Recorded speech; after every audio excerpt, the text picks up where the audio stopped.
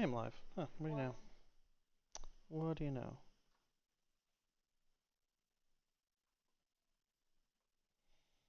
What do you know?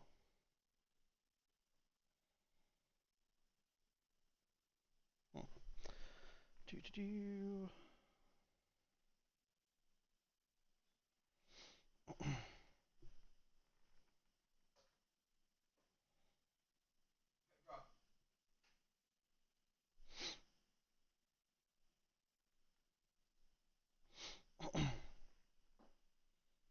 Oh, whoops.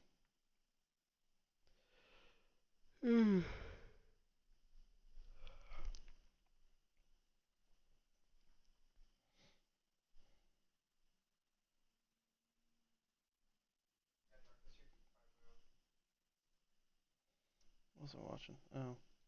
Both the White House and our counterterrorism agencies have confirmed receipt of what I reported publicly.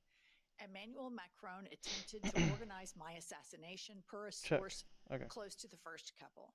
Also, I will again state that the French legionnaires were involved in Charlie Kirk's assassination, but they did not act alone.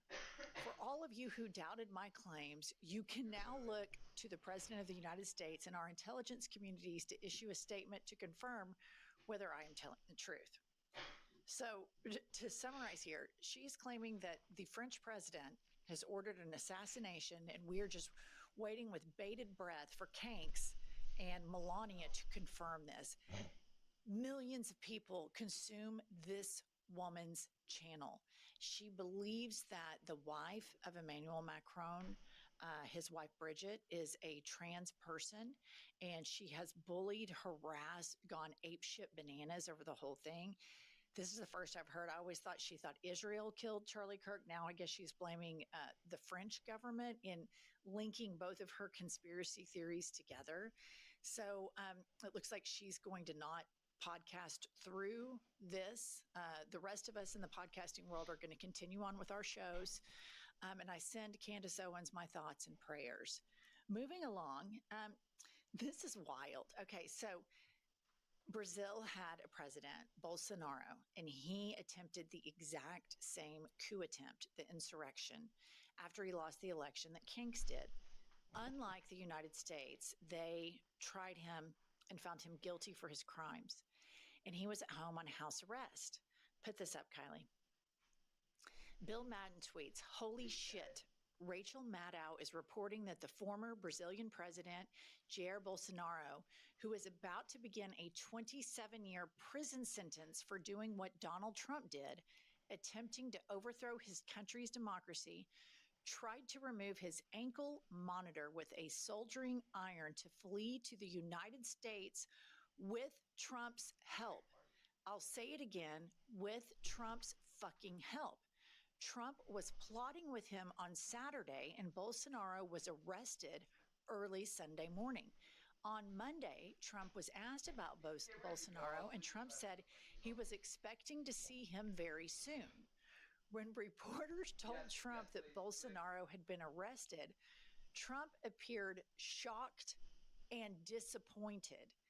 And so we're at this stage in America is no longer a legitimate country, that where the sitting president of the United States is trying to help a felon escape prison in his country, that this is not breaking news on every channel. It's wild. And I remember Kank's all up in his scarf, them asking him about Bolsonaro. And he's always been buddy buddy with Bolsonaro because Bolsonaro is a big MAGA guy. He's a big fascist. And it's just unbelievable that Donald Trump has received so many assists in his immoral, unethical behavior from our institutions, from the media, from the court, specifically the Supreme Court, from Congress, who has completely abdicated their co equal branch of power to this man that he thinks he can do shit like this. But Brazil wasn't having it. And now he's back in prison again. Speaking of just an absolutely worthless American, we have Katie Miller, who is the wife of Stephen Miller, and she started a podcast. And we all know Stephen Miller is the weird cretin behind all of this ICE shit. I mean, this guy's a sociopath of the highest order. And Katie Miller, interviewed Mike Johnson on her podcast the other day, and she asked Mike Johnson the following. Jelly roll us? Do I know? Yes, we have selfies together. All right. Moses Mike Grinder Johnson acting so cool and trying to not be a DL demon queen. Actually, in all of that, I just got a huge gaydar ping. Furthermore, Moses Mike Grinder Johnson, and this needs to be, everybody needs to be reminded of this. The whole porn monitoring situation with his teenage son is weird, but also with his daughter. He took her to some purity ball where they simulated some marriage ceremony where he put a ring on her finger and she had to pledge her virginity to him until he gave her to somebody else. So it should surprise you zero that this man is completely compromised by Donald Trump. Has completely abdicated all power. He's so fucking crazy and worthless that Marjorie Taylor Greene quit Congress because she said she couldn't get anything past this guy because everything this guy does is for a party of one. Furthermore, reports are really, really starting to incubate and taking ground that there's an expected, and I hope this is true, 25 Republican congressmen are expected to resign because of Moses Mike Grinder Johnson bending the knee to Donald Trump. Now, listen, I know that these guys are total cowards. They should be in front of cameras, screaming at the top of their lungs that the Speaker of the House is somehow compromised and or just the biggest beta male lapdog this country's ever produced. But these guys don't have the strength to do that. They operate in fear at all times. They're terrified of Donald Trump, who's terrified of Vladimir Putin. They're terrified of the base, who are a bunch of, gravy seals that can't hardly get off the sofa. All they do is sit and rage tweet when those accounts aren't in actually Pakistan or Russia. Moving along. Peter Thiel has been whispering sweet nothings into Vice President J.D. Vance's ears. They have a problem. J.D. Vance has a problem because he's this big Catholic. And I want to remind you, he's changed his name 3 times. He's a failed drag queen. He wears all that eyeliner. He can't defend his wife, can't defend his kids, and is big buddies with Peter Thiel. And he has changed his religion multiple times, and now he's like this hardcore Catholic. Well, the Pope, this American Pope, Pope Leo, he's really big on empathy and helping immigrants, all the Jesus stuff, right? He's kind of brought that back to the front of his form of Catholicism.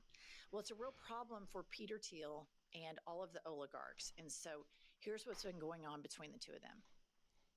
Christopher Hale tweets, in leaked audio recordings, Peter Thiel reveals he told J.D. Vance to ignore Pope Leo on moral issues, including the development of ethical AI. He also suggested the American Pope was a tool of the Antichrist. J.D. Vance's top donor suggests Pope Leo XIV is the Antichrist. Okay, this is just what's so fucking crazy about these oligarchs, you guys. Peter Thiel, immigrant. He is an immigrant. Peter Thiel was not born in the United States of America, and we welcome immigrants. He was able to come over here and make so much damn money that he sits around and colludes with how he's decided he doesn't think democracy is that great anymore. He thinks the United States of America needs to be some sort of technocracy where we have a CEO, a tech CEO that runs the country. But he knows he can't take this to the ballot box because he knows that people like democracy. But these billionaires get so entitled and they get such a level of psychosis that this guy, he's the owner of Palantir that is getting all of our information. He's the one that queer-eyed J.D. Vance, and now J.D. Vance is worth millions of dollars because of Peter Thiel. And Peter Thiel's side hustle, with all the billions of dollars that he has, is he gives lectures on the coming of the Antichrist. And this guy, I guarantee you, doesn't hardly even pay taxes because he Oh, hey, what's up, man? with the party that has weaponized It was good. against rural and suburban Americans It was boring. to think that they have to fight for the richest among them. That is How just, about you? it's How was your so Thanksgiving? diabolical, and it makes perfect sense that Teal and JD Vance I'll just are BFFs. All right. And finally, what did you I'm going to leave what was you I doing? with Barry Weiss. Barry I was Weiss, just of reading course, the was the handpicked Discord by message Larry that you had Ellison to sent. take I over just logged back on. CBS. And she is a lesbian Jewish woman, and she is an anti-woke crusader.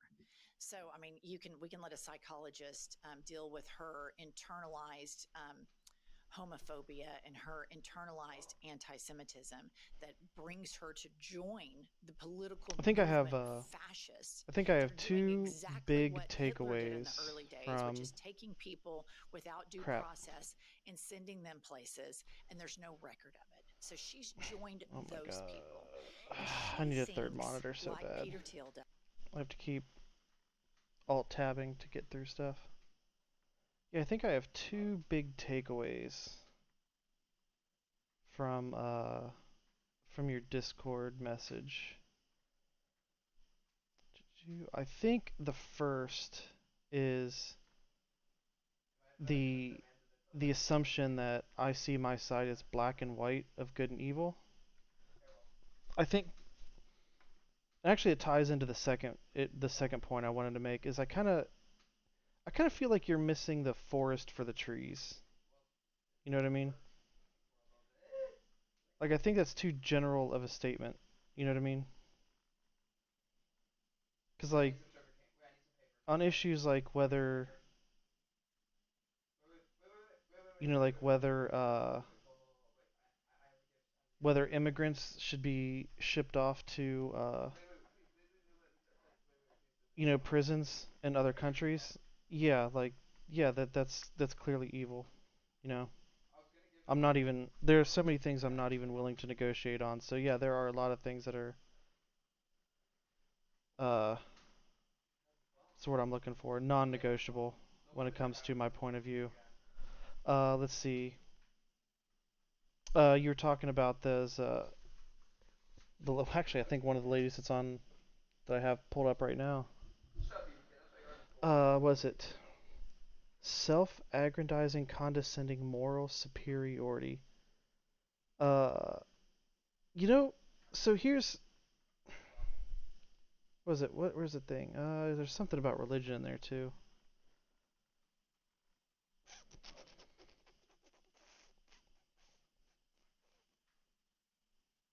Oh, the thoughts on religion is only misguided indoctrination. So if here's this is why I mean I think you're missing the forest for the trees is because they specifically refer to evangelical Christians as being the ones that are uh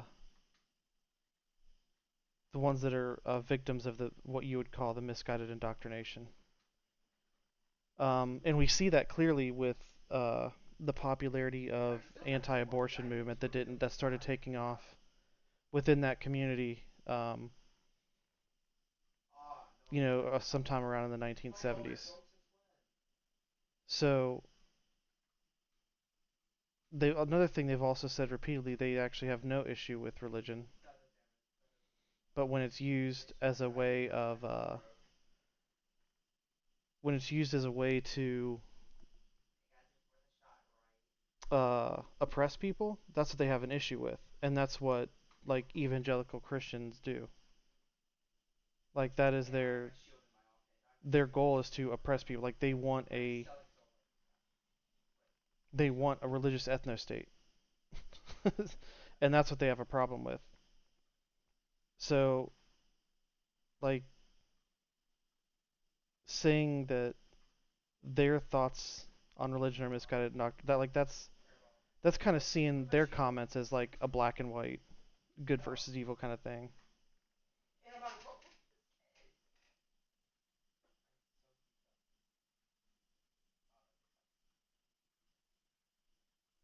Yeah, like I don't, you know, children getting killed in school, because our legislators aren't even willing to address the issue of the prevalence of guns in our society. Yeah, I do think that's evil. That is a black and white issue for me. I think that killing children in school is wrong. Absolutely. Like there's no. I'm not even willing. I'm not. You're right. I'm not willing to negotiate that. That is a black and white, right versus wrong. And speaking to the opposition like they are subhuman. So, yeah, if I'm talking to someone and they have the Charlie Kirk mentality where it's perfectly acceptable to have, to see all this gun violence just to maintain the uh, the current level or the current interpretation of the Second Amendment. Yeah, that's pretty evil to me, honestly. And just the excuse that we need guns to prevent an authoritarian takeover by the U.S. government. That's kind of bullshit because where are they? you know, where are they? We legitimately have an authoritarian takeover taking place little by little right now. Where are they? Where's all those "don't tread on me" guys? Coincidentally enough, the "don't tread on me" guys are the same ones that have their tailgates painted with Donald Trump's picture on it. So yeah, like I'm not. You're right. I'm not going to negotiate. To me, those people are subhuman. Hypocrites. To me, they are. Maybe someone can convince them that they're wrong, but it's not going to be me. Like if someone is perfectly willing to be, if someone has the capacity to show zero empathy in their decision-making process, to me, they are subhuman. Because I think that's an important part of being a human is showing empathy. These billionaires, Elon Musk like cancels USAID, killing thousands of people through hunger and disease because we're no longer helping provide the assistance that they had relied on. Yeah, yeah, he's subhuman. Absolutely. 100%. I'm not backing down on that.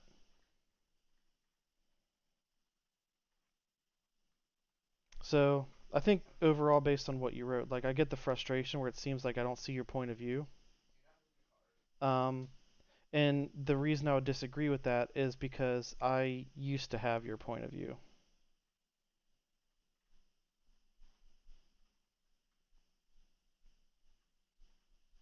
Like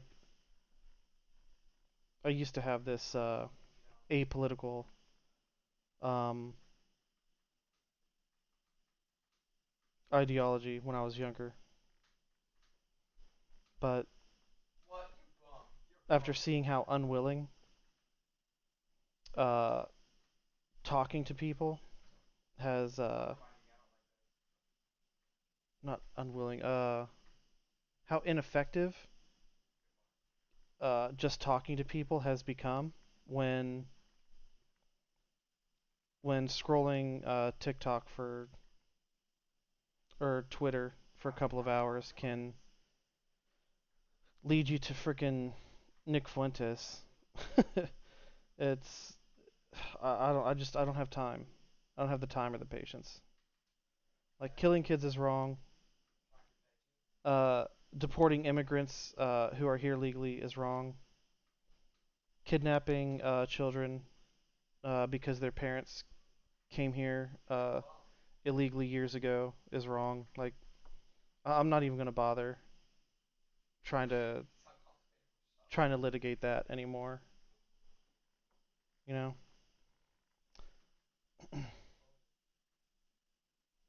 Your framing is quite pointed, which was a part of my point. Yeah, like honestly, I want to make. I don't want there to be any quote unquote framing. Like I don't want my words to get twisted. Uh, it's so easy to frame. Like for example, if like people say that how am I trying to the perfect example is what happened in Texas recently, right? There was a ballot measure that raised the homestead exemption tax exemption from 100 to 140,000, which is it's a tax break on property owners. So people voted in Texas like by a margin of like 7-3. It was like 79 to uh 79 to 21 or so 29 whatever. No, it was about 7-3 ratio approximately. Like 69 to 30 something like that, whatever. But at the same time, uh the city of Garland, Texas also voted to approve a tax raise, a property tax raise to increase the funding for the public school district. Okay? So, public school funding is tied directly to property taxes. So, even though most of Texas, when it's framed as a tax cut, they voted for it, not understanding that if they had taken like 2 more steps, they would have seen that this tax cut is going to cut into public school funding. But if it's framed as an increase of public school funding, all of a sudden they're all for it. So I want to avoid that. I don't want my words to be framed in any way, any other way. Um, frame the entire Second Amendment issue as kids dying, of which it isn't. No, my issue with the Second Amendment is that kids are dying unnecessarily. That is my issue with the Second Amendment. My issue with the Second Amendment isn't what its intention is. I don't have a problem with the intention of the Second Amendment. My problem is with the result. People are not using it to fight authoritarian takeovers. They're not using it to fight corruption. They're just not. They're using it to. They're using it to kill political commentators and children in schools. Like that's what they're using it for. If the Second Amendment was only being used for its stated intention, I would have absolutely no justification for criticizing it whatsoever. How was your Thanksgiving? It was boring. It just was. Went to go eat, hung out, family for a couple of hours, came home, watched some Stranger Things, went to sleep. What you framed as anyone who makes the argument for it is complicit with kids dying.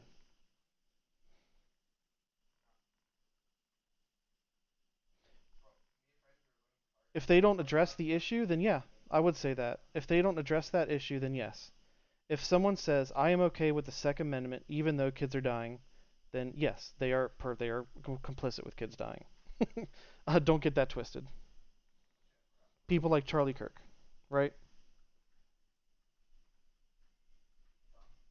People who say that these deaths are an acceptable result of having the Second Amendment. Yes, they are absolutely complicit in children dying. And if that is offensive, then I don't know. Maybe let's talk about how we can convince our policymakers to keep that from happening in the future. You know.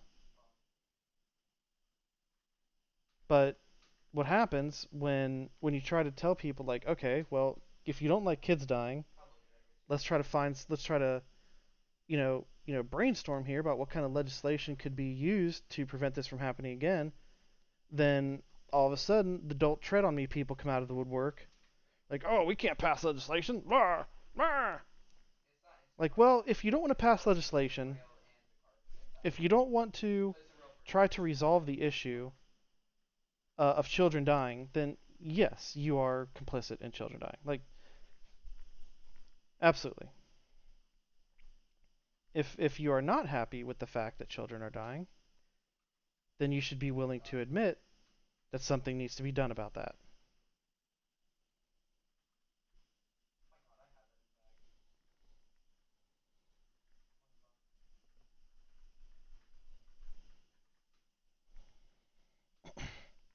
Did you do any Black Friday shopping? Hell no. Hell no, I'm not going to do Black Friday shopping. Absolutely not. That is so stupid. Why would I do that?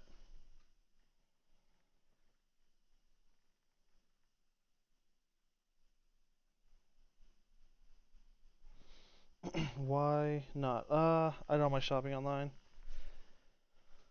Uh, because like I am fundamentally against the idea of uh spending time purchasing things instead of spending time either like just relaxing, like being with your family, or just like taking some time to yourself. Like I don't know. I hate the I hate the commercialization of holidays.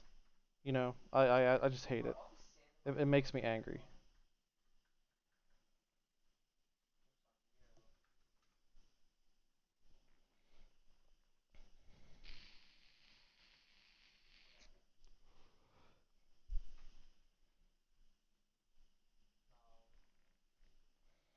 That is time myself spending money and shopping.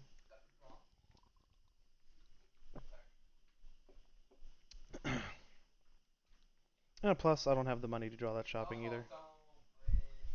That's kind of another issue. When you're broke, you don't necessarily have the luxury of that choice anyway.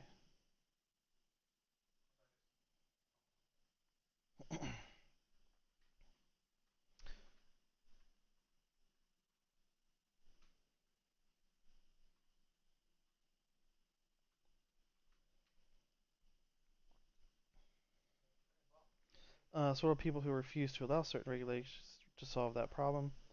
We don't think it is enough. Are they still complicit despite taking? No, I don't believe so.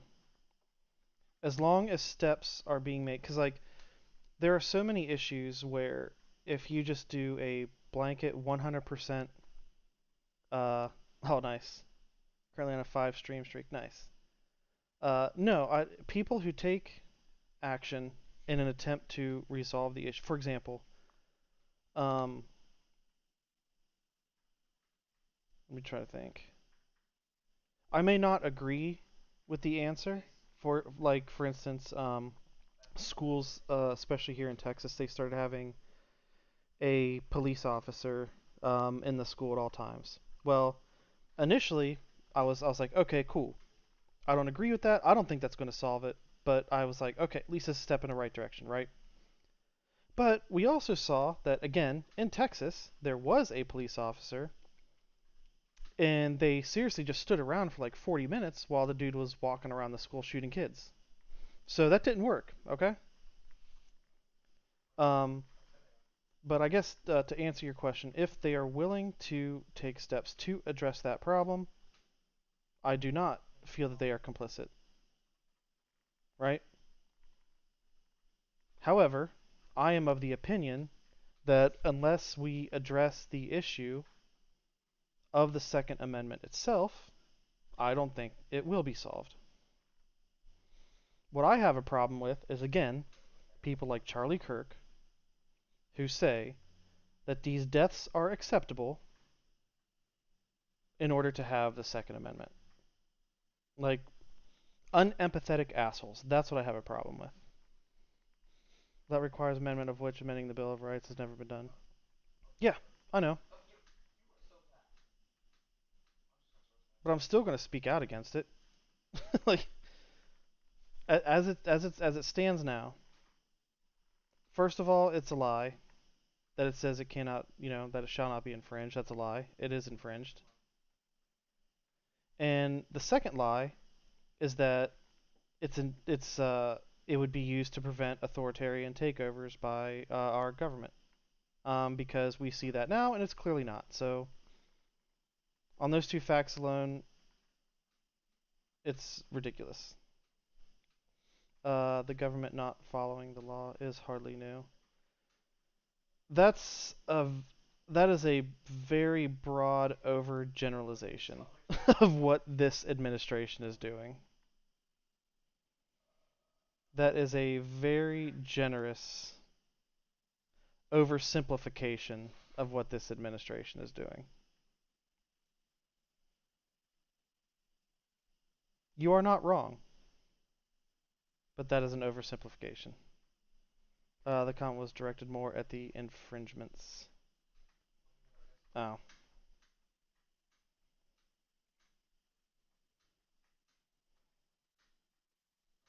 I mean, this is my recommendation would be let's look let's look at areas, locations, governments that do not have as many school shootings, and let's try to find out what is different in their legislation than ours. And maybe we can learn something from that, you know? Maybe. What is it that they are doing differently that is resulting in fewer school shootings?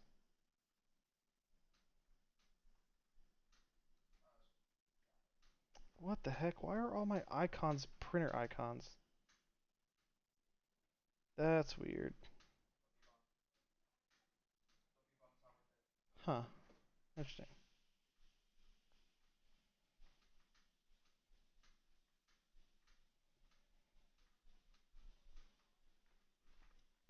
But yeah, I just want to make sure that it's not misinterpreted, that it's not misworded, mischaracterized, however you want to say it. That I do look at people that show zero empathy as less than human. So, yes. They don't have a Second Amendment. Obviously, that is a difference. Legislative barrier and the dynamic of a union makes it difficult. We aren't one body through many one.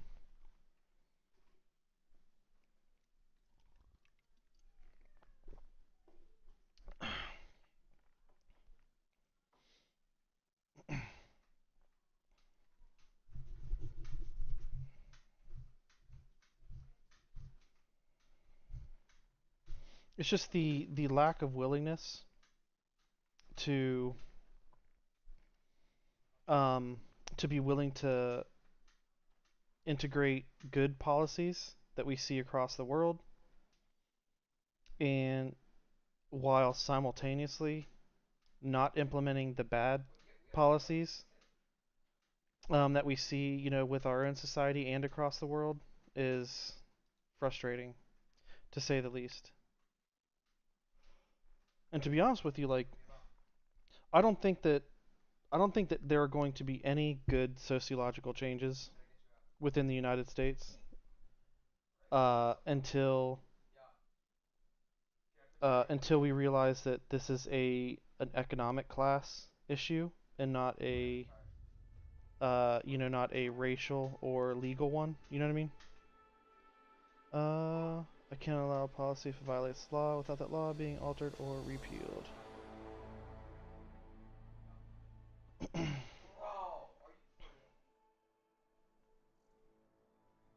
Yeah, and my stance is if a law is unethical, it shouldn't even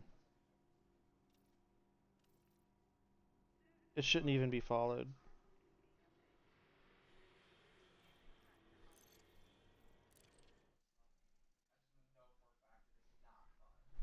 I don't have a strict uh moral adherence to following the law, but that adherence is based purely on like ethical standards, I guess. I don't know. Who decides the law unethical? And if it is, then the majority of people would decide that, and so it would get repealed. If it hasn't been repealed, then you haven't convinced enough people that it is unjust. Yeah, I mean, look at the post, Civil War South after they abandoned Reconstruction. Most people thought that, not even just the South, like actual country, like most people thought, yeah, it's cool if we force, if we don't allow, black people to shop here or do that. So that's cool. That's legal. Follow the law.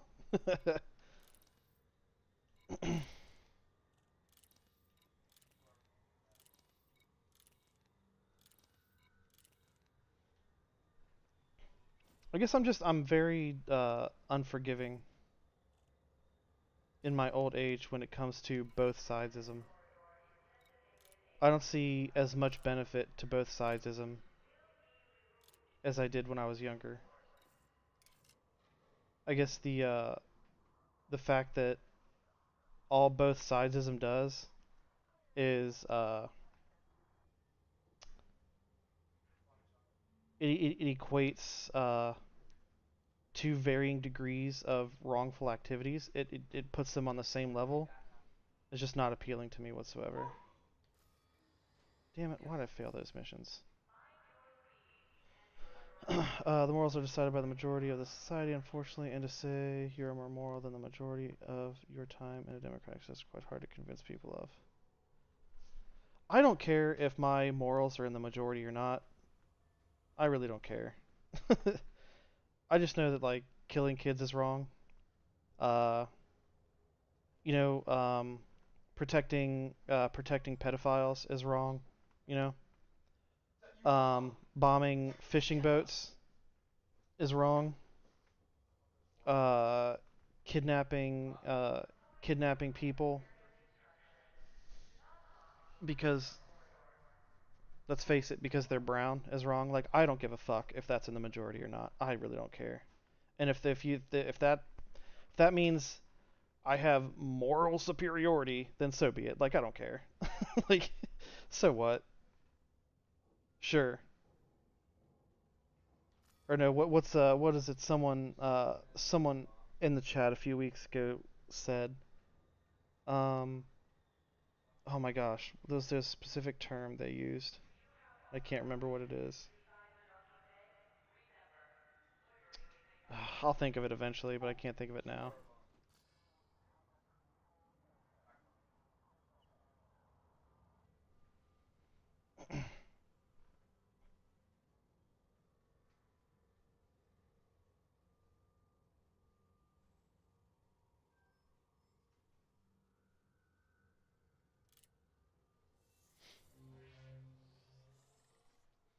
If the majority of people pass a law and is the opposite of your moral view, then you would pass policy that violates it.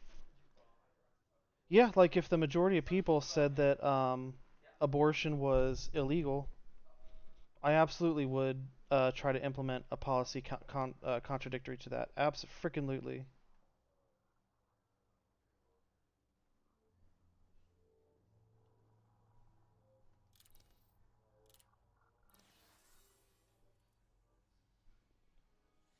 Because like I don't know how many women are in your family, but believe me when I say that your opinions tend to shift drastically when you see that someone in your life, when their health and well-being is in danger, um, because of legal policies.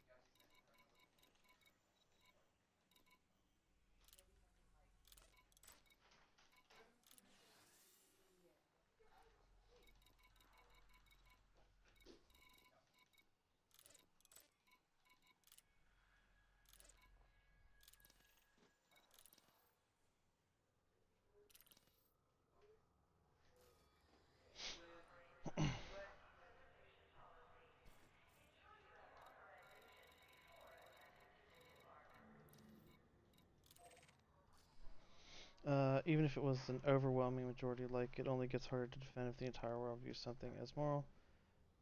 But you do not, and to enact policy against such things would likely not end well. You know what? Even if 90% of the world supported the enslavement of black people, I wouldn't be for that. So I don't give a fuck if the majority of people are for something or not. I don't give a fuck. Like, please, like, tell me where these positions I have are wrong. Like, like these hypothetical scenarios of the majority of people, uh, you know, being against something for something, like how I would uh, react or how I would act differently. Like, let's address, instead of forming a hypothetical scenario, let's litigate the issue itself, right? You know, that's what I would prefer to do.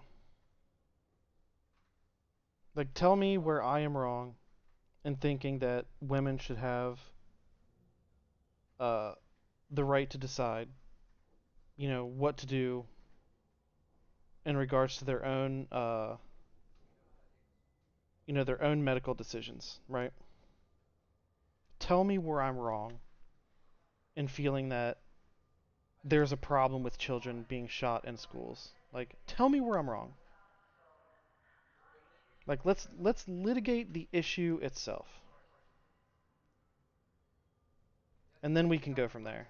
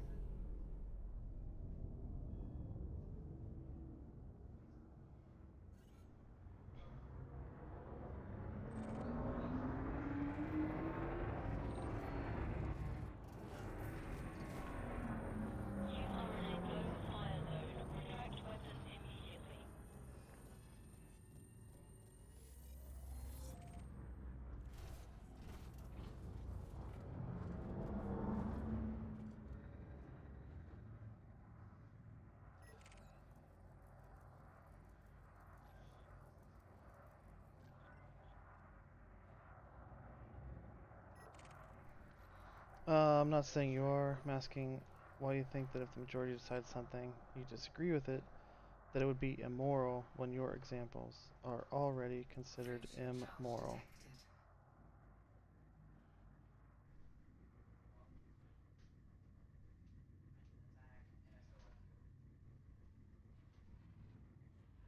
The majority deciding on something isn't what's immoral.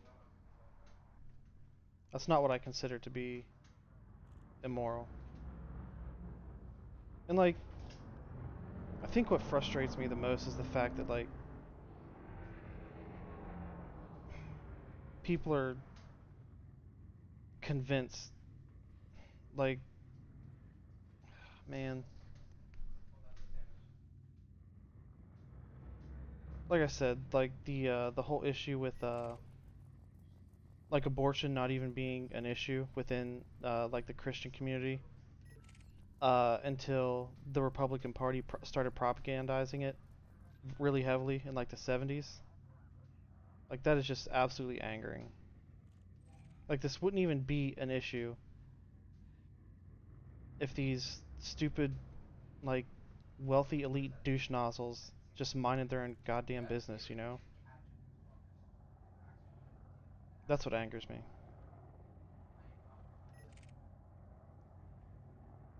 Like, this like, my position on these issues wouldn't even be litigated in terms of morality if the population wasn't so easily susceptible to, propaganda tactics.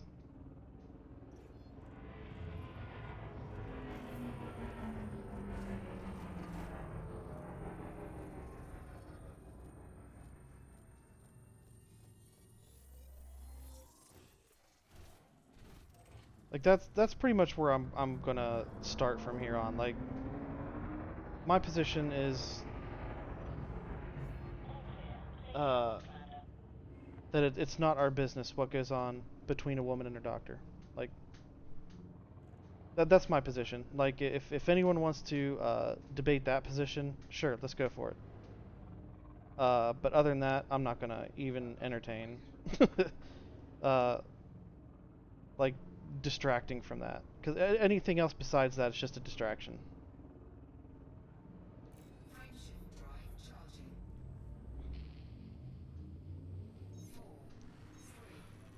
Like, that's the issue.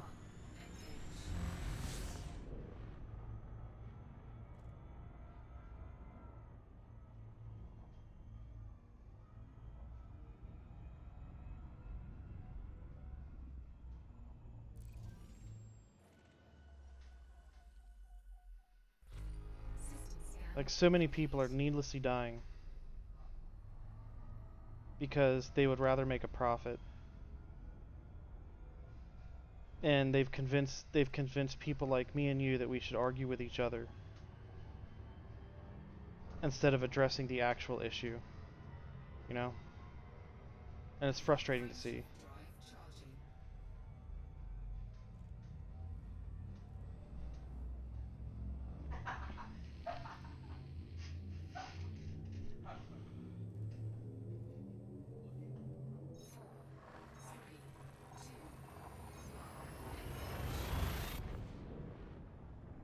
Like the private prison industry, you know? Like, why is it that there's other countries that have fewer repeat offenders than we do in this country? Let's look at what they are doing in their criminal justice system and see what lessons we can take from that. But no, we can't do that because they're socialists. Like, no, like, get out of here with that. Like, let's address the issue. I think we should address the issue, but our ways of addressing it are wildly different.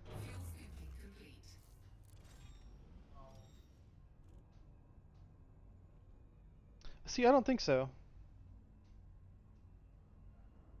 I don't think so. I think that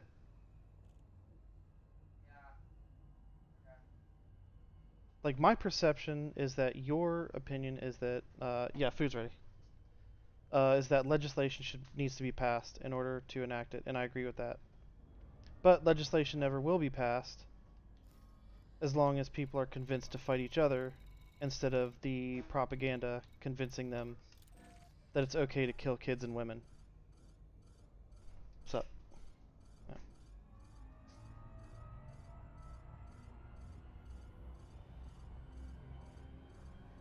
So yeah, as long as the overwhelming amount of bad faith propaganda exists, then yeah, I would prefer to pass legislation. That would be my preferred method of positive change.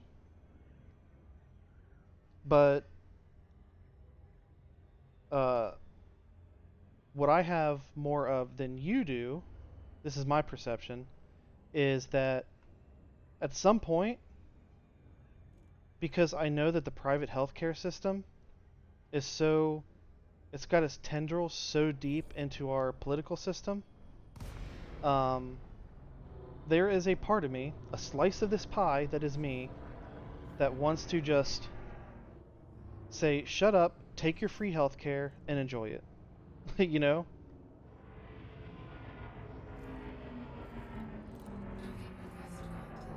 You wonder how you can solve the Second Amendment issue without passing an amendment. Destroy the courts' invented doctrine on selective incorporation. Again, in order to do that, the underlying issue has to be addressed which is the lack of class consciousness that we have in U.S. In the U.S. Society.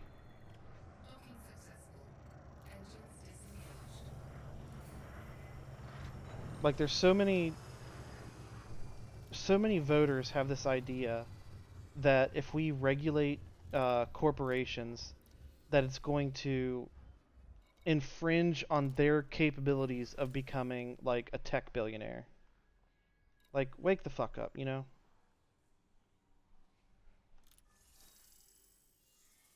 So yeah, there is a part of me that would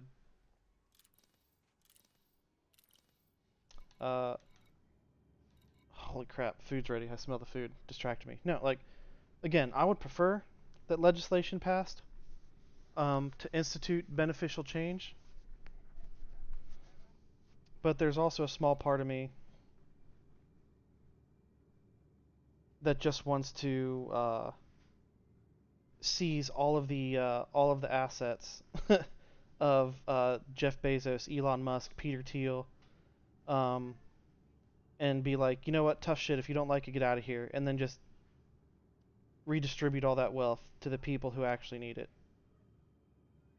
Like, I think murder is wrong, but there's a small part of me that was not surprised or upset about what happened to that United Healthcare CEO. Like, what do you expect? Like, you want to talk about murder?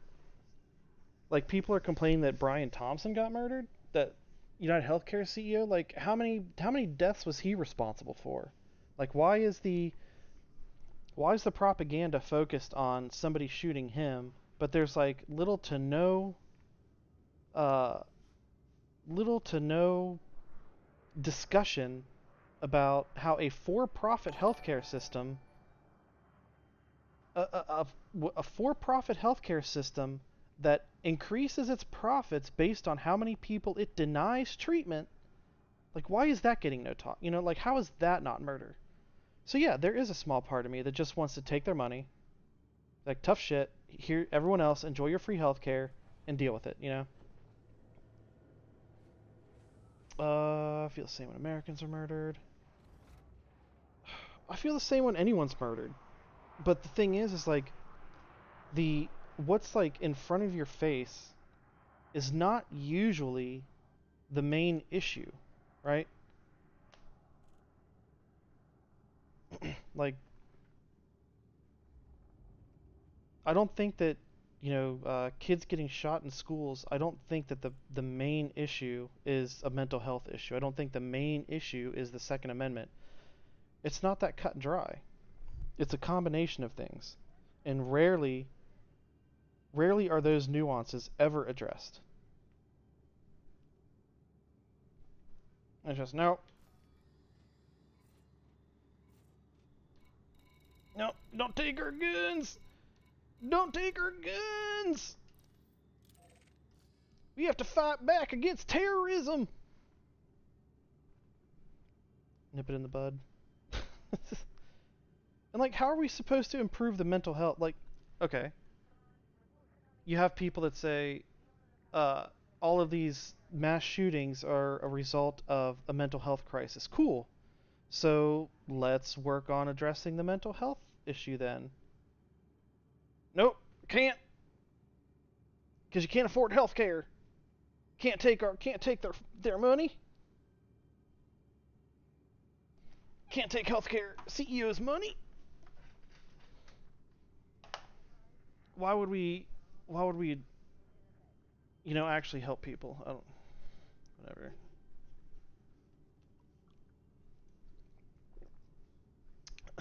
I'm gonna get food. I'll be back in a minute. Kitty, what are you doing, weirdo?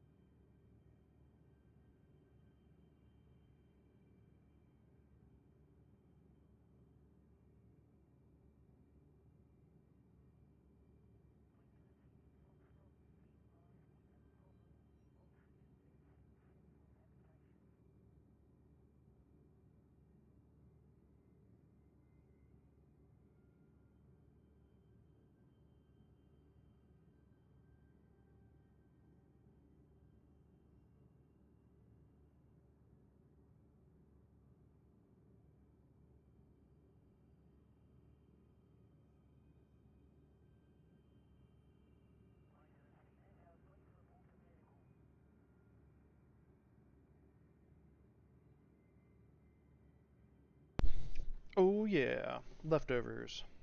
Woot. States have general police power. They don't need the federal government to solve that issue. They have forgotten that though.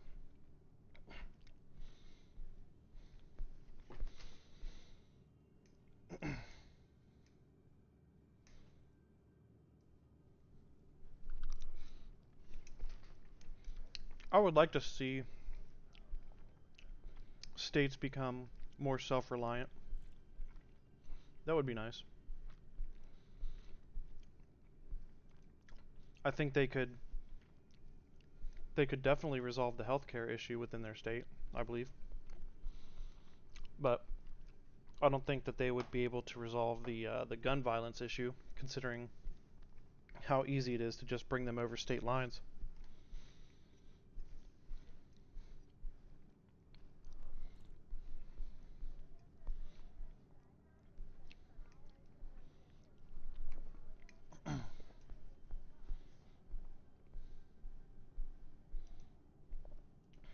What other video did I have queued up? Hey everybody, we are off for Thanksgiving, but we would never want to leave you without some sweet content. So please enjoy a part of our subscription show, Terminally Online, which we recorded live at CrookedCon. You can hear the full episode when you sign up for Friends of the Pod at crooked.com/friends. When you sign up, you get ad-free episodes of Pod Save America, Pod Save the World. Why do things yourself when you can suckle off the federal government? Coaster and more. For a limited Black Friday offer, annual subscriptions are 25% off, so go sign up, get that offer. It is the best way to directly support us as we try to build a truly independent progressive media organization. Again, that's crooked.com/friends. Now here's Terminally Online. Welcome to Terminally Online, the Crooked subscription show, live from CrookedCon!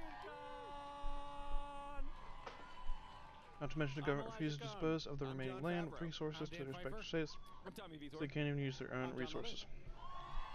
Well, no Barack Obama coming out. No Barack Obama. Leon Panetta. Joke. Guys, what a couple of days. Yeah. If you know what this show is, thank you for coming. If you just kind of wandered in here, this is the government says you imported those resources, so now we can regulate anything made with them forever. So, hope you got your fill of, is Zoran Mamdani the face of the party? And is affordability important? Because it's not really what we're going to talk about here. Alright, you guys want to play a game? Yeah, sure. Alright, let's do it. We're going to do a blind rankings. If you're unfamiliar with how blind rankings work, I'm going to give you 5 things. You'll have to rank them as they come, but you don't know what's coming next, so be careful to leave that 1 or 5 spot open. What we are going to be ranking is the most online. It would be interesting to see what would happen 2025. If the federal government some questions, and for those who watch the show, gave back every piece of land to the states. Hasn't thought of all the rules here, so let's hash it out. Let's hash out some rules. I wonder what the consensus. what the growth of kind of the theme of the time. what the growth of oil drilling would be. I'm kind of curious as to what that would look like. He said, "Bully me." He said one of the appeals of the show. I mean, like, pick on him. So that is people came all like the way there's from all across the country, and we're not going to pick on watch Elijah get bullied in person. Sometimes I have we got 38 minutes. I think it's a killer segment. What's the term? Nihilistic frustration. All right. First politician. Or, you know what? Kind of the pace. Let's just deregulate everything. You know? President Donald J. Trump, Let's see what happens. Like the people who voted for Trump, there's a small part of me that's like, you know what? I hope they get every single thing that they want. Like, let's see what happens. AI videos, dumping shit on Harry Sisson, which is just like a deeply online thing to know who that is. Instant classic. Are we docking points for only posting on his dumb little tiny corner of the internet? You can slice that either way. I mean, he's so online, he like got banned and He made his own platform. Yeah. And are we 1 to 5 here? Is that what it is? No, I mean you're putting him in a 1 to 5 spot. That's what I understand how the game works. But are there 5 people? I was saying you're not like ranking him like a rating of 1. Get his ass, Dan. I just want to know how many people. I don't know. I feel like we can't go wrong with a 3, but Yeah.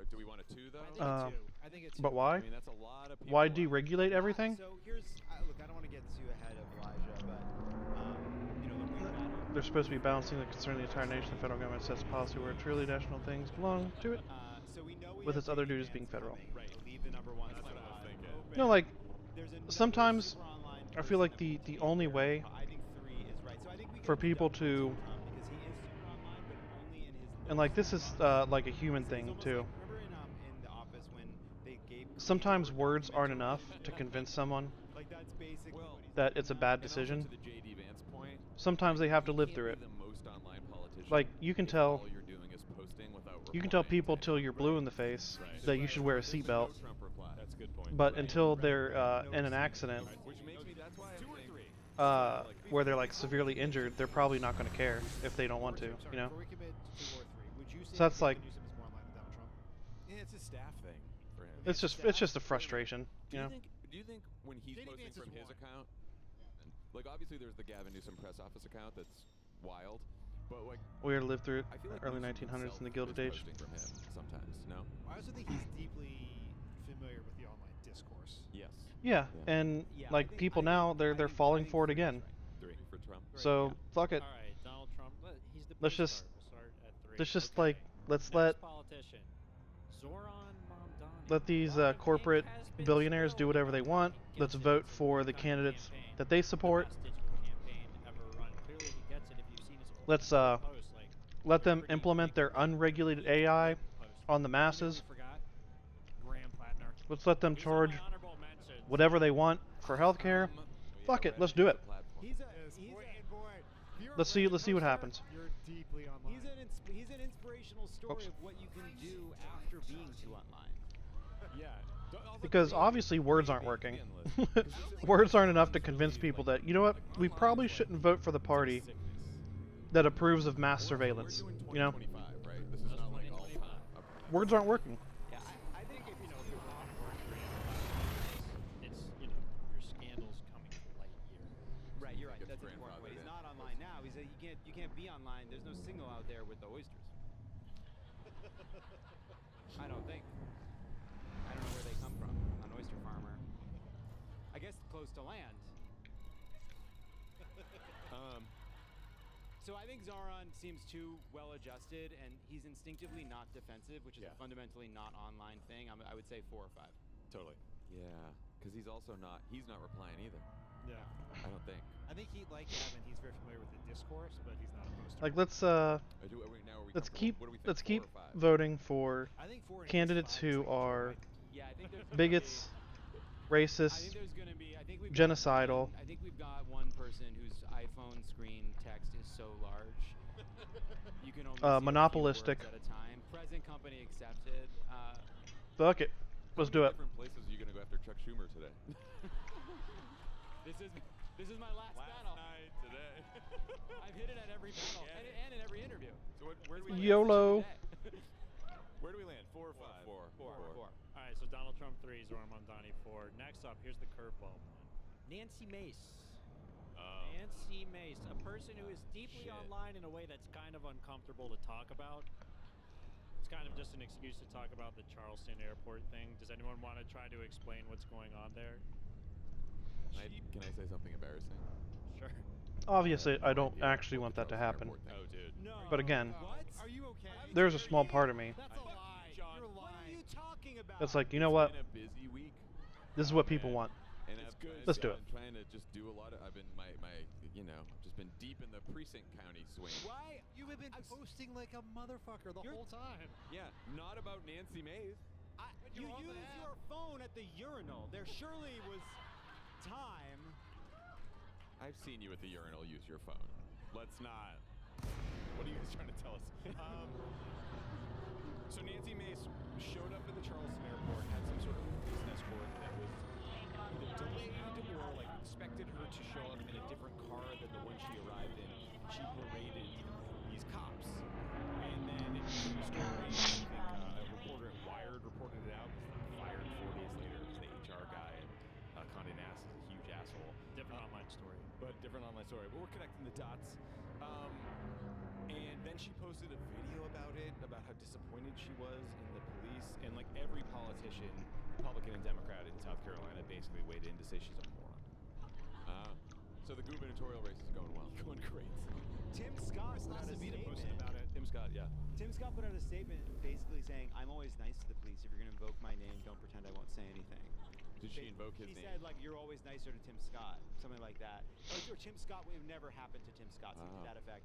And he's like, actually, I'm always quite kind to these police officers who work very hard and do a good job. And the closest thing he doesn't curse, but he basically said, you go fuck yourself. She's really going through something, though. Yeah. There are some bipartisan letters. Lindsey Graham also made a statement that are just like, hey, we really like the staff. She's posted about it hundreds of times. Yeah. Real Streisand effect. I think she's got to be 2. I think it's 2. Why we I left think Sue it's open. 2. That was the right call. Even also, like, she as a person kind of seems to capture the essence of the personality disorder of the internet. Like, if the internet had a personality disorder, it would be the same thing that whatever Nancy Mace is walking around with, I think. Yeah, it's real main character energy. Yeah, for sure. Yeah, even this conversation has the meta energy of like, well, we're laughing about it, but this feels uncomfortable. Yeah. We really think She's about going it. through it. Okay, next up. I don't know about So y'all's we have rankings. 5 and 1. We only have 5 and 1. Yeah, is that right? 5 and 1. So it's 2 Nancy Mace, 3 Donald J. Trump, and 4 Zoran Mondani. Next up, Gavin Newsom. I don't like y'all's list where you got to slot him at 1 or 5. I just think, like, to John's point earlier, it's a staff that's posting the fun stuff. Gavin's tweets are normal. I think it's fair to say that Gavin is less online than Zoran. Yeah. Yeah. Like, Gavin couldn't name a bunch of TikTok influencers. No. Yeah. Also, yeah, we're biased toward we're talking a lot of Twitter right now, and like That's a Zoran is huge- doing like videos all over the place. That's an all the analytical time. error of our Yeah. agedness. Which makes me feel better about because we're old. Newsom is 5 then. Yeah. Okay. Well, have Newsom is 5. Better be a good one. No, I mean, y'all know who's coming. There's a clear number 1. Let's hear it. JD Vance. There we go. I thought you were gonna screw us there. Number I thought 1. You were gonna just withhold. Gotta change it right JD there. Vance. Chuck Schumer. America's number 1 poster, America's number 1 reply guy, unless it's an actual Nazi talking shit about his wife and kids. In which case, zip it. Not even close. Dipshit. Are you calling John that? I am a dipshit. I think if, It's just a if you're the reference. Vice President of the United States and you call John Favreau a dipshit on a social media platform, you're automatically number 1. Yeah. Yeah, that's Yeah. right. Yeah, Stop. I think that's fair. All right, so our list. Number 1, JD Vance. Number 2, Nancy Mace. Number 3, Donald J. Trump. Number 4, Zoran Mondani. Number 5, Gavin Newsom. I think I we feel crushed pretty that. good I about think we that. did great. I think we did great. Nailed that. I think that's actually pretty close to right. Should we go through a couple honorable mentions? Sure. Yeah. All right, Graham Plattner. Talked about him already. It's like, P hustle. Posting in the past, you know? I mean, but I mean it on Reddit. yeah, I mean, I think if we clearly, were doing this in 2011 or whenever he was posting, he would win. for sure. Yeah. Also, Reddit, look. The people that are posting over there on Reddit, we need them. We need them because Smart. Google is broken, ChatGPT hallucinates. Reddit is the place where you go and it's like, is this right? I don't know. But it came up first and was expressed with confidence by someone who says they're from there. That's Reddit. So Agreed. All right, next honorable mention, Based Mike Lee. That's a good one. He's basically just like JD Vance's protege online. Guy who is constantly getting fooled and posting even harder because of it. Yeah, I mean, if he was in the original rankings, he would definitely be above Zoran and Gavin. Yeah. I think he'd be above Trump. Yeah, I think so too. he also like it's not about frequency or volume. It is about like it's about he posts with the kind of incorrect energy of someone who's like going to respond to a text with a social security number. Yeah, he did that thing where he was like posting those horrible memes after those shootings and was like, what? But then he got confronted by Amy Klobuchar and Tina Smith, and then he like deleted it. Turtled. Tough. All right, next honorable mention. This is a real deep cut. Valentina Gomez. Valentina Gomez. Man, is that like the Secretary of State candidate? Yes, who always posts like Guns? guns, basically. She uses, Guys, like, are you guys aware of Valentina Gomez? This is why we needed multimedia here, because we got to put the pictures up. I'm working with. Going back to your there's earlier a saying, well, note wouldn't it be for better next next year? Can I tell you something? I don't know who that is. Oh boy. She ran for Secretary of State in Missouri and came in 6 out of 6. Then she has moved to Texas to primary Dan Crenshaw, I believe, and she posts these like insane, like acted out snuff films. She's the one who went to Israel and cheered the bombs dropping in Gaza, right? Yes, she was too bloodthirsty for them to air it. Oh God. Yeah. Okay, that What was a fun dark. light So she's mention a there, fun. yeah. Way to lighten it up. So she's a 2028 front runner, huh? She is. Cool. And last one, I just feel like we should throw her out there. AOC. Oh yeah. Again, maybe kind of lost in fast online darling, but I don't know if it's like lost her fastball or just like was doing more productive things. I think she was ahead of the game too. She did an Instagram Live to drop gossip about Marjorie Taylor Yeah, she Greene. broke it out. Yeah, that's very cool. When she wants to break the internet, she can break the internet. Yeah, that's true. This episode is brought to you by Magic Spoon. Magic Spoon makes high-protein, zero-sugar cereal and treats reinvented from your childhood. The nostalgia. I love Magic Spoon. Me too. It is delicious. Honestly, every flavor is great. I mean, I'm a big like Frosted fan. The original is great. Yeah, OG Frosted. But they're all Chocolate peanut butter is good. They're great for breakfast. They're great for a snack. They're great for late at night. Every serving of Magic Spoon's high-protein cereal has 13 grams of protein, 0 grams of sugar, and 4 grams of net carbs. They come in nostalgic flavors like fruity cocoa and frosted. Magic Spoon's treats, their high-protein treats, are crispy, crunchy, airy, and easy way to get 12 grams of protein. And explain how it impacts you. Same mission, new name. MS Now. Learn more at ms.now. for our outro, we have something special for you all. This is the Crooked Con straw poll. Oh yeah. A straw poll at Crooked Con. The question was for the convention goers, who are you excited to see run in 2028? And I have the results. I'd love to read them to you all right now. This is big news. Huge news. There's a big asterisk before as I'm reading this. We'll get to it at the end. Wait, Seems like you're shitting on your own news. why don't you're gonna tell us the asterisk after? Yes. Okay. Anderson Clayton, attendee speaker, and AOC both got 7%. All right. Anderson. Yeah, Anderson. Wes Moore and Gavin Newsom got 15%. Right on. Andy Bashir clocked in at a solid 22%, and the winner with 31% of the vote was Pete Buttigieg. Do you want Wow. Look at that. You ready to guess what the He should have come to caveat- Crooked Con. What is the asterisk? There were 13 votes.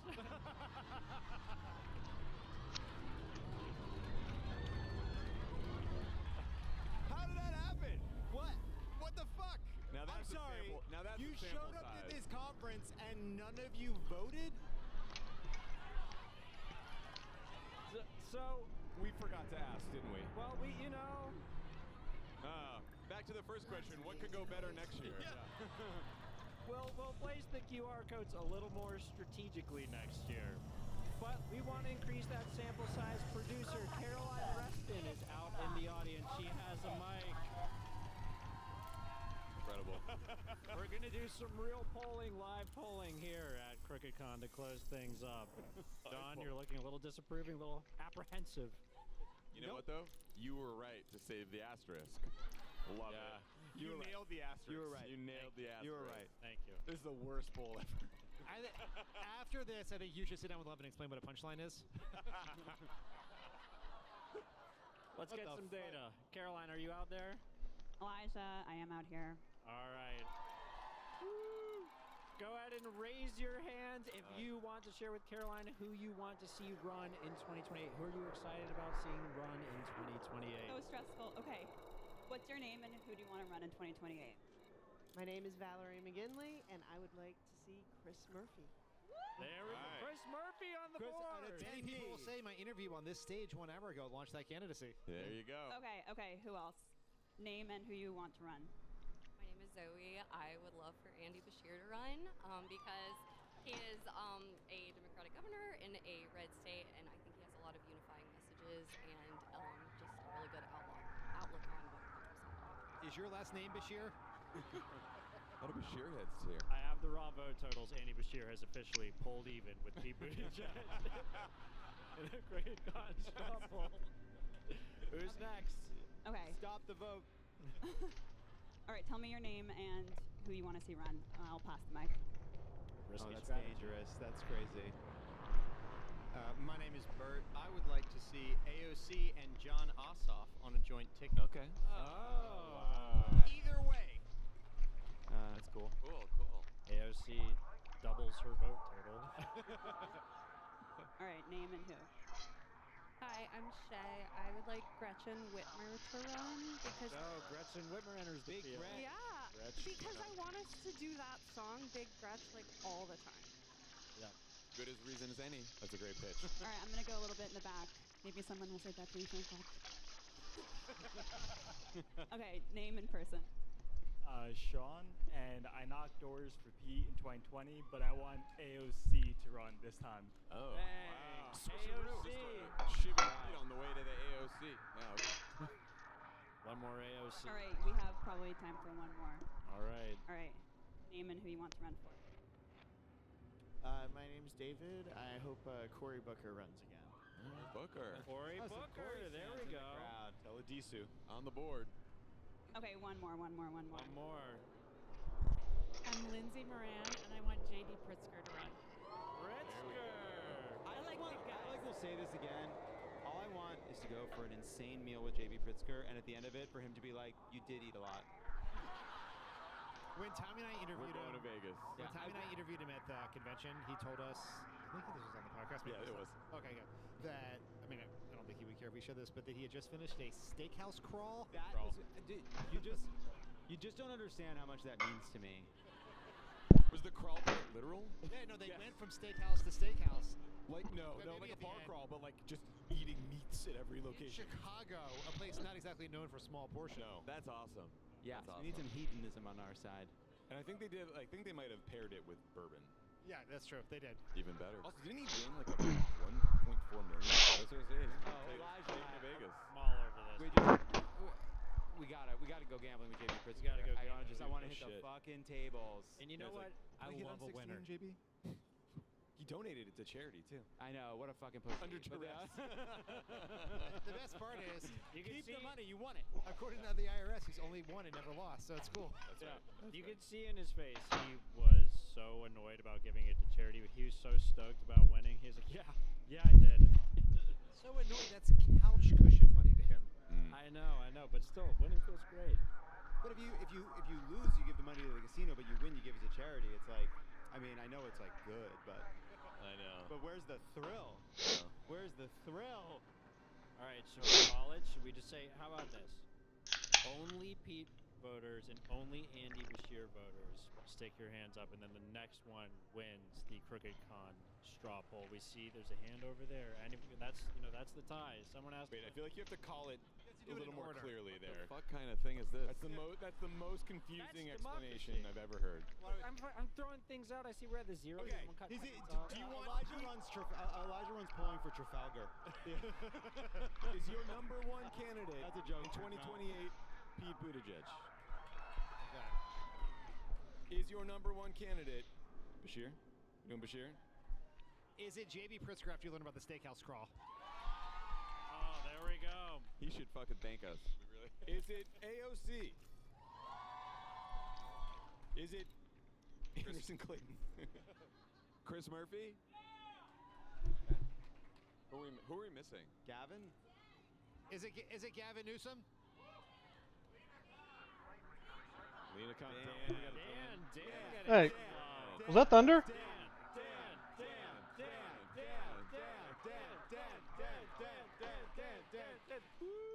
We got our winner. The winner of the Crooked Con 2020-25 straw poll is Dan Pfeiffer. Yes, we Dan. Yes, we Dan. Yes, we Dan. We have the Yes, slogan. we Dan. That'll wrap up Terminally Online.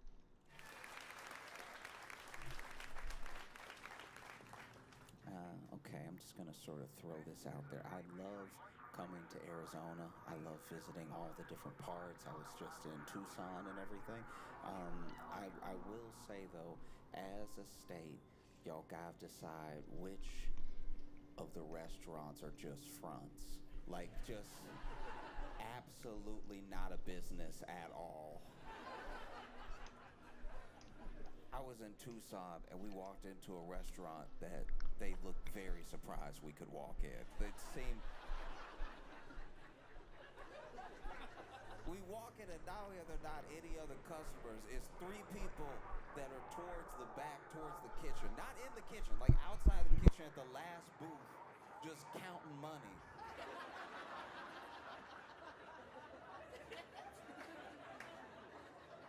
If you run a business, your eyes should never be wide when you see a customer. We walk in, everybody, just looking caught. I was with Dave. Dave was like, "Are y'all open?" And in my head, I was like, "If you have to ask." And they were like, first of all, if you open, just say yes. This is crazy. They were like, yeah, sit anywhere.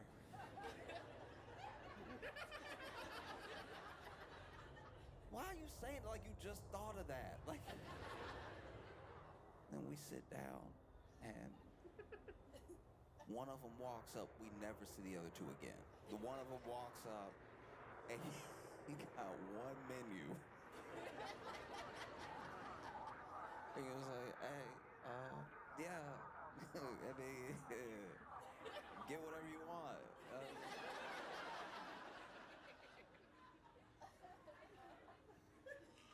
And then he is gone for a while. He's gone, and like you could tell he was talking to the other ones, but so everybody whispering, but they're doing the loudest whispering I've heard in a long time. They're doing that panic whispering, because there's whispering where there's like, and then there was the whispering they were doing. It's like,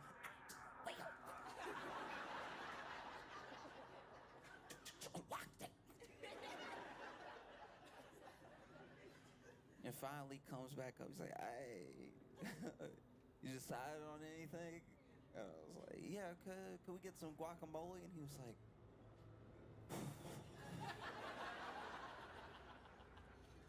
and then he left, and he was gone.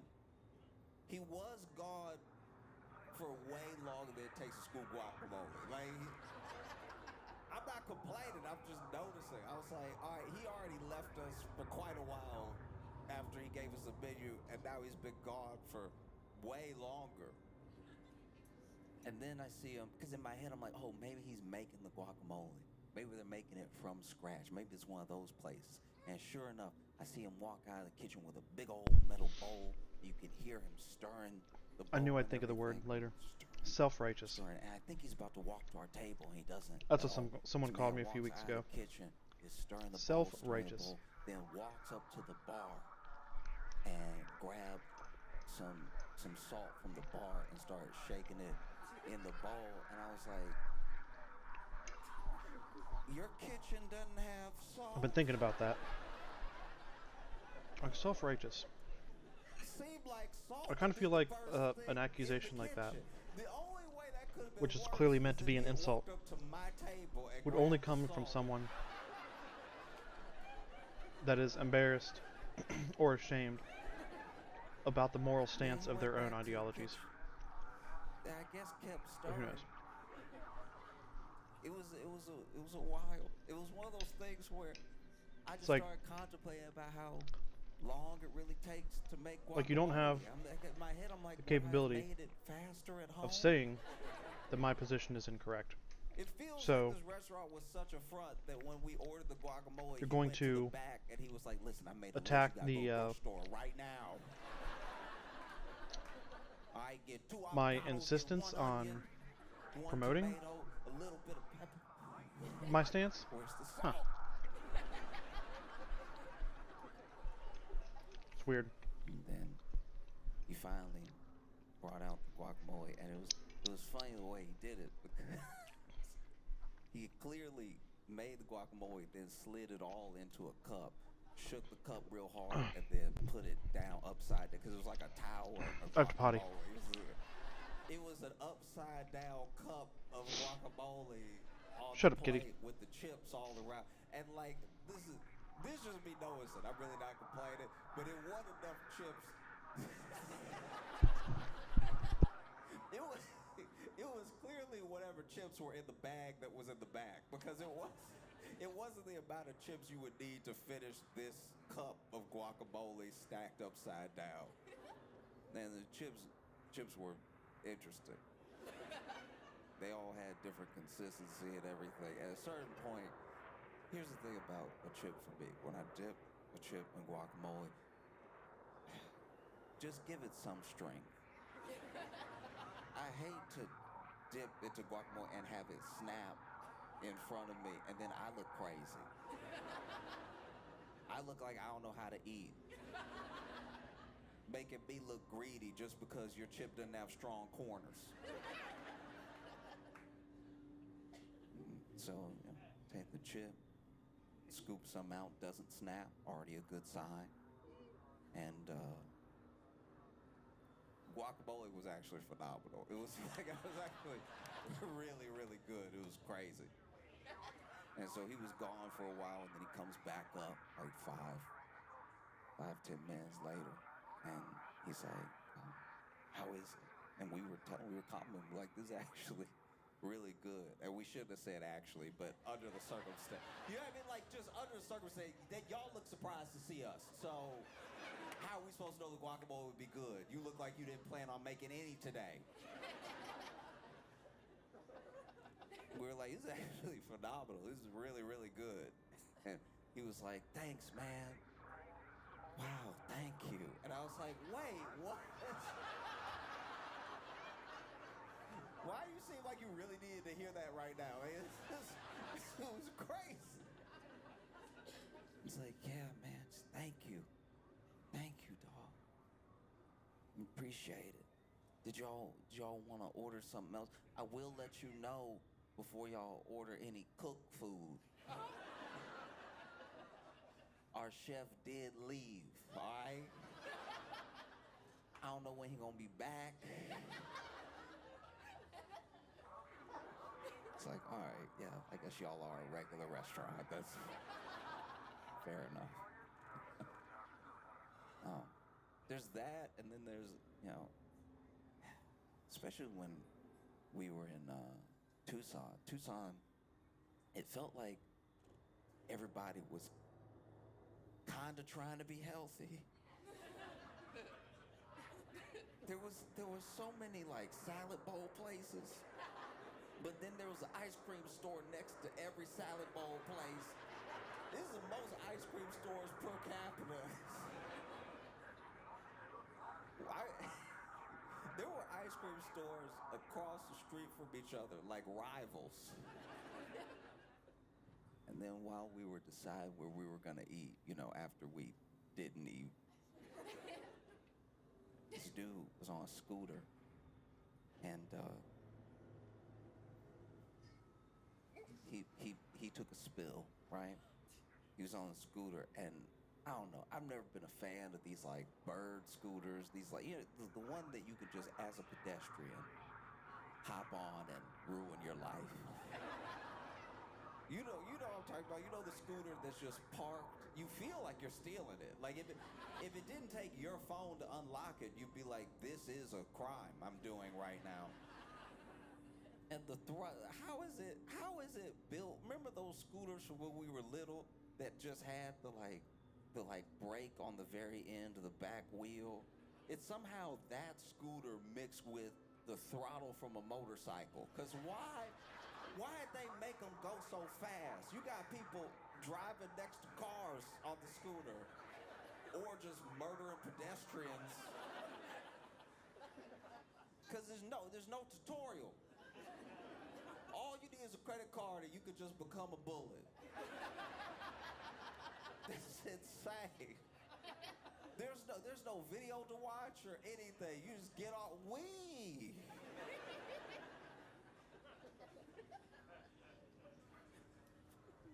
I'm gonna say some things that are a bit conflicted in nature, at least. Like, we saw a guy take a spill on one of these scooters, because why wouldn't you, right?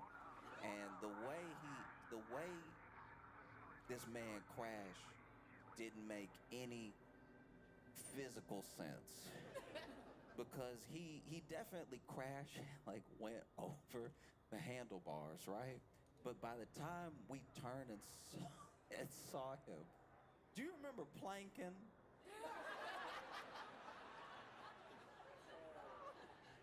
This man did a mix of planking and a stop motion music video, because he didn't just slide up to us on the ground. He really like like his whole body kept trying to stop on the pavement.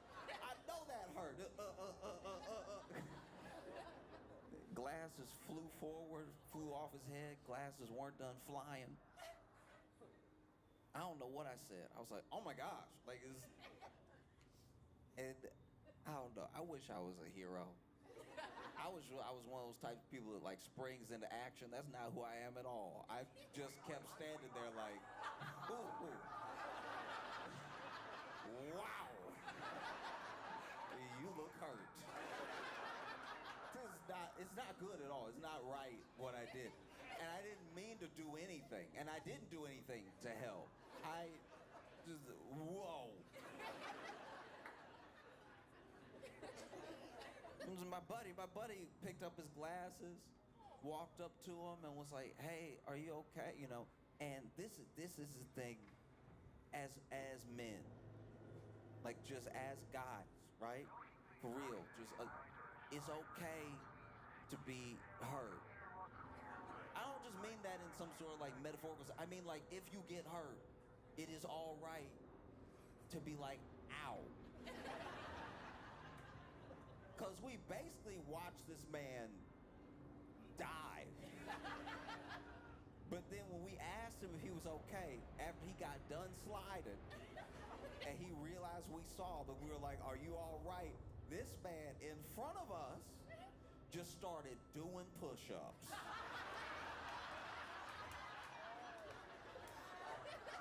Dog, no. You're not gonna convince us that this was part of the plan. That's only a man could like do something like, only a man could like wreck a car, fly out the windshield, wrap himself around a tree, and then grab a branch and be like, one. Like,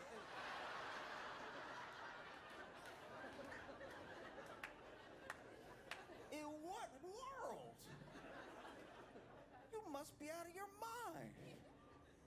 Just doing push-ups, and then my buddy walked up to his glasses and then handed him his glasses. He was about to leave his glasses.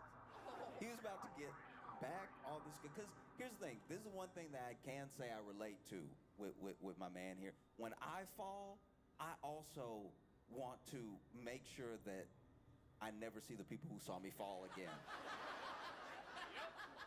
When I fall, if I fall in front of you, it's either me or you. I gotta kill you now, and I hate that.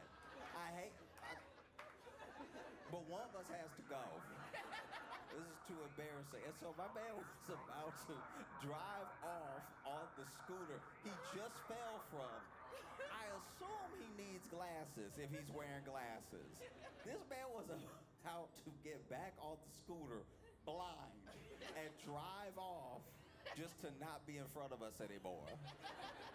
And my buddy walks up, hands his glasses back to him, and he's like, yeah, that thing got me. Just got me. My buddy was like, the curb? Yeah, it tends to do that. Like, you gotta really pick street or sidewalk. The curb is kind of the only thing keeping those two apart. And then we noticed, like, he actually, you know, from all the sliding, he actually did scrape his chin pretty hard. So his chin was bleeding at there. My buddy even said, he's like, you're bleeding. Right? And then he goes, I know. No. You can't out tough blood. Oh, this is insane. But I've been having a great time in Arizona. It's been very fun. Can I tell you? It has been cracking me up. Apparently, it looks like Marjorie Taylor Greene is gonna step down in January, right?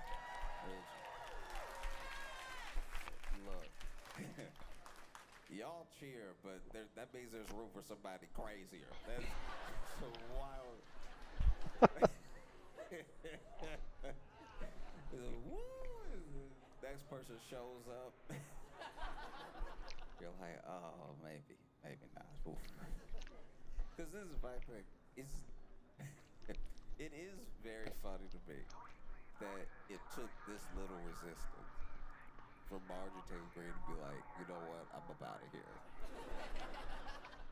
I don't know. The rumor is that Marjorie Taylor Greene wanted to run for Senate, and Trump said he wouldn't support her for Senate, that he'd only support if she stayed in her House position. Now, I don't know if that's because of the fact that they need the numbers where they are, or because he doesn't believe that she could win the entire state. Whatever it is, he told her no. And and then something changed.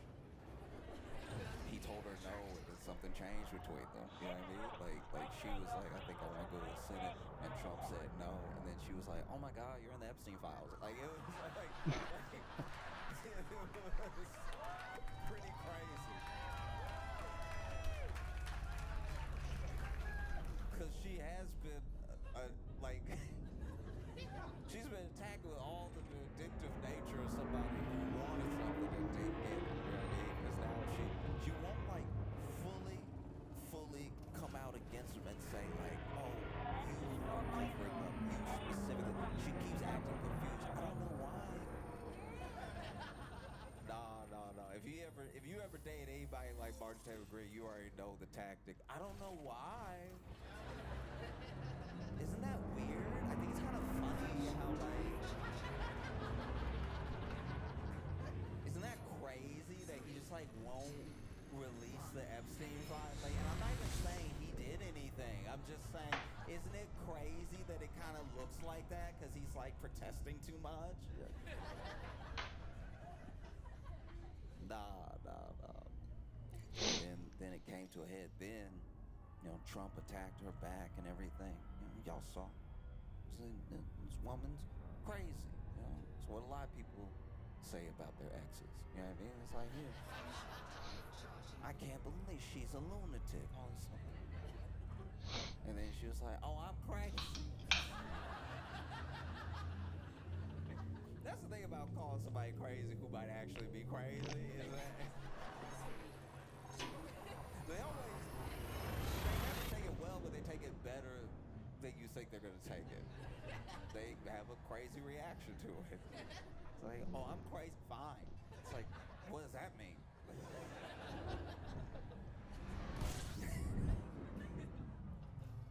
And then she just kept going. She just kept, beating that Epstein drum. He kept coming after her. Then he called her a traitor.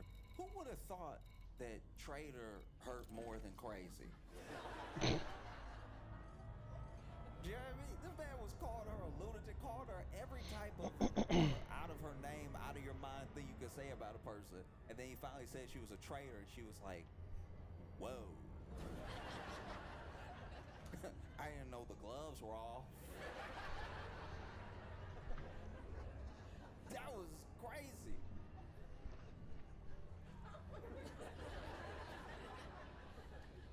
Because then she had a press conference. She had a press conference. And then behind her were a bunch of Epstein survivors.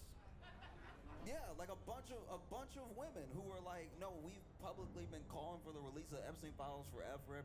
And then Marjorie standing right in front of them, got the microphones way too high.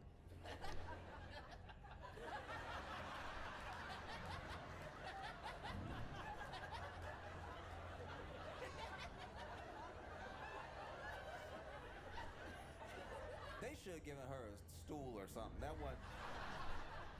I don't even like her, and that wasn't fair. That was. Is she the shortest person that's ever lived? Why would they do that? That's insane that they even let the. Just one step stool would have fixed that whole situation. They let her walk up.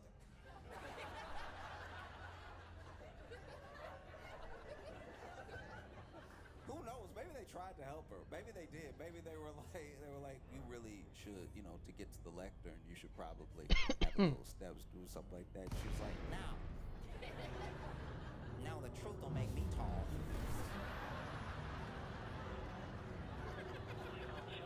Yeah, I'm sure she said something like that. And then she got up there. Now she got to talk up.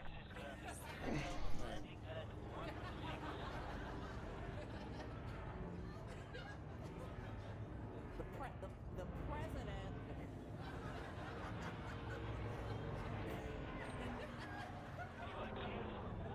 The president called me a traitor. Anytime you talk under the mic, you do sound like a munchkin. Like it does. The president called me a traitor. Let me tell you what a traitor is. I was really trying to take her serious the whole time. But you even saw the women behind her be like, oh.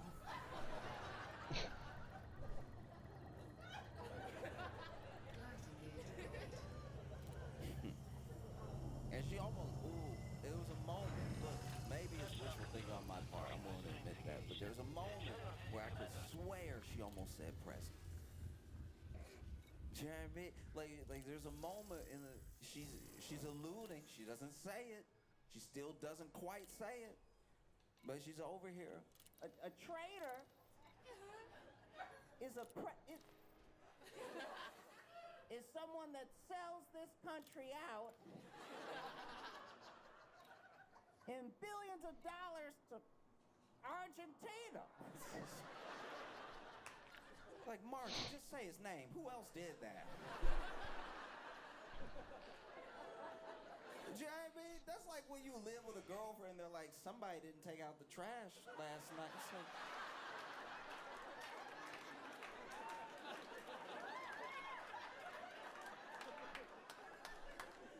well, it's only two of us here, so if you're not saying it's you, why don't you just call me out then?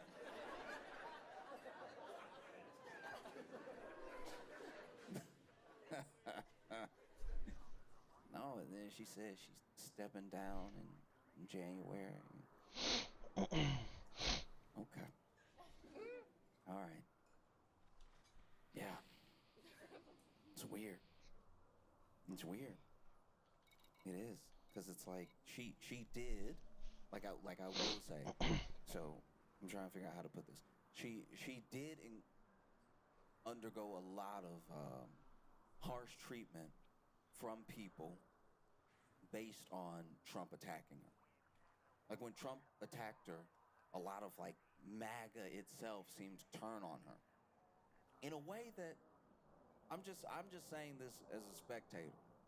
I'm not taking any sides, I'm just saying.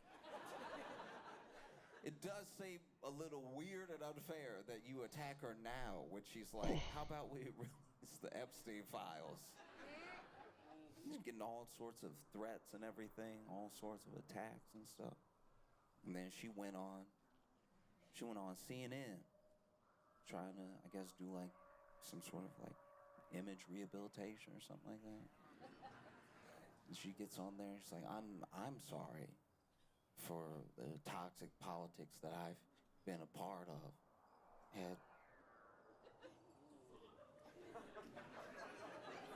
I'm pretty sure it was Dana Bash. Dana Bash is over here like, all right, well, I have a list to go through. We're not just gonna let you keep it vague like that. Like, do you know what I mean? Like, Marjorie Taylor Greene saying, I'm sorry for like the toxic politics I've engaged in. What do you mean? That's most of what you did. Like, That would be like Jeffrey Dahmer coming out and be like, I'm sorry for the bites I took. Like, it's...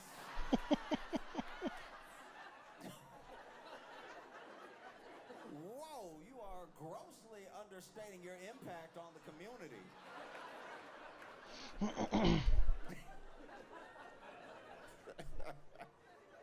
This is wild. You know, then she just started going down the list. Like, are you sorry for when you liked a bunch of tweets about putting people to death? And she's like, you know what? I would love to move forward. I already deleted a lot of those tweets. Yeah, it was wild. Yeah, it was very funny to watch to me because I was like, all right, look, maybe she's like changing, or maybe she just really wanted that Senate seat. Like maybe she's really upset that Senate seat's not gonna happen. And then she's asked about that. It's like I'm hearing that, you know, some of your break from Trump wasn't necessarily a change in ideology. It was the fact that you wanted to run for Senate and he said no. And then she was like, that's absolutely untrue. I haven't even talked to the president about that.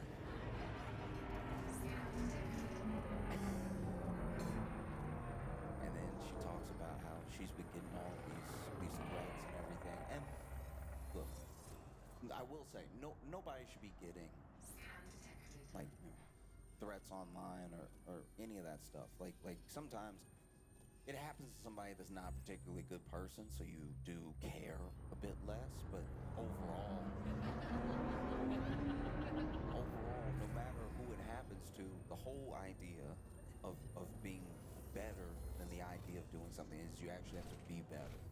You know what I mean? If you're on the side that's better, you have to be better, you have to act better, and sometimes that just means like not engaging in the thing. It shouldn't be a race to the bottom. And it is wild that people talk about like a violent, radical left all the time, but somebody just sort of like sick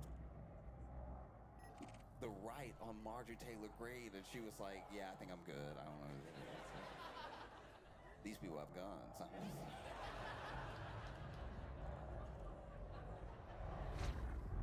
And it does just blow my mind. That like really took me aback. The irony there. You know? Like when, okay. I didn't know this dude personally, but there was the story that I was told when I was living in Chicago about this dude that basically, all right, it should make me laugh because I'm glad it happened to me. But there was a guy in Chicago. I used to live in Rogers Park, and there was a dude apparently in like Edgewater area, which is a little bit south of where I lived, that he would rob people, right? And the way he robbed people is he just had like 3 rocks and a sock, and he would just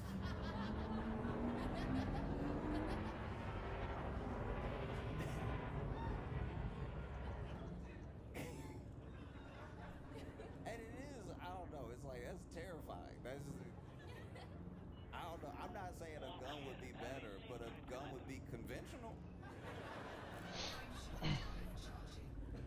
You know, like, is an upsetting idea that you could be robbed in a sort of David Goliath type situation. You know, nobody prepares. Liberty, you still there? Still with me, buddy? You know what I mean? If somebody has a knife, you like, no, okay, they mean business, right? If somebody got 3 rocks and a sock, you're like, are they serious? Oh, hey. Yeah, so he would rob people, right? And he did this like off and on in the area for like a month and a half. Oh, Like, yeah. How may I help you? I was just curious. That was like in that area, so they'd just be talking about it at work and everything. I guess you're just enjoying the show like me. There was one day he tried to rob some rocks in his sock. I'm trying to figure out where, like, working on reading. Documentation for entrance tools. Gotcha. Took 5 wallets off of him. I've been trying to figure out where a lot of my, like, recent doomerisms, nihilistic tendencies have come from. I can't figure it out. Green must be going through. You know what I mean? It's like I think I'm just tired. she did all this stuff for So I'm not normally like that. I'm normally like, typically hopeful, generally speaking. I don't know. It's really upsetting stuff.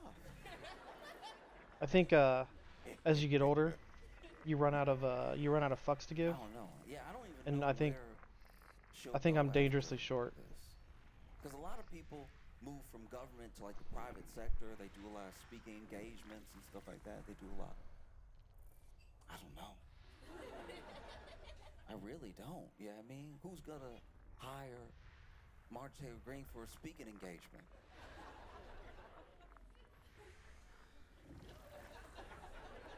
I mean, I'm sure there's organizations out there that are like, yeah, go up there and tell them how everybody's a lizard. Go ahead.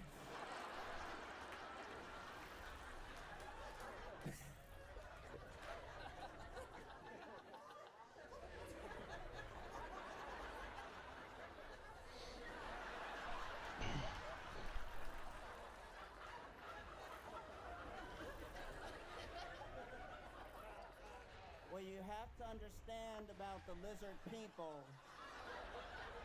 Aren't we all? Ran out the moment I read the history of the Supreme Court. Like ours. They walk amongst us.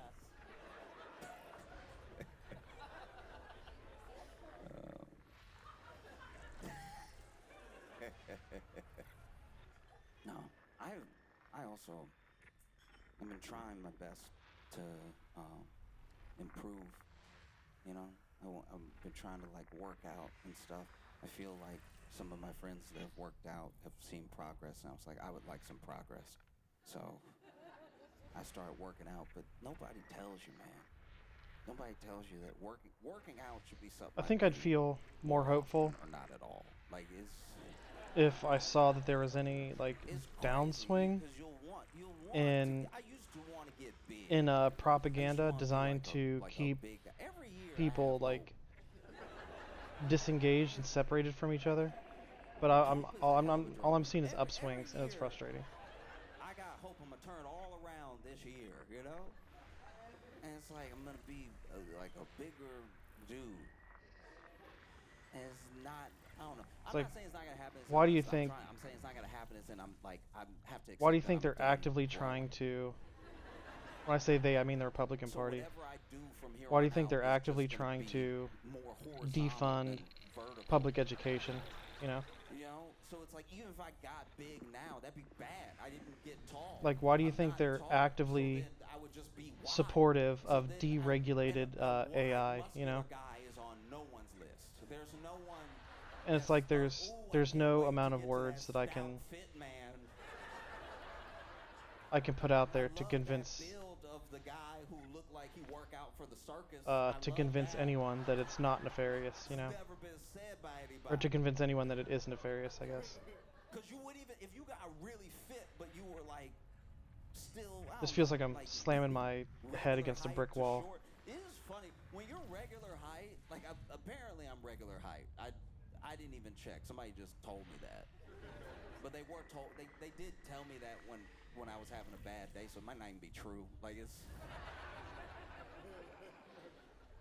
I wasn't even bummed out about my height. I was having a bad day, and they were like, "You regular height?" And I was like, "That's a weird thing to bring up."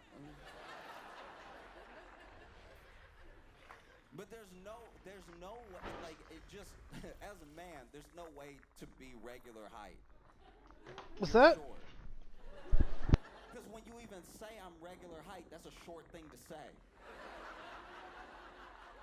Do you know how little you look screaming I'm regular?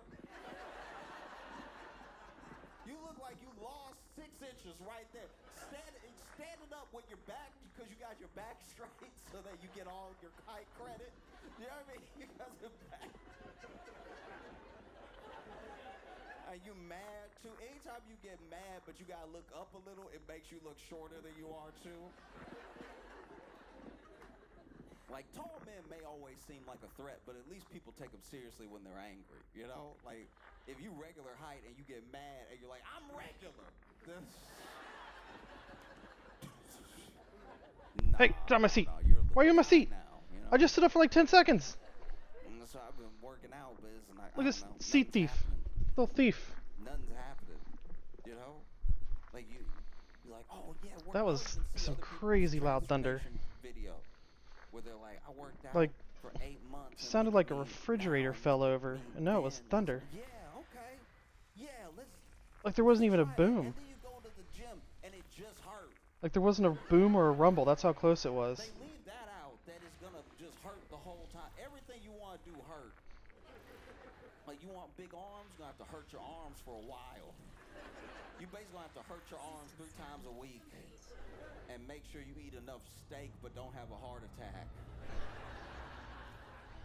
It is crazy. You know what I mean? It's like, ooh, get all your protein in. It's like, all right, but what if I'm ready to throw up? Like, I can only eat so much. I'm regular height.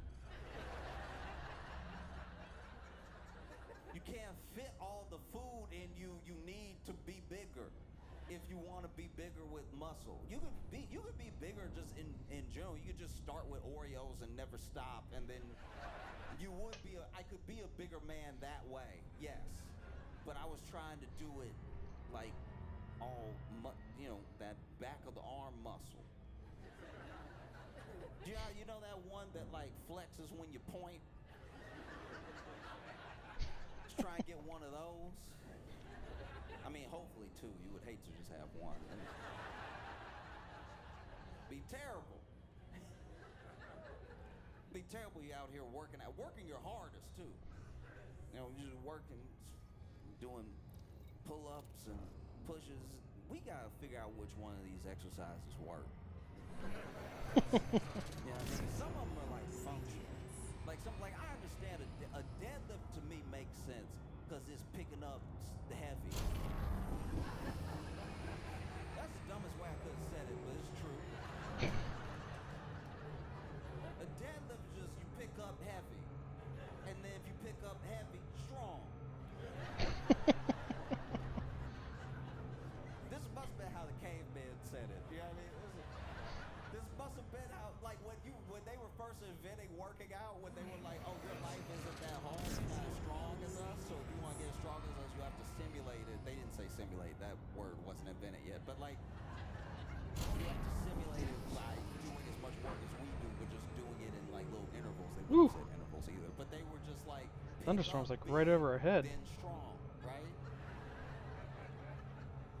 And then somebody picked it up again. They picked it up again, and then they picked it up to a point where it was easy, and it was like, all right, you're strong now. That is strong, you know. And it's always nice, especially at regular height, to be strong, because nobody expects it.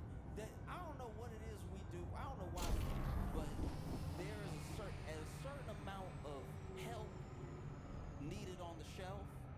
We assume that person also can't pick up stuff. Because they made, I don't know why they did this, by the way, but they made a shelf at the grocery store that is 1 finger higher than regular height. It's one, because you can touch it. This is extra embarrassing. When you can touch,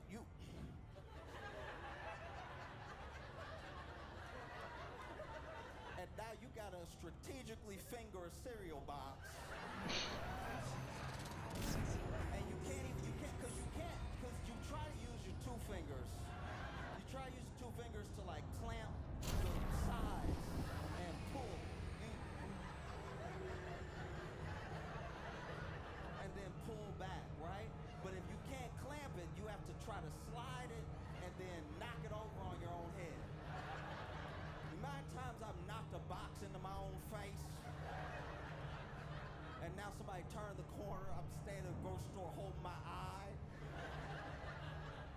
acting like I'm not hurt.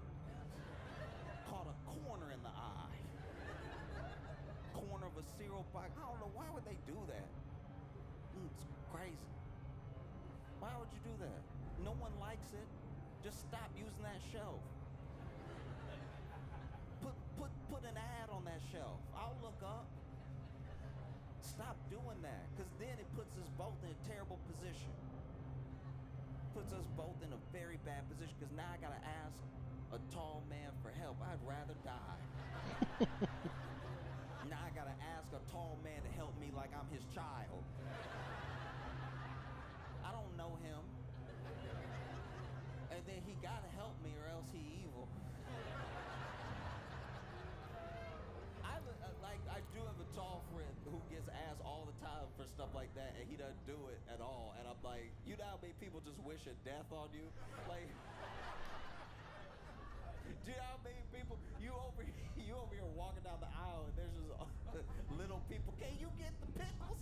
And then you over here, nah, I'm good. And it's like, that's a crazy thing. It's your day. You should be able to do what you want with your day, but that is a crazy way to respond. Somebody needs help because the grocery store ran out of space, I guess, they had to build up. So they made a skyscraper shelf that nobody can reach up, so that you reach up as hard as you can, and you over here.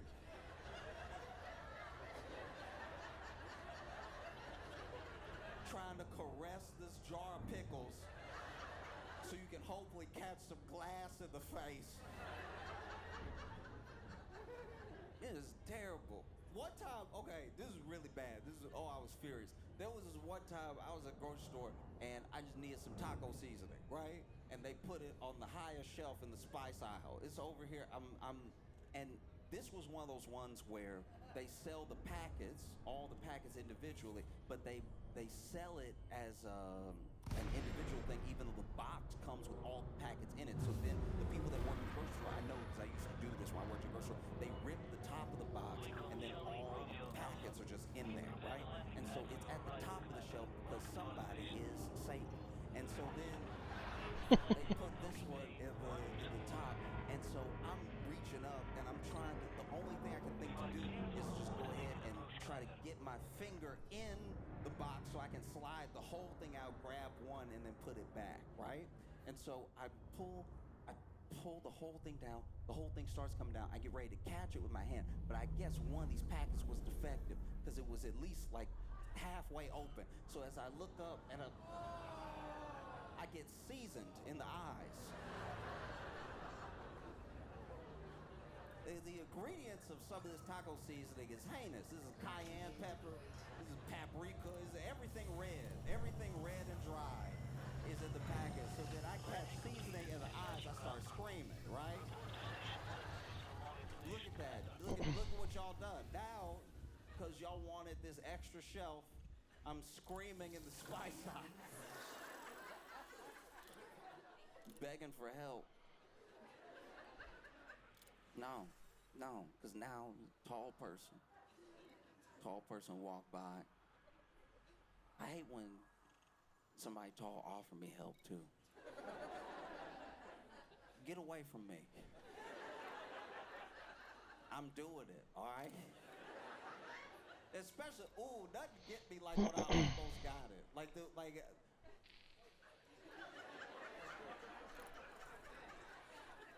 Edge is about to slide off the top of the shelf. I almost got it. And then walk up, do you need help? Where were you 45 seconds ago? Now you want to help now that all the work's been done.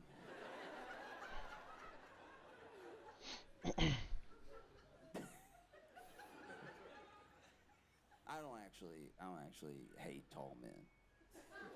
I'm like mostly joking. I am. I do have a friend. He's 6'3", and one time he was crying, and I didn't feel bad for him.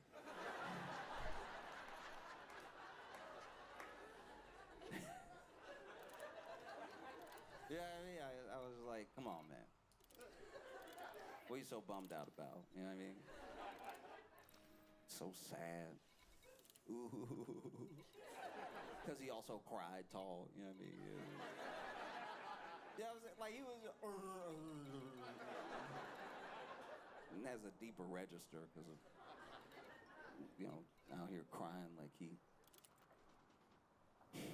at the top of a beanstalk or something.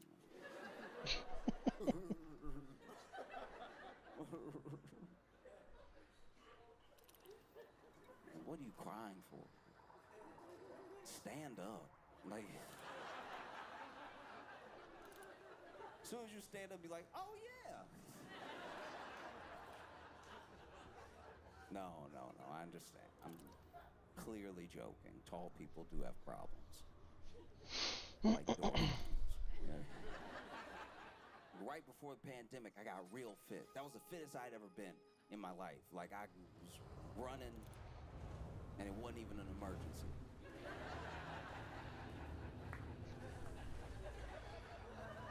There's only two reasons to run, you know, from or to.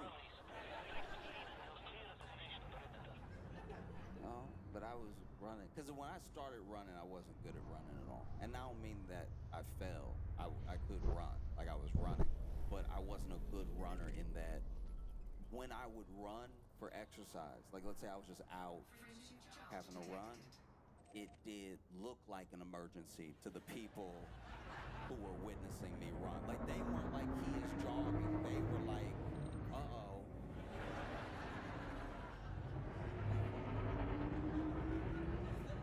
Like, because I don't run well. I run like it's the start of the disaster movie. Like, I run like I found out about the zombies first. And I left everybody and just let them, like the first zombie hit somebody and I was like, okay. And I dipped out.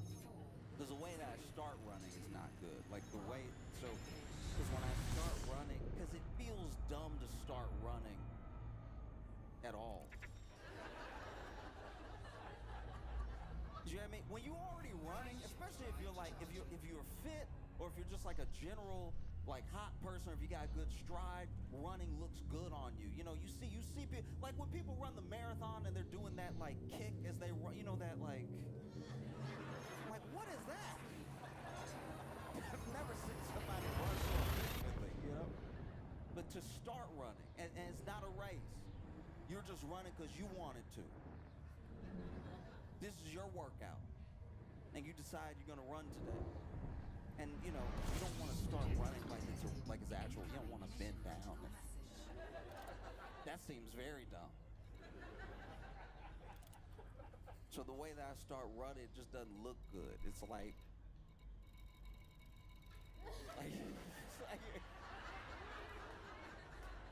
I start running like I just started running. Like it looks bad when you see it. It doesn't help that I look behind me.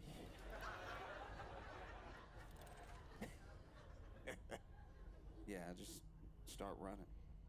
There was one time I was running for a workout, and I had been running all week, so I had been doing a couple miles all week. So by this like 5th, 6th day, I was actually super comfortable with running. I didn't feel as dumb doing it because I had been doing it for so long. I was like, I'm getting there. I get a couple miles in every day, get home, I've worked out. This is great, right? And then I was like, you know what I'm gonna do? Now that I've built up a sort of tolerance around getting started, I got my confidence up, I'm gonna try to run faster and a little further than I have the other days. I think this is how people get fit. And so I take off, right? And I take off exactly like we talked about. This is still how I start running. Right? But I take off running, and as I take off running, I start like kicking, you know, trying to do the like stride kick I see the runners do in the marathon or in like clips on Instagram, stuff like that. I'm really trying to run, and then I'm picking up speed because I'm like, look, I can stop running whenever I want, so I might as well run as hard as I can, right? And so I was running. Then I noticed this guy behind me, and it was like he was running the same way that I was running. So I was like, oh, I wonder if that Forrest Gump thing is happening. Do you know what I mean? Like, I wonder if I'm oozing so much confidence I got a follower. And so then I start running a little harder, and then he's also running behind me a little bit hard, and we're both running in a way that like we're running together, but we're still decently apart and everything. And finally, I'm starting to get a little tired. I'm like, okay, I mean, I don't want to let him down, but I do want to stop him. I'm not built for the Forrest Gump thing at all. Like, I don't think I could run long enough to start an entire run club or anything like that. I really didn't even want to do 2 miles, but I keep running, and now I'm like panting, but now I'm really pushing.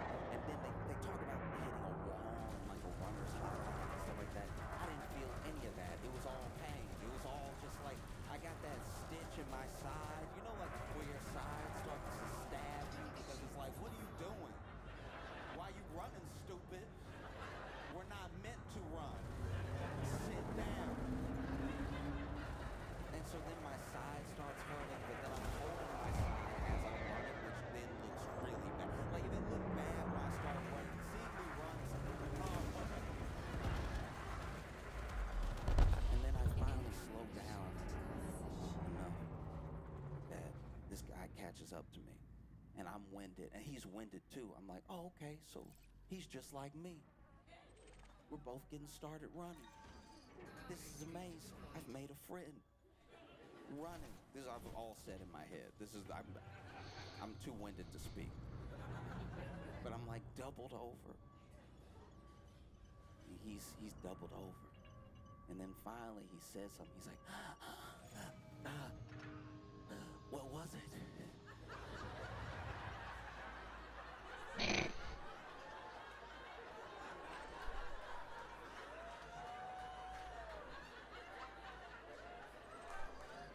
I was like, what was what? He was like, what did you see?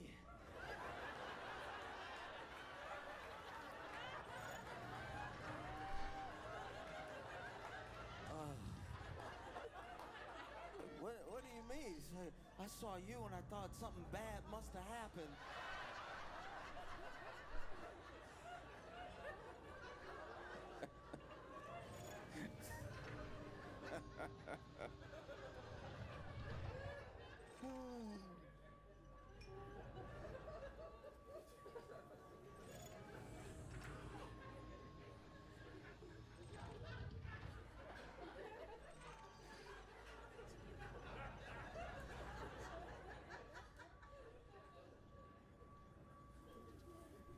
You know who works out hard? Marjorie Taylor Greene.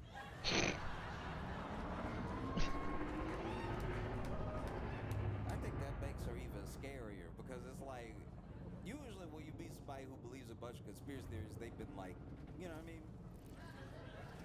Separated from society and in a basement for too long. You never meet anybody strong who's like, hey, have you heard about the lizard people? Okay, all right. This is very uncomfortable because you could also kill me. Like, there's a young woman named Riley Gaines, right? And Riley Gaines is famous because she was a swimmer, and basically, in I guess the biggest competition of her life, she placed 5th, and a trans woman placed 4th. And so she's like, they both placed 5th. If that they tied for 5th. Was not in the race, I would have qualified and gone on to the next stage. And that's like the hill she's dying on. That's like that started her political career, and then that's why she gets invited to all these speaking engagements. And it is wild to me that you would tell so many people you were never gonna win. Like that's crazy.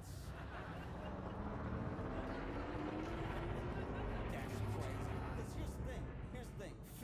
Fifth means you weren't close. Like fifth is crazy. Like that's, you know what I mean? You don't even have a silver medal type of bone to pick. It's like they don't make podiums for where you were gonna place. If even if this person was not in your way, all right, you still can't swim as good as other people. Like Like, to be fair, look, I can't swim at all. I'm not a swimmer, right? I'm not a swimmer at all. I'm trying to learn, but it feels like I'm fighting the water when I'm in there. But I don't broadcast it. You know what I mean? I'm telling you right now, for the sake of the conversation that we're having, that I can't swim. But I don't do speaking engagements where I'm like, I can't even swim that well. Pay me. Pay me money because I came in 5th, which is not close to 1st. Man. It's like, and just, I don't know, it's like, because there's a very, there's a very hateful approach to a lot of the things that she says. It's like, but you, in theory, wouldn't you be thanking this person? Because this person, that's the reason you came in 5th. If they weren't there, you would have come in 4th. And then you just wouldn't be that great of a swimmer. You'd have nothing to talk about. Nope, still would have gotten 5th. You a career. Now you can travel the country being like, I can't believe I came in 5th because of this trans person. This trans person is why I came in 5th.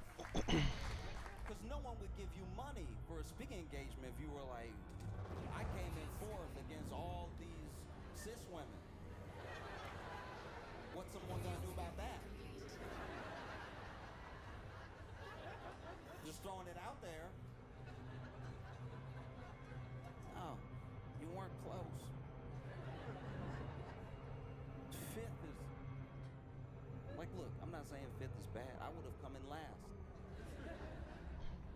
But 5th is not close to, there's several people. There's several people between you and winning. A substantial amount of people.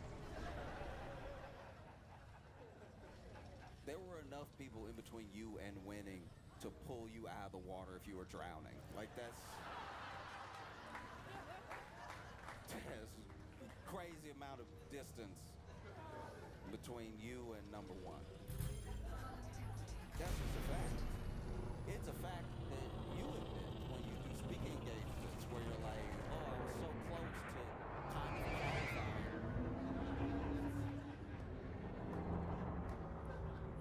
And that's just because they take the top 4. If they decide to take the top 3, you'd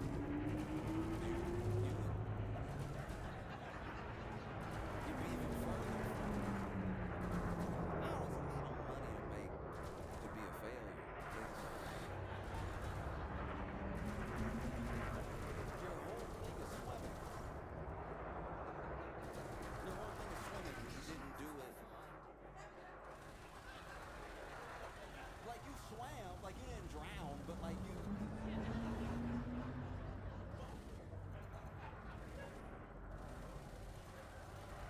I just feel like that's what a lot of this stuff is, you know? It's a lot of an attachment to someone to blame for something you were never going to get anyway. You know? Like that's what a lot of it is. It's like sometimes I'll see people, even with the idea of like taking jobs, right? Oh, they're coming to this country, they're taking the jobs, and it's like, yeah, okay. They're taking the job. What do you do? Do you ever be like it's weird when it's like an assistant manager at like a Wendy's being like they're taking the jobs. It's like, yeah, but not this job. Like what's like some of the people that are so mad. I'm like, yes, but they are not in between you and the thing that you want. The person in between you and the thing that you want is the person who already has it.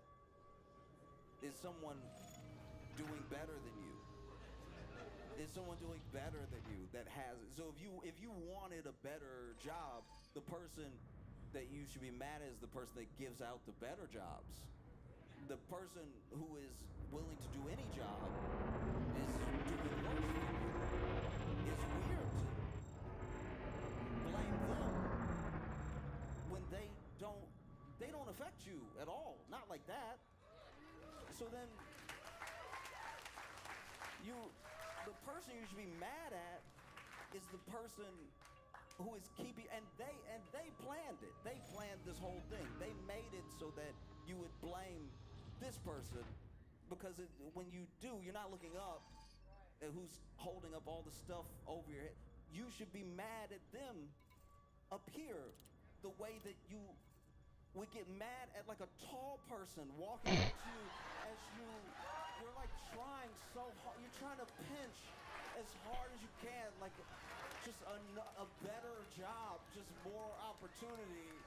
And they're like, hey, you want some help? Do you feel like the help? No. How you gonna get mad at somebody doing worse than you? They're not keeping you from anything, you know? It's like getting mad at the bottom shelf because you couldn't reach the top.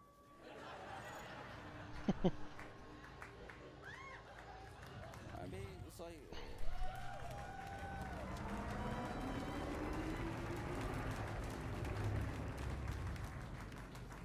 It's like getting mad that you're in 5th place when you were never gonna be first.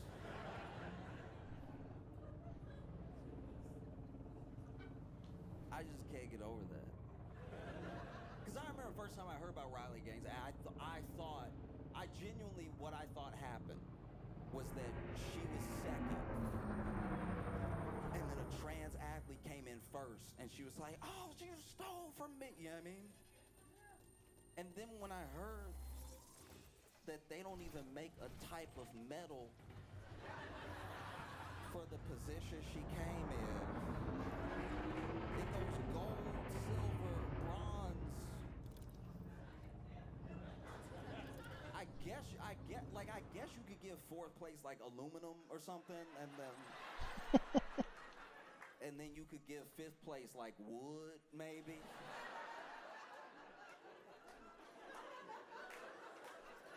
You got the wooden medal at swimming. You got the waterlogged medal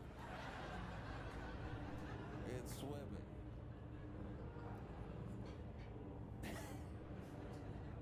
Yeah. No, it blows my mind. It just feels like so much of what politics is based on is that you are keeping me from what I want. I want this. You are the reason that I'm not getting it. Not the politician. Not the person who like signs bills into law. There's just like this person over there, somehow more powerful than the person who had to be sworn in and get all these votes and have all this money and has donors and has people who call them that they better pick up the phone for. You know, that person not as powerful as random person from another country. You know, because it's not just about immigrants, it's everybody. It's every type of other, and it's every type of other until there is no other. Because then sometimes happen. It does happen on like a final phase level to white women the most. Like hardcore conservative white women who are in the room helping make decisions and everything. There will eventually be a thing where, for whatever reason, you're around a bunch of other conservative men and then they want you out of the room. There's only so many spots and you can't take up a spot. You're not really one of us. You're another. You're like, no, but I'm not another. Yeah. No, you are. And you'll know it at like the worst time. It'll be like when you finally want something. You've done everything that you're supposed to do. You voted the right way, you said all the right things, you hold all the right beliefs, you do everything that you're told to do, from whether it's from a young age you grew up in a conservative family, or you have these conservative values, and you're doing everything that you're supposed to do. You're doing everything towards the sort of life and country that you want, and then you finally want something, but maybe you want something that's a little bit out of your place to have. You know? Maybe you wanna step into a position that other people don't want to see you in. right? Maybe you want to be like a senator, and right now you're a House rep, and so then they tell you no. I know you've campaigned for me. I know you've spent millions of your own money trying to help me. I know that you've had my back every step of the way, but like, no, come on. No. And maybe it's not because you're a woman. Maybe it's because you're out of your mind. But like no. Just no. And do with that what you will. And then she's like, oh my God, you're in the Epstein files. No, I can't believe it. Oh my God. Phoenix, y'all been phenomenal. Thank you so much. I appreciate it.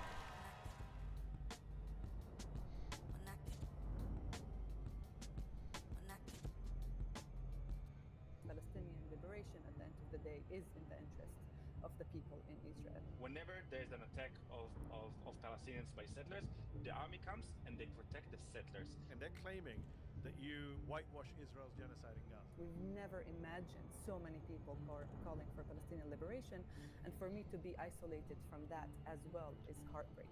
If you don't believe that people on the ground in Palestine and Israel can work together against the occupation, you're closing doors that can allow us do the work that we're doing.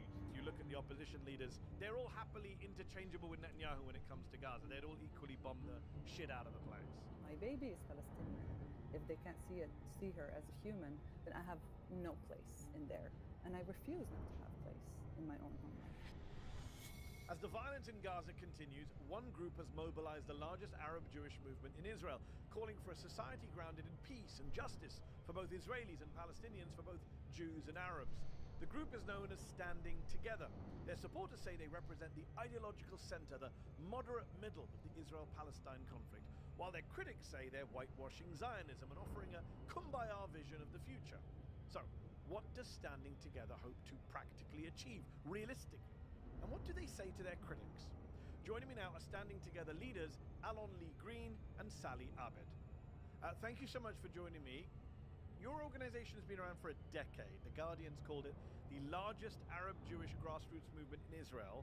Of your thousands of members, how many are Jewish and how many are Palestinian? That's a good question, Mandy. I think it's around, there's an overrepresentation of Palestinians. I think it's around 40% at this point. Okay. And within the leadership, we're a democratic movement, so within the leadership, it's 50-50. Okay. And Alon Lee, you're one of the co-founders of Standing Together. For our viewers who have never heard of this organization before, what is it? Where did it come from? Why did you found it? Standing Together is a Jewish-Palestinian grassroots movement fighting within the Israeli society in the borders of Israel to pursue peace and equality and social justice. And that means fighting against the occupation, against the apartheid, and for a reality in which we are all equal.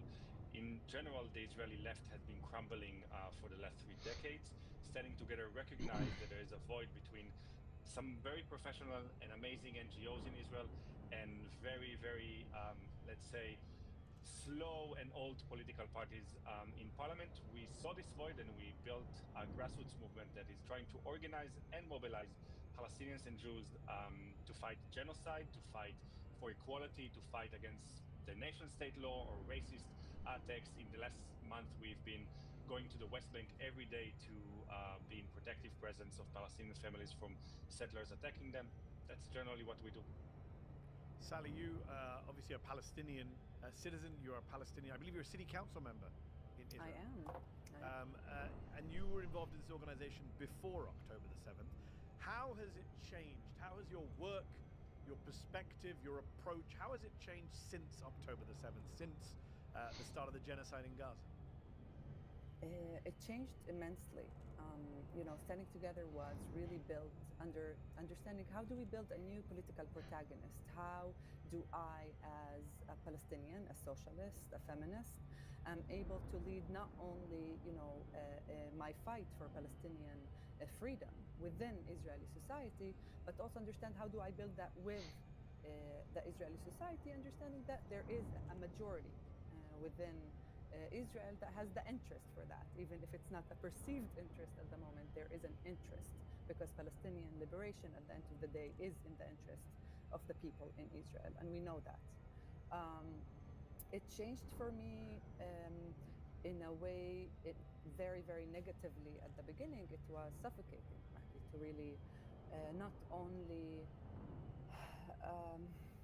watch and witness the genocide from a society that is completely not only condoning it, normalizing it, justifying it, being part of it, an active part of it, but also rejecting me and my grief and my trauma, while I have to actually assume and responsibility over people as an elected official, but also as a member of Standing Together, because that's our theory of change. That's our radical thinking of how do I actually claim leadership over the Israeli society. Sally, I have to ask, after October 7th, for a lot of people, even in the West, it was a masks-off moment for a lot of us. A lot of friendships ended, a lot of working relationships ended, a lot of groups that used to work together stopped working together.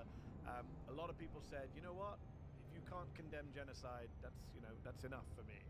Did you have that experience within Standing Together? We know, we've seen the polls of Israeli public opinion. It was already heading in a rightward direction pre-October the 7th. Post-October the 7th, have you had those personal experiences within this organization that you have joined as a Palestinian member of it? Did you have people telling you, no, don't call it a genocide, it's not a genocide, we're just defending ourselves? Liking this video? Then don't just watch, hit like, share and subscribe. And tap the bell so you never miss a video or live show. But if you want early access to exclusive content, then you have to head to Zeteo.com and subscribe now. You'll be supporting fearless, independent journalism. Absolutely. I don't think the conversation was whether it's a genocide or not genocide. Yeah. Within the Israeli society, the conversation is completely different. Yeah. It's terminology is almost irrelevant. But I'm not even asking within Israeli society. I'm asking within your group, which is this ambitious group trying to bring people together. How much did October 7th cause a rift within your organization is what I'm wondering. It created tension. I don't think it created rift. It did create rift with our ecosystem, I would say, which is different, but also as relevant and as urgent. It really felt, at the beginning when we called for, immediately after the October 7th attack, we called for a deal immediately. We were the first, organized movement to call for a deal. Like let's make a deal. Let's not go in. This is gonna be a second Nakba. This is gonna be this is just gonna be devastating. And everyone on our left just didn't understand that. We were extremely isolated at the beginning. We were pulling single digits within Israeli public and even within the liberal left camp in Israel. That changed over the time, and we saw that has changed and improved. Is it perfect? Absolutely not. Only we see the images coming out of Israel of people cheering on some horrific stuff. We see the polling from Israeli society. You mentioned earlier, one poll earlier this year commissioned from Pennsylvania State University and an Israeli polling firm found that 82% of Jewish Israelis supported the expulsion of Gaza's residents. 56% favored expelling Palestinian citizens of Israel, like Sally. You mentioned a moment ago the Israeli left is crumbling. For a lot of us around the world, we're like, what left are you talking about? What opposition is there to the government in office? You look at the opposition leaders who are out there, the Benny Gantzes and the Yair Lapids and the Yair Golan. Yeah, Golan. They're all happily interchangeable with Netanyahu when it comes to Gaza. They'd all equally bomb the shit out of the place. How do you then articulate an alternative vision, voice? People watching around the world who say there is no Israeli left. What do you say to them? There's an Israeli society, and where there is a society, there are people, and where there are people, there are interests.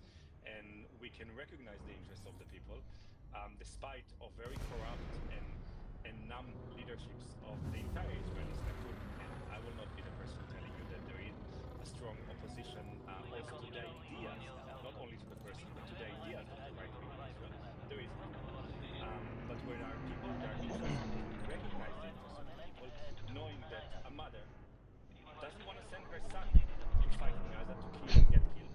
And there's an what are you doing, crazy? soldier that comes back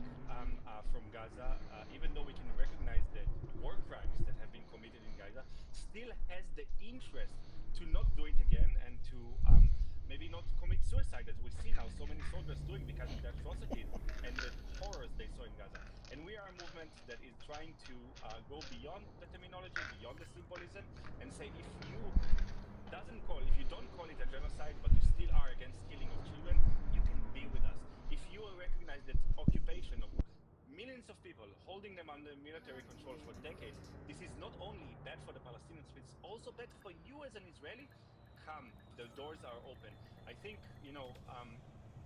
looking from the outside on the Israeli society, I understand the anger. I understand how it is, how desperate it does look. But we are growing, and there are a lot of people that understand that they're isolated, understand that they need to have normal life, that they need to have quiet, and another war, another occupation, another genocidal campaign, whatever you want to call it. A lot of us don't want to go there again, and a lot of us feel that we committed now something that for generations will hold us accountable for. Sally, I have to ask, and you know this criticism, back in 2024, the Palestinian Campaign for the Academic and Cultural Boycott of Israel, which is one of the founding member groups of the BDS movement, the Boycott, Divest and Sanctions movement, called for a boycott of your group, of Standing Together, accusing your organization of being, quote, an Israeli normalization outfit that seeks to distract from and whitewash Israel's ongoing genocide in Gaza. A lot of people came out to defend you. How would you defend yourself from that charge? I'm sure you've dealt with that criticism before. What's your response? I'm not sure I'm interested in defending myself because I don't feel defensive. How would you respond to that pretty incendiary charge? You're accused of being an Israeli normalization outfit that is whitewashing the genocide. Pretty strong. Two reactions for this. I have a personal reaction, which is a heartbreak. It's less defensive and more. It is, really. I think that the historic role that Palestinians have within Israel and what I view is like my role within Israeli society at the moment is so impossible. It's so depleting. It's so painful and it's so isolating. And to be able to, go to the Palestinian liberation movement in the world at its peak. We've never seen like something like this. We've never imagined so many people calling for Palestinian liberation, and for me to be isolated from that as well is heartbreaking. The second reaction is the strategic one from a leftist point of view, and I would say that obviously boycott, sanctions, and divestments from any oppressive regime, from any apartheid regime, should be done. It's the moral thing to do. It's the strategic thing to do. Now you ask yourself, should movements like these also boycott individuals or movements? The largest movement, the most radical leftist movement that actually incrementally, relentlessly, and you saw us moving the needle on the Israeli society for the last 2 years. Should we be boycotted? I think that's a right-wing stance, if you ask me, especially when you wouldn't want to go and boycott an academic in Russia, right? Because of the Russian regime and their war crimes. Put aside whether you should be boycotted or not. What about the substance of the claim? They're claiming that you whitewash Israel's genocide in Gaza. That's a good one. What do you think, actually, when you hear us speaking now? I mean, we read these statements, by the way, 2 statements of the BDS movement. We also read the same kind of language and the same statement against No Other Land, an Oscar-winning movie of Israelis and Palestinians that are working together against the occupation. They're also boycotted by the same movement. Is this productive?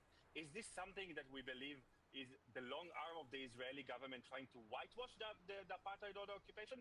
Or is this gatekeeping, not allowing the movement to grow, not allowing it to absorb more power? Because if you don't believe that people on the ground in Palestine and Israel can work together against the occupation, you're closing doors that can allow us do the work that we're doing, going every day to the West Bank. No one asked us in any Palestinian village, the BDS statement was not even translated into Arabic or Hebrew. It's only in English. It's so detached from our lives. And come on, I mean, listen to what we say and look what we do. No, but I want to answer that more, I agree with Alonli, but I want to answer that. I disagree. I think the main contention in that sense of whitewashing is that we are almost like, they see us as we are whitewashing the Israeli society, right? And you did ask that at the beginning, what do you think about this? We're not naive, we're not beautifying the Israeli society. The Israeli society today is showing very, very, very scary, concerning tendencies of fascism, of authoritarianism, of racism, and of genocidal intentions that are that were applied, and we saw it, and it was normalized. And that's not something 80%, let alone adults, 80% of pupils, of school students, Jewish school students, don't want an Arab peer with them in school. And we are 20% of this, so you are really talking about something that is trickling down, that is extremely ugly.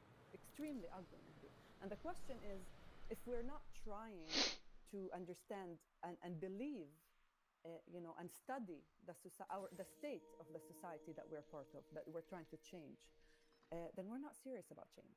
And I think that's the contention. So on that note about change, let me ask you this, Alon, and I do want to talk about whitewashing Gaza and what do I think about you, and I'll come to that in 1 second.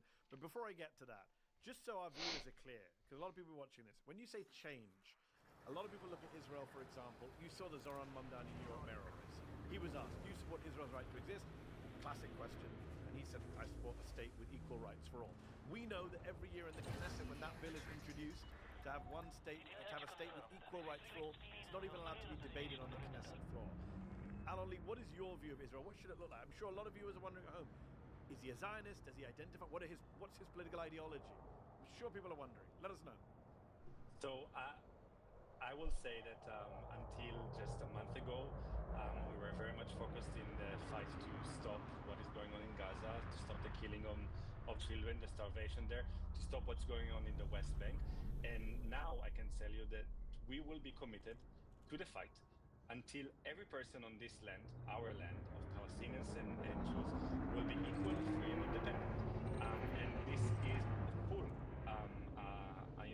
equality and a full independence and a full freedom. Does it mean I think that people don't have the right to exist on the land? No, I think everyone is going to stay and remain on the land, and this is why we need to find solutions that is not one or the other, or removing one people from this land. So this is the fight. This is what we're committed to. No, I don't think people are looking for removing from the land, obviously.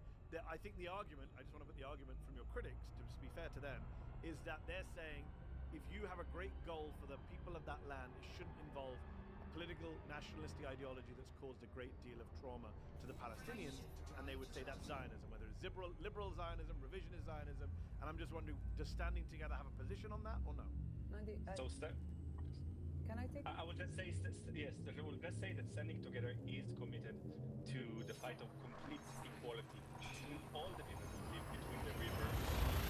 This is by itself an answer. People are born in a reality to kind of a reality they do not ask questions. Am I a Zionist or I'm not a Zionist? Yeah. Standing Together doesn't stand in the gate and ask, wait, before you enter the struggle, if you're against occupation, against racism, and against... It's a principle. We hold to the principle of equal rights for all. Yeah. Sally. Yes.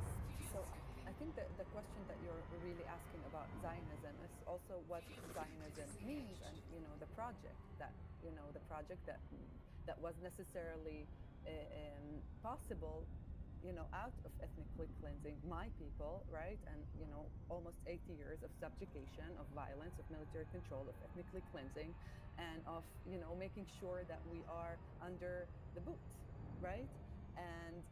And I think people have that named as Zionism, and I actually agree.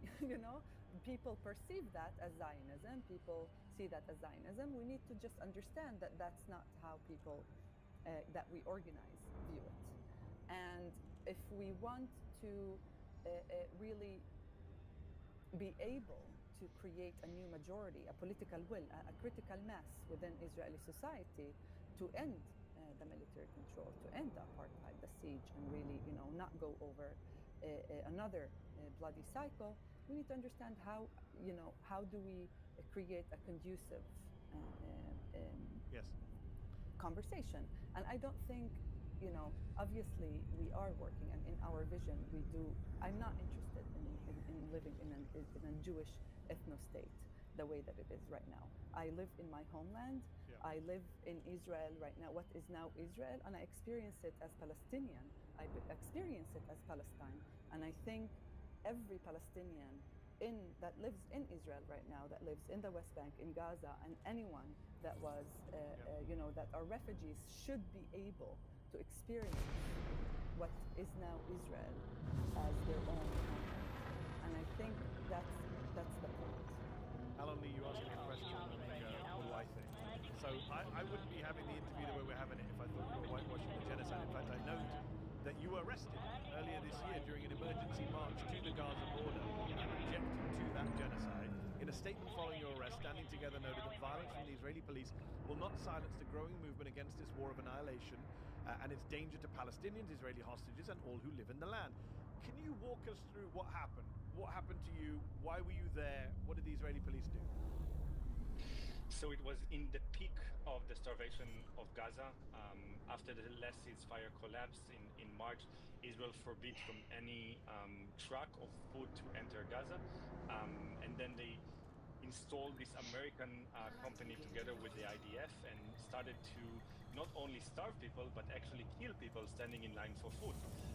And we started to campaign against it, starting to hold pictures of Palestinian children that are starving, trying to put in billboards, trying to really create a discussion within our society about the need to bring in food.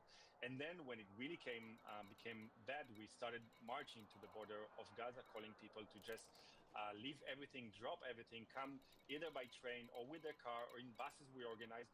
And we've been hundreds of people on the border of Gaza. Police did not allow us to get in, so we tried again and again and again. In one of the demonstrations, we got a lot of police brutality against us, a lot of resistance. We got arrested, 9 people from the movement. And instead of having a normal story of getting arrested, happened to me a lot of times before, and then spending maximum the night in the police station, they brought us to a real jail for a week almost, spending it alone, each of us, in a cell with people that committed murder, people that stabbed other people. They tried to intimidate us. They didn't allow us to speak, with a lawyer or understand what is actually going on. Are we going to be released? Are we going to be here further? And after, in the 6th day, we got released to a home arrest with police officers coming to our homes at 3 a.m. at night. And this is an example of how they're trying to narrow down the democratic spaces around us, trying to intimidate us. Of course, this intimidation works so much harder on a Palestinian citizen of Israel that has a lot more to risk than a Jewish citizen of Israel. But also, when you're a bit older, when you have children, you will think twice before getting engaged, because you understand Ben-Gvir is now controlling the police and the price is getting so much harder. So on that note, Sally, we recently saw 2 Israeli soldiers accused of raping a Palestinian detainee in a military prison being cheered by supporters, by ordinary Israelis, while arriving in the courthouse in Jerusalem. Shocking images. What does that say not only about the Israeli military and the support for the Israeli military, but the dehumanization of Palestinians across Israeli society? What did you feel when you saw those images?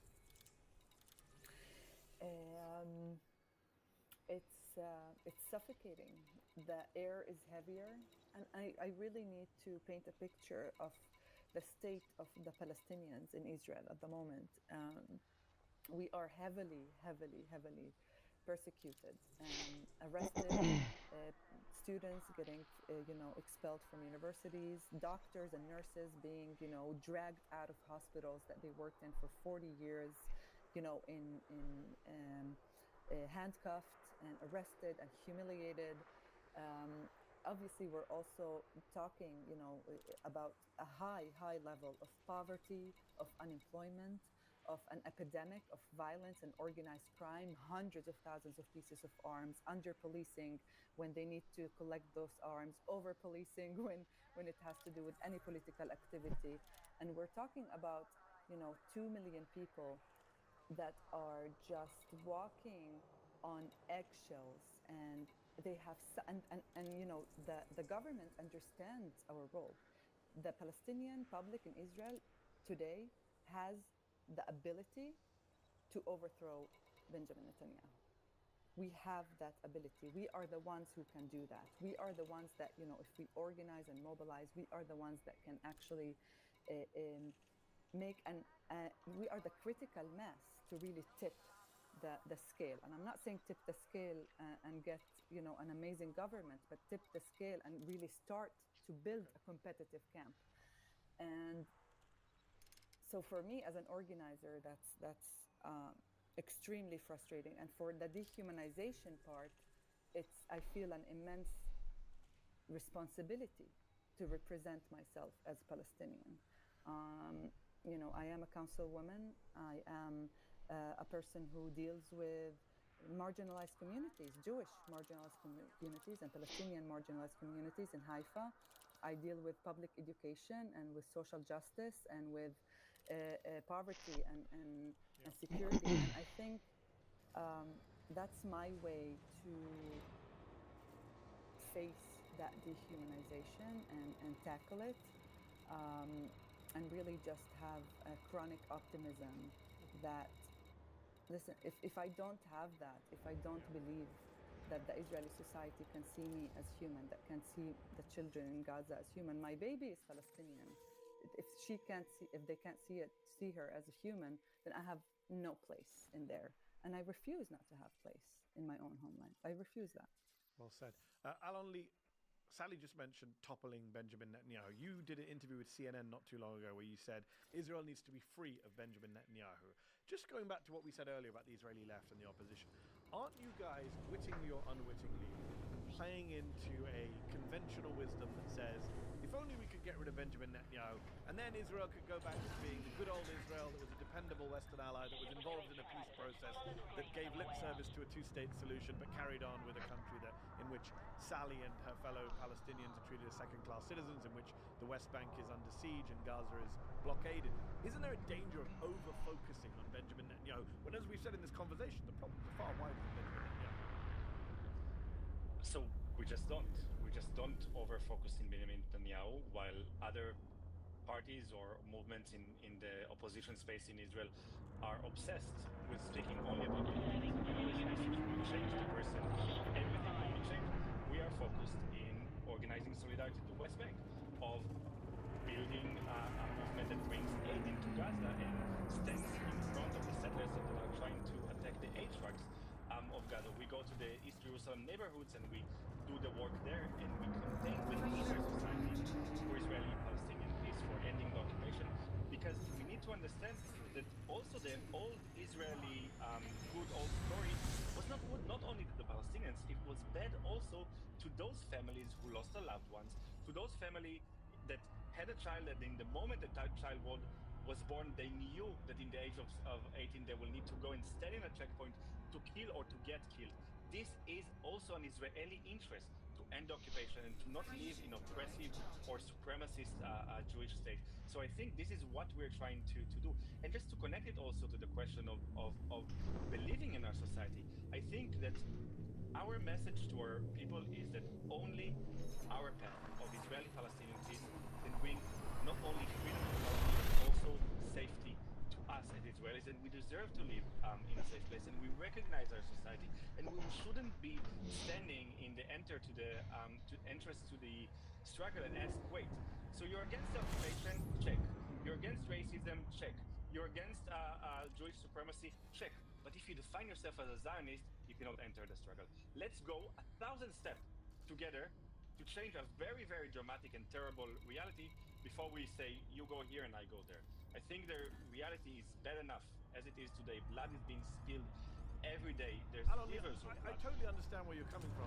Surely you understand where a lot of Palestinians are coming from, which is they don't want to have anything to do with this ideology that has dispossessed them for over 80 years. Maybe in the world, but we are living on the land of Israel and Palestine, where there are 7 million Jewish people and 7 million Palestinian people. A lot of people are not obsessed or even dwelling in the question of the self-identity or ideology. They are dwelled in the question of, am I for the occupation or against the occupation? I agree if you're against the occupation, I agree with you on the welcome. self-identity. I think the ideology is at the root of what's going on, so people Mehdi, object to the ideology. Sally? I want to say that I support the conversation abroad. I think it's important to hold. We don't have that space. I don't have that luxury, right? The father, in Gaza doesn't have that luxury of, who do we want to, keep gate from this, and what kind of, ideas and do we want to get here, and talk about historic justice. What does it mean, right? And where do we want to go? The bigger vision, the big vision of actually understanding how do we get historic justice? What about the refugees? What does it mean Israeli state? Where would the refugees, how would they get their historic justice? What about me? How do I look? And I think these questions, are important. And I think I'm very proud to see amazing Palestinian thinkers that are holding that abroad. And I think they have the space for that. And I think it's important that they are. And do I think that they should be keep gating me or conditioning me as a Palestinian on the ground, or a lonely an Israeli on the ground fighting this with our bodies in order to condition us whether we are part of the movement or not? I think that's absolute. Not only, it's not only wrong, it's not strategic.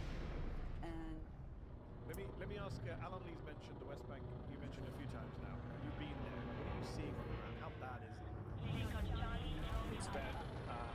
Every day in the last month, we've been mobilizing dozens of Israelis to the West Bank, to shifts that we ask people to just sign up to do protective presence during the olive harvest season.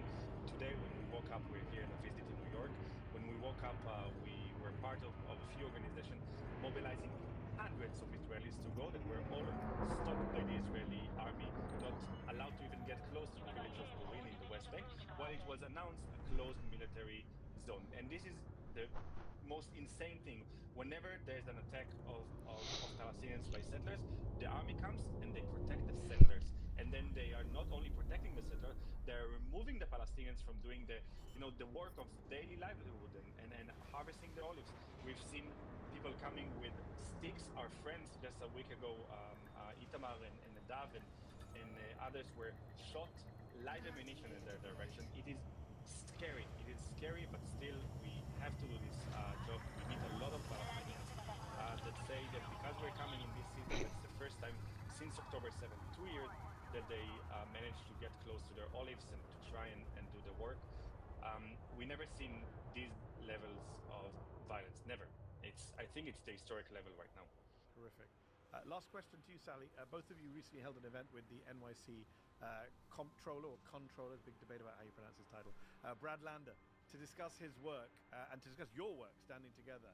I know you're doing a tour of the US right now, trying to have these conversations in various cities. What kind of reaction are you getting here in the US? Very mixed. Very mixed. I think we are getting a lot of love, which is very strange to be held in that way, coming from where we come from. We are getting a lot of love, but we're also getting a lot of, hate from both sides. And I wouldn't say hate. I guess, a lot of criticism, I think, obviously from the more conservative Jewish communities and pro-Israeli communities. We are obviously too radical, and they are actually, quote, I feel uncomfortable when you say genocide. And then, of course, we get a lot of criticism, as you mentioned, from the pro-Palestinian movements, who I think are still, gatekeeping us from the movement. Even though I honestly, I meet with Palestinians, I meet with pro-Palestinian organizers, and I don't think the issue is lack of agreement, especially not strategic, especially not values, but there is a chilling effect, of, the BDS enlisted you, so you're, we don't want to touch it, right? Which is very unfortunate.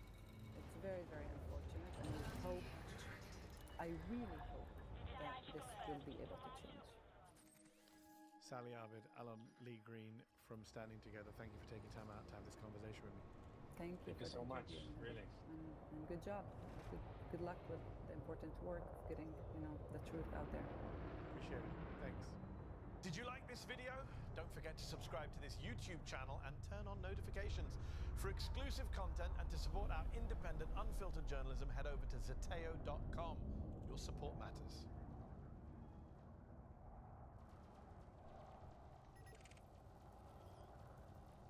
All right, welcome everybody to Crystal, Kyle, and Friends. Today it's just Kyle and Friend. Crystal is not with us, but I'm very happy to be talking to the hilarious comedian, Gianmarco Ceresi. Thanks for joining me, man. I appreciate it.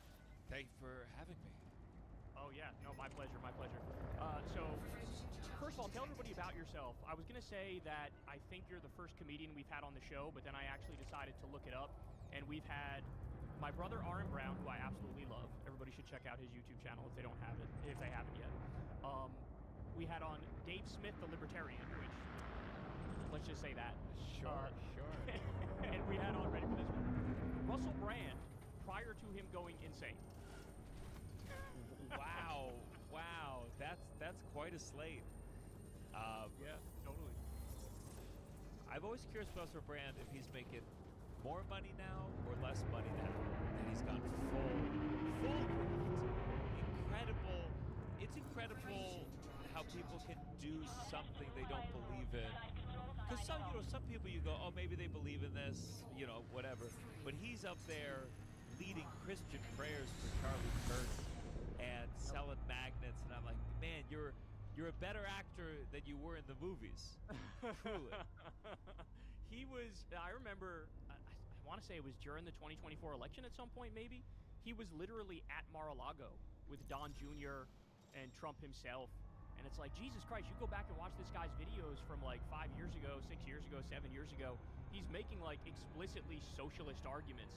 And then as soon as he knew that all the allegations were going to drop against him, he was like, actually, I'm super Christian and I'm right wing. I don't know what you want me to tell you guys. Yeah.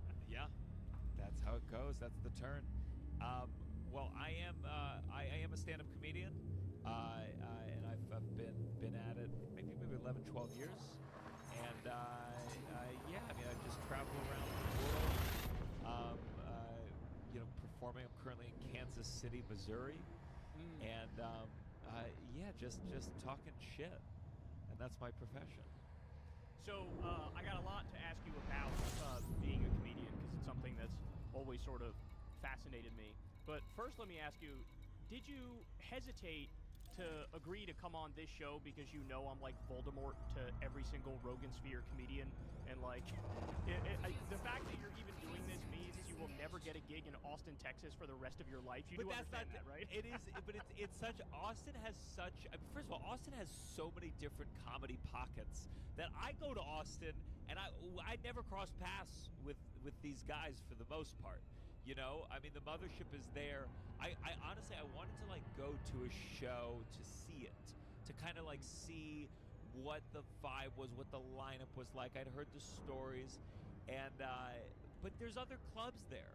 When I go to Austin, I perform at Cap City Comedy Club, and it's fine. I don't know. Austin to me feels like such a liberal city in general. It is weird that that's become the home for this comedy movement that seems to be dissipating in its own way. Totally. So no, I didn't have any hesitation. I see your tweets, and I generally laugh, and it's nice to see, as someone who came up like in a time where it did feel like progressive spheres were a little bit more word policey. Not that it didn't bother me necessarily, the things that they were policing, but there was a lot of like, hey, you shouldn't say that, hey, you shouldn't talk like that. And it has been a nice shift, kind of post Charlie Kirk, of like conservatives being the ones going, hey, don't talk that way, hey, that's inappropriate. And it's nice to feel like being inappropriate now aligns with my values as well.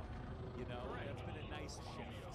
Yeah, and I feel like you're the exact same age as me too, and I feel like when we were growing up, it was always viewed as counterculture and edgy to be left wing. Yes. Yeah, think about the George W. Bush era, Dick Cheney, like all the illegal wars and the torture, and like everything that was edgy and funny and interesting. It was like a left wing perspective. It was like Jon Stewart, And as we got older, and that narrative sort of flipped a little bit, or that dynamic sort of flipped a little bit, and it did. I mean, the entire time I sort of felt like, hold on, but we are the edgy ones. Even when that actually flipped, I was like, no, but I've always been like this. What the fuck?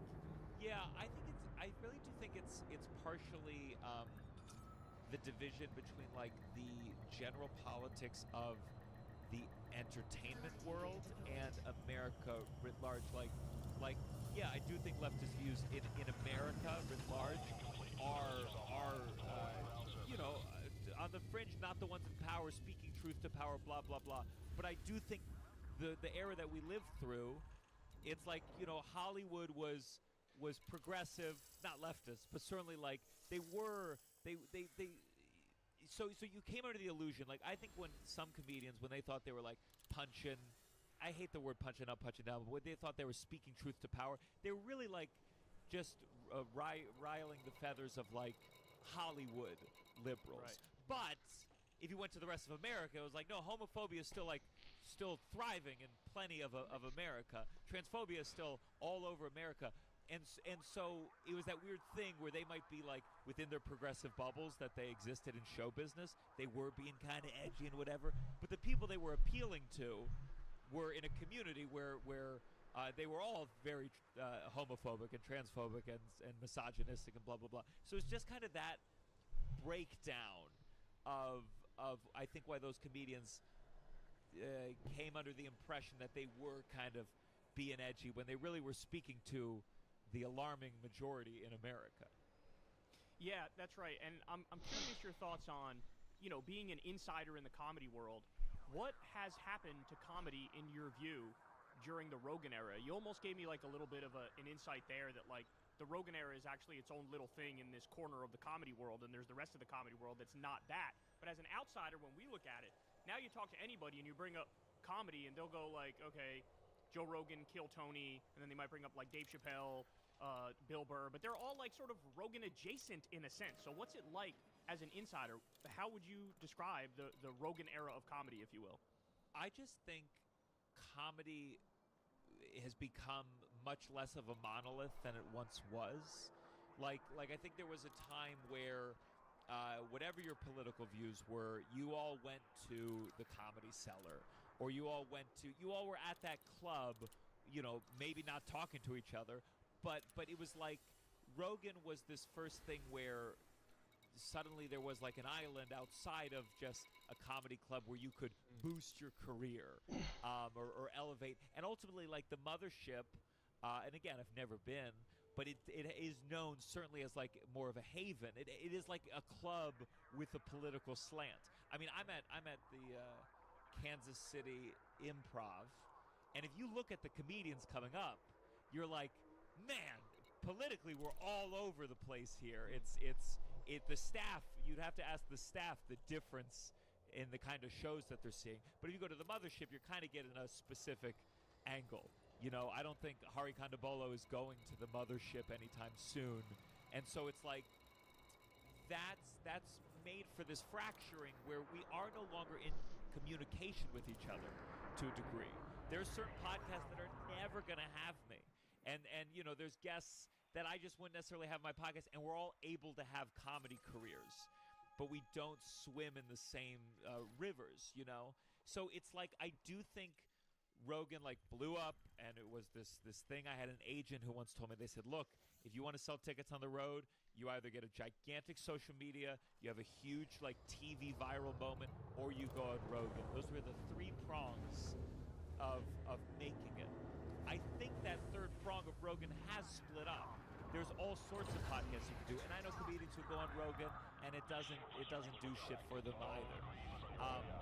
So I do think like Rogan was just the beginning of the comedy world breaking apart, where we don't all know each other anymore. We're not all friends, and I think it's probably more interesting that way, to have more of a dialogue and a debate and ultimately some beefs. I think it can be good for comedy. I wonder if it was ever really a fraternity, or if that's just like, sort of looking back with rose-colored glasses. Because yeah, it looks like the Rogan comedians in particular are very like cliquish and almost like fraternity-like, and they look down on everybody that's outside of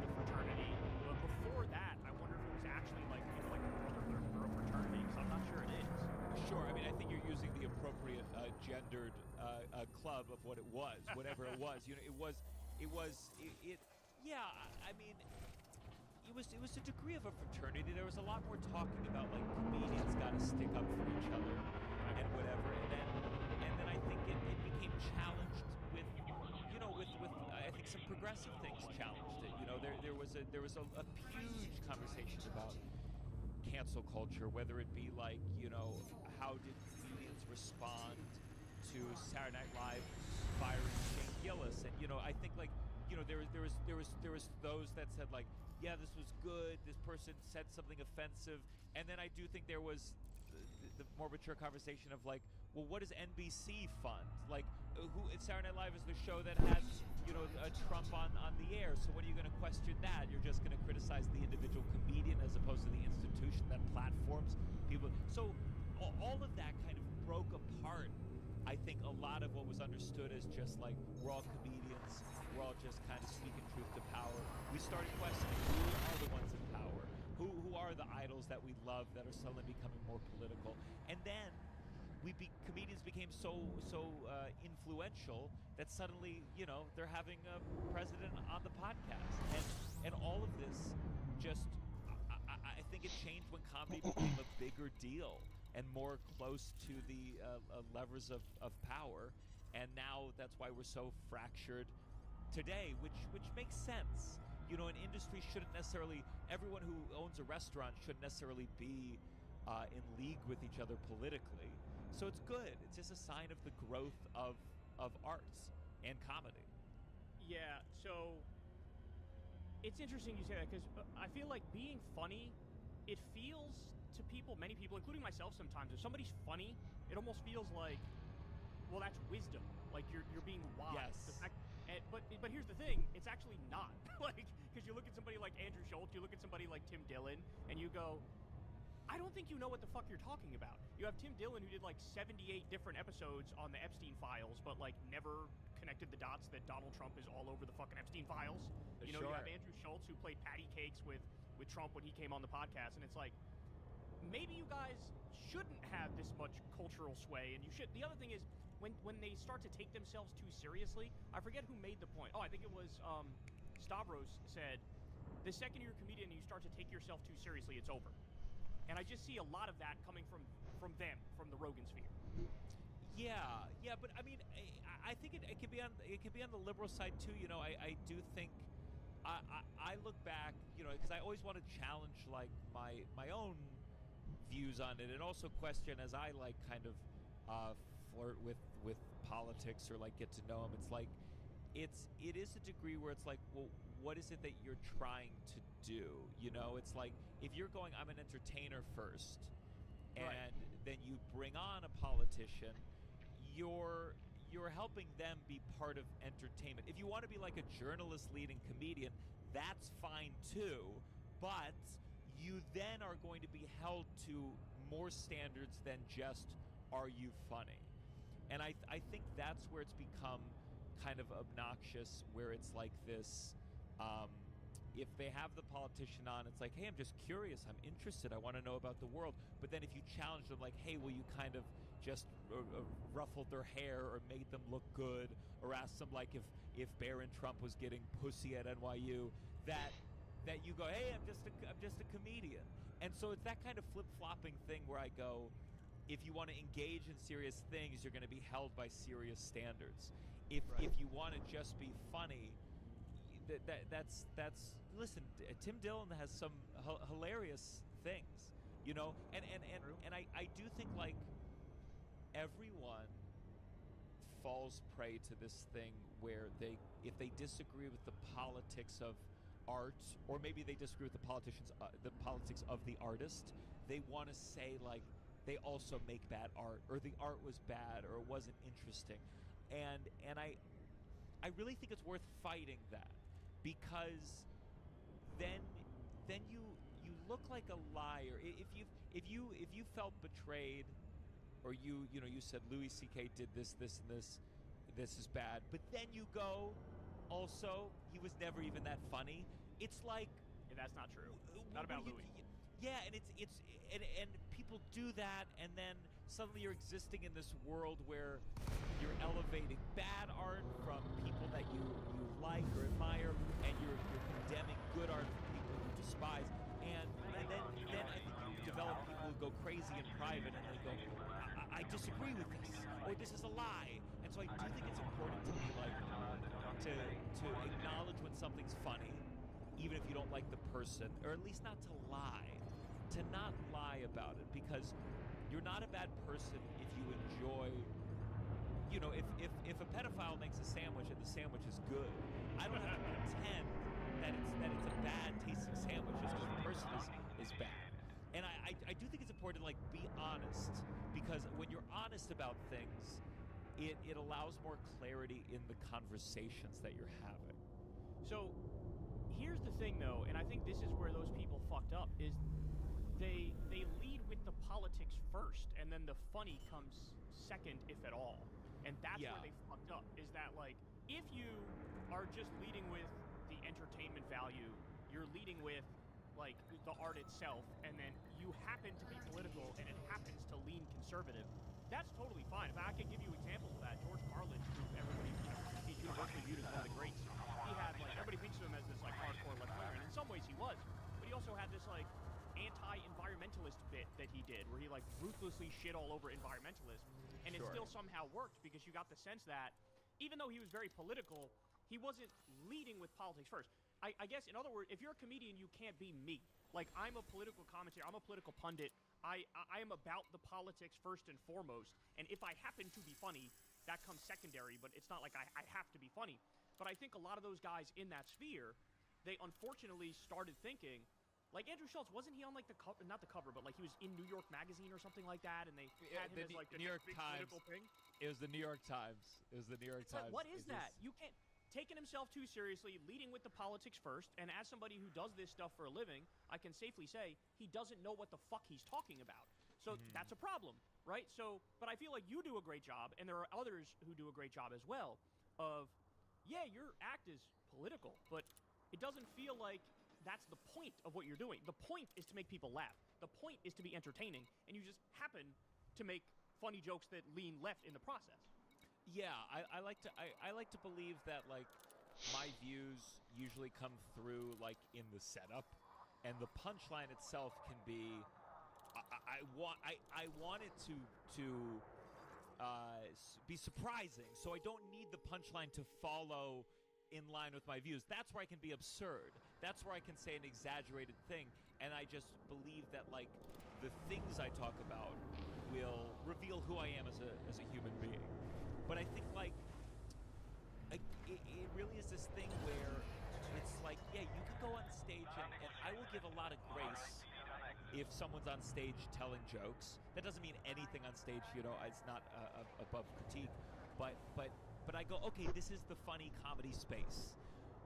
But when you engage more seriously with politicians, especially before an election, I go, well, the bar is different now. Because I don't care that you invited Kamala. You know, all I care about is whoever is on there now. You've entered a thing where you're dealing with serious shit, and lo and behold, what happened is you know, Trump lied on the podcast about certain things. Just they didn't talk about certain things, and now all of a sudden, when he does the harmful thing, when ICE is violently ripping apart families, now you go, Trump didn't do what he told me, and I go, we knew this from the beginning. You just wanted. I remember I saw a very famous comedian that's at Comedy Club, and they were telling a bit about how, given their status in the world, they had gotten the COVID vaccine early, and the bit was them trying to like wrestle and work out. You know, this is the way the world works. I'm rich, and I get the vaccine before you regular people in the audience. And I remember watching it and going like, okay, I guess I appreciate the honesty. I'm not laughing, though, because there's nothing funny about that. That's fucked up. If the audience ran up on stage and hit you, I'd go, fair, because you you can talk about, you can say, yeah, I got this possibly life-saving thing before you did. Your relatives could have died and I wouldn't have. But I go, why would I laugh at that? What's funny about that? That's not comedy. So, and that's how I feel about certain things that comedians do, whether they're talking about their real life or whether bringing on a politician. I go, okay, but the thing you're discussing isn't funny, so don't be surprised if I boo, or if I go on a podcast and go, fuck that guy, because that's fucked. And it was just really interesting trying to watch this comedian find comedy when the thesis was, I would have survived and you would have died. If there was some other plague, if the world was exploding, I'd go to Mars on the colony and you would die in flames. And you want me to laugh? You want me to do the 2-drink minimum while I hear you tell me that shit? That's a version of how I feel when comedians engage with politics, right? Go, you're not doing comedy. You're going to be held to a different standard. If you want to claim, like, yeah, I guess I am a journalist, then I'm gonna hold you to journalistic standards, and that's important.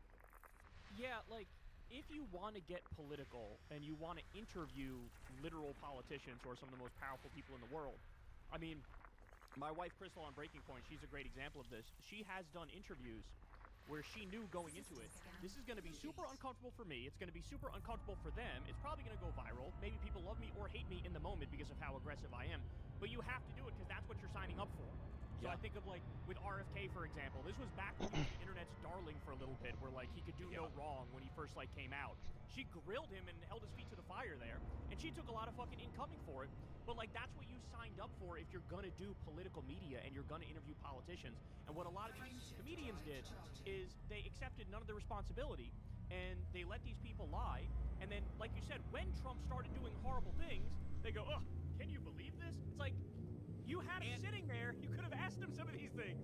Yeah, and it's like that's. I think the flip side is that, like, okay, well, I have the power. I can talk to them. We'll have an honest conversation. And then if they get in the seat of power, like Trump, then, hey, better not mess with me. I'll criticize you. And it's like, no, your power has already dissipated.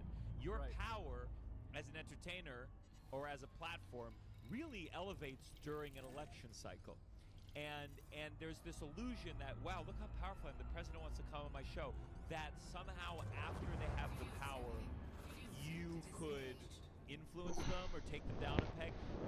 Comedians, in my mind, are like chess pieces in the sense that you can make certain moves. That doesn't mean you can do whatever you want. You know, when someone gets in power, the only thing you can do is elevate and expose this person to new eyeballs and make new fans. And that might be frustrating. It might be frustrating to go, wow, are you saying I can only help Trump but not take him down a peg? It's like, well, yeah, that's just how it works in an election cycle. And so it doesn't impress me after the fact that you go, yeah, Trump didn't talk about Epstein very much. It's like, no, you had him there. You had him there and you knew about the Epstein, and you should be mocked for how you failed. A politician should be nervous to be around a comedian. Totally. In general, I think anyone in a position of power should feel a little bit wary to get involved with the comedian. I still think Michelle Wolf at the White House Correspondents' Dinner is like one of the biggest, like, wow, you went in a room with a lot of powerful people and you did such a good job comedically that they kind of canceled comedy after that, for that event. To me, that's worthy of praise. That's absolutely amazing. Since you brought up Michelle Wolf, I'm curious to ask you, who are your comedy heroes, if you have any? And this is extra interesting to me because, like I said, we're the exact same age, so I'm curious who you gravitated to.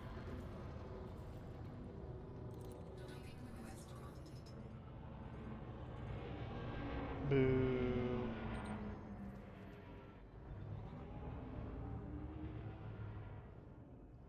Hey everybody, Tim O from the Bulwark here. Earlier this week, my man James Carville, the Raging Cajun, did a column in the New York Times, and Every time Carville does a New York Times column, there is this deranged reaction to it. I mean, kudos to the man. It shows his skill at getting attention, I guess. When it comes to James, the way I see it, most of the time he's right, sometimes he's wrong. It's like any one of us. Probably would have benefited the Democrats to listen to him a little bit more back in 2022 and 2023, when he was the one out there saying that Joe Biden was too old to run and that the move to the left on cultural issues was hurting the party. Seems that is objectively correct at this point. So, you know, he's got some hits from time to time. This week's column, though, I find both correct and also a little bit obvious. It's kind of like an intensified version of the tune that James has been singing, that little Zydeco tune he's been singing since like 1988 or so, and yet the reaction to it was pretty funny. Once again, he's always a lightning rod. So let's take a look at the column here, and then I'll give you my 2 cents. Headline: James Carville out with woke, in with rage. New York Times knows what they're doing, trying to get clickbait there. He doesn't even really get to woke until about halfway down the article, so we'll talk to that. I want to talk about where he really begins and what his focus is, and that is the rage part of the headline, that how the Democrats need to be the party that is enraged that the economic system is failing Americans. He begins by writing that, you know, we're a couple weeks of the government shutdown now, and nobody's even talking about it anymore.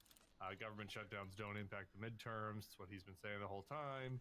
And that the only thing that will actually persevere, the only thing that will, from right now, that will be relevant next November is the economic status and economic pain. The only thing that will persevere is the state of the economy and the economic pain that people are feeling. Carville, you know, basically makes a case for how Democrats can deal with that. I want to read a little bit from the part that's getting a lot of attention. I am now an 81-year-old man. He's making sense for an 81-year-old man. The mind is still strong. I'm now an 81-year-old man, and I know that in the minds of many, I carry the torch from a so-called centrist political era. Yet it is abundantly clear even to me that the Democratic Party must now run the most populist economic platform since the Great Depression. It's time for the Democrats to embrace a sweeping, aggressive, unvarnished, unapologetic, and altogether unmistakable platform of pure economic rage.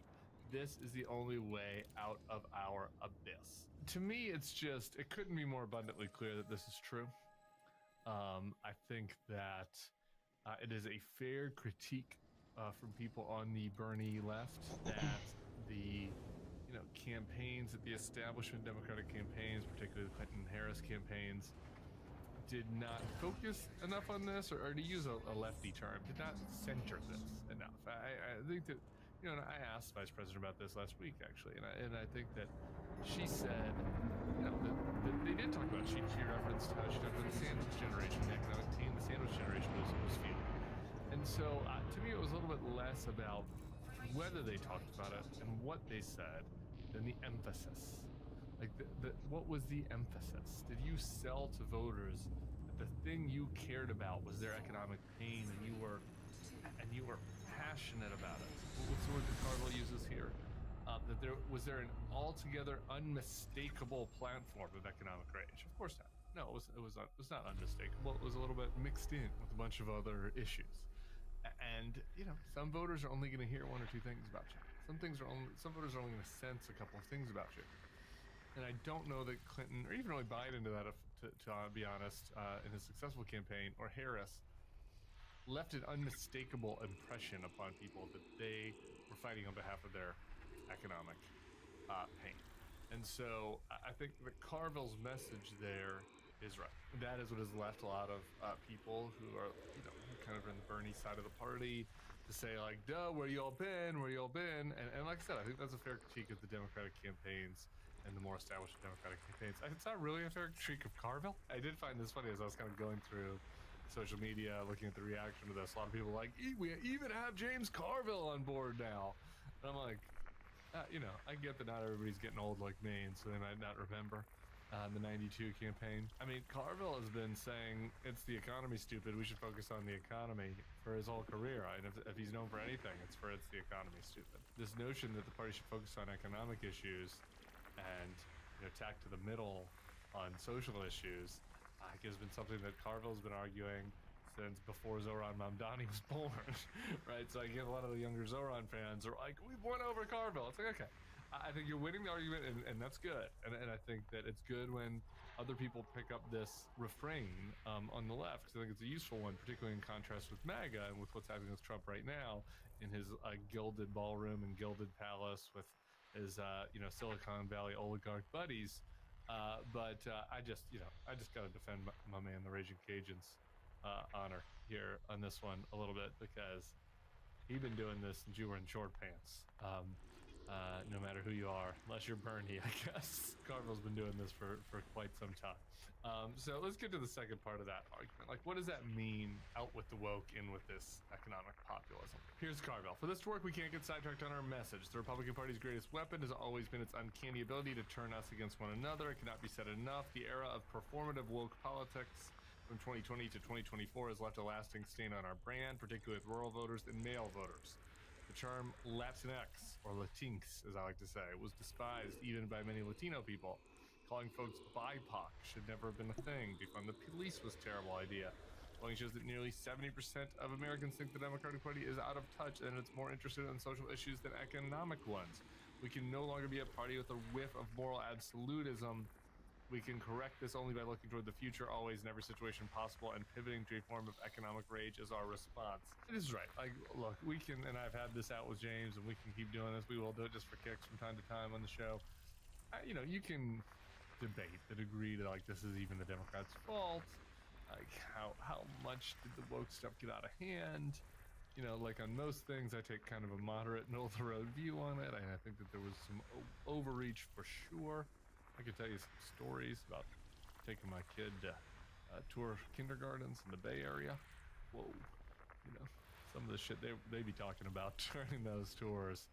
I was like, okay, y'all, let's reel it back in. Let's reel it back in on teaching kindergartners about like the Black Panther's path to social justice. So sure, there was overreach on various things, absolutely. Is it unfair in part? Yeah, sure, of course. Is there an obsession with certain groups of people with Latinx and defund the police? Yeah, of course. But like, as a broad, again, this takes us back to the first point about unmistakable. I don't know that any one of those issues really would have mattered that much. I do, as I've said many times, I do think it'd benefit a Democratic candidate to have a heterodox opinion on one social issue. I literally don't care which one it is. Just something people know that you're not like just a automaton NPC that regurgitates every single lefty position on every single social issue. Like, there's got to be something that you think, a little bit differently about. So I think that'd be good. But I think that a Democratic candidate could limit their exposure to risk on a lot of these issues the way Zoran did. Like, Zoran said a lot of this stuff. He's running New York City, so let's just say that. But the way he did it in the Oval Office, the way he did it on the campaign, which is to make sure everybody knew what the thing that animated you was. The thing that animated him was the free buses and the city-run grocery stores and the cheaper rent and the rent freezes, and it was affordability. It was the halal trucks getting rid of the red tape, so they could sell their yummy, delicious food a little cheaper. That was what motivated him. Anybody that paid attention to the race at all knew that was what motivated him. And so the hits on him didn't really land as much, because people were like, he's not maybe on Israel and Gaza, and so that's why you saw a lot of folks for whom that was an important issue vote against him. But all the other stuff, all the trans stuff, the defund the police, like he took the air out of the critics' balloon, because nobody really believed that was the stuff that he cared about, because he was so committed to making affordability the heart of his campaign and his public image. And to me, that's the lesson for the Democrats, and that's the lesson from this Carvel thing about what they're woke in with the rage. It's like, if you did a pronoun tweet 5 years ago, it's fine, but like, de-emphasize all that stuff, personal, and emphasize tangible, specific things. I can already hear JBL in my head. He'll be like, Harris did de-emphasize that stuff. She didn't talk about any of that stuff at the convention, any of the lefty cultural stuff. And that's true. She did. But she didn't emphasize something else. She's allowed herself to be defined, because she didn't define herself clearly enough for enough voters around a specific topic or issue that they care about. And in the upcoming elections, that issue for almost every Democrat is going to have to be addressing the economic woes, the people, and the inequality, and the way to which the elites are playing by different rules they are. So, anyway, Carville nails it once again. He's been on this for a minute, though, you little whippersnappers, all right? Don't come running around here thinking you invented this, but he, I think, brings a clarity to kind of this discussion. And lastly, he brings a clarity to it in a way that, like, there's no reason that 80% of the Democratic coalition couldn't unite around all this. You know, there are going to be some Democrats that get really flustered with some of the economic populist policies, some of the center Democrats, and there are going to be some progressive activists who care very deeply about cultural and social issues that maybe get flustered with some of the tacking to the middle or de-emphasizing of some of the things they care about. You're never going to be able to please 100% of the coalition. But I think that this is a way to unite a whole lot of folks around one vision. Everybody from Zoran to James Carville. That's a pretty good place to be if you're a Democrat. All right, subscribe to the feed. Give us a like, comment, go to the store. We're going to have a Black Friday sale coming up. We got some new merch. Hope to see y'all here soon.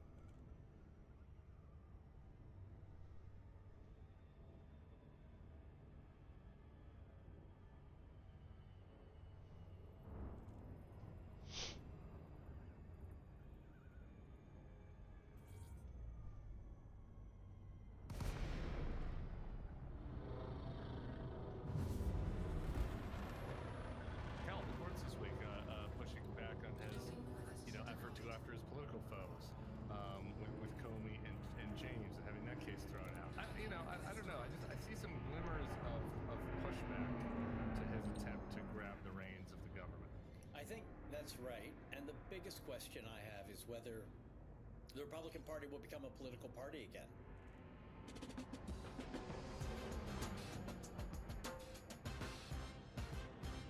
Hey everybody, I hope you had a great Thanksgiving. I taped this show with George Packer earlier in the week to talk about his new book. He had some bigger picture themes about the state of affairs in the country, the waning, I don't know, the quasi-emergency that we're in. And so I hope you guys enjoy it. Hope you have a wonderful and restful holiday. And I'll see you back here on Monday with Bill Crystal. Stick around for my conversation with George Packer.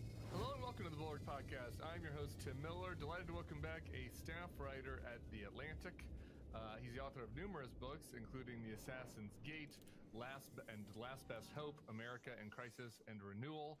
His latest book is a novel, The Emergency, which was published this month. It's George Packer. How you doing, man? Hey, good to see you, Tim.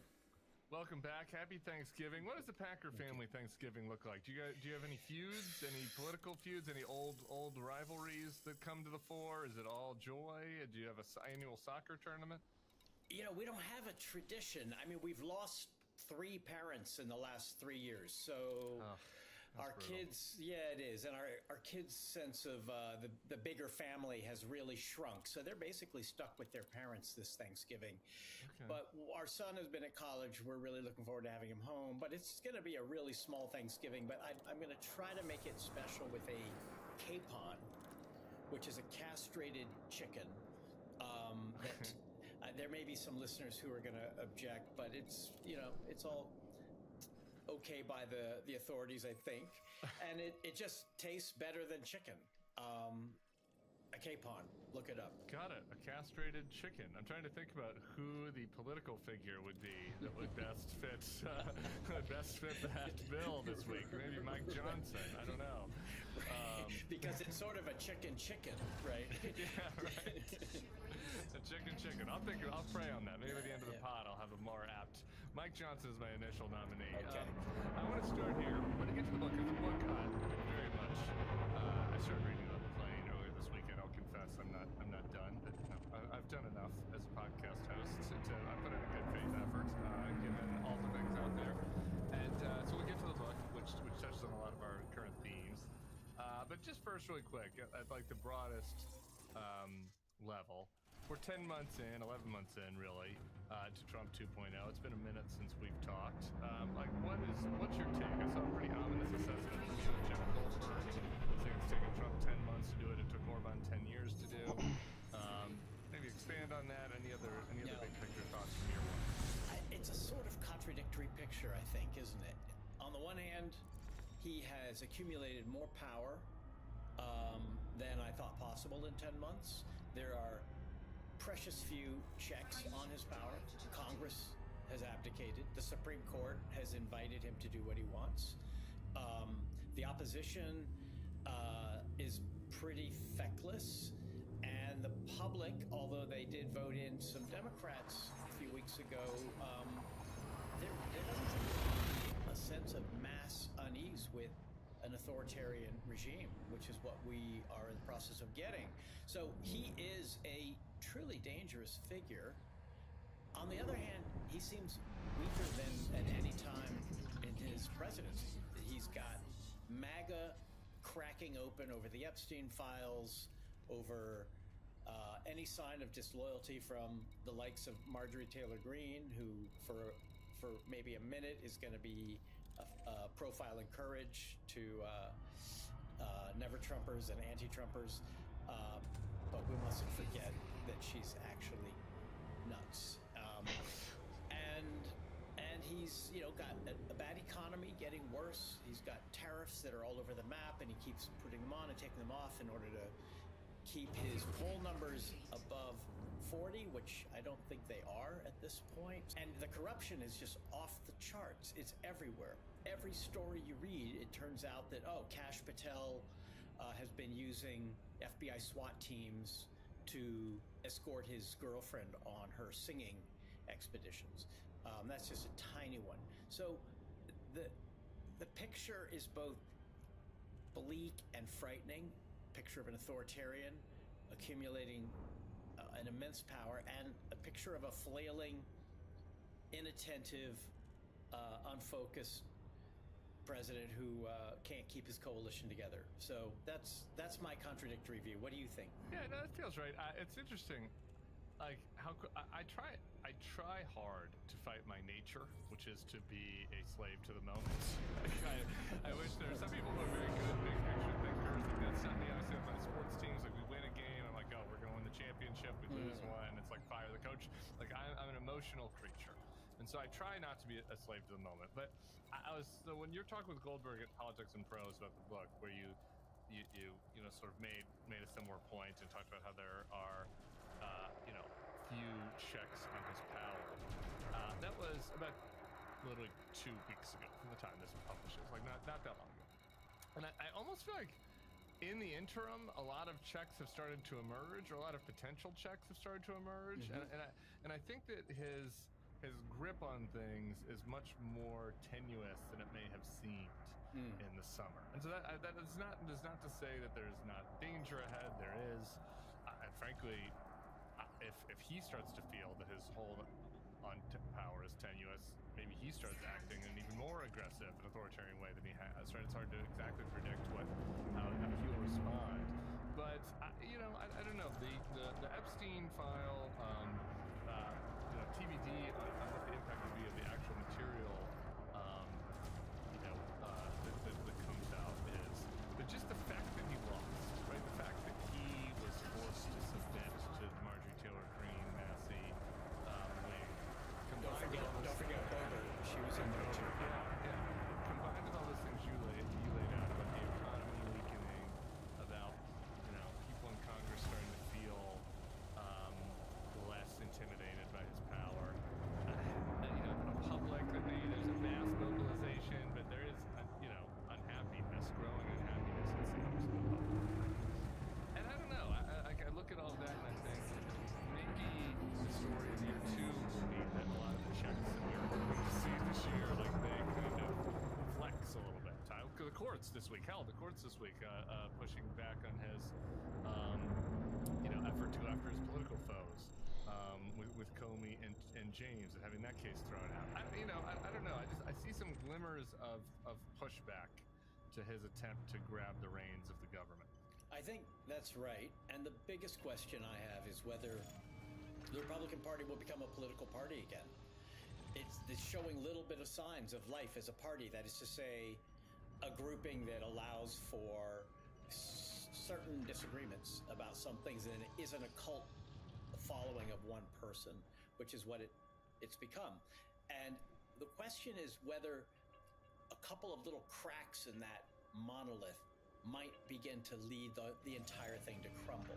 Is there sort of everyone waiting for the moment when a couple of people have shown you can get away with it, or you can you've got your own people behind you if you defy Trump more than they are behind Trump, and then suddenly there's a mass sort of crumbling of the structure. I haven't seen that yet, and it's been quite a long time since that structure has been a monolith, but that would make the biggest difference if suddenly Congress, the Republican Party, begin to act like an independent branch of government rather than, the Duma. The Duma of the White House, exactly. It's interesting the way you frame it like that to demonstrate dissent and argument would show that it's a functioning party.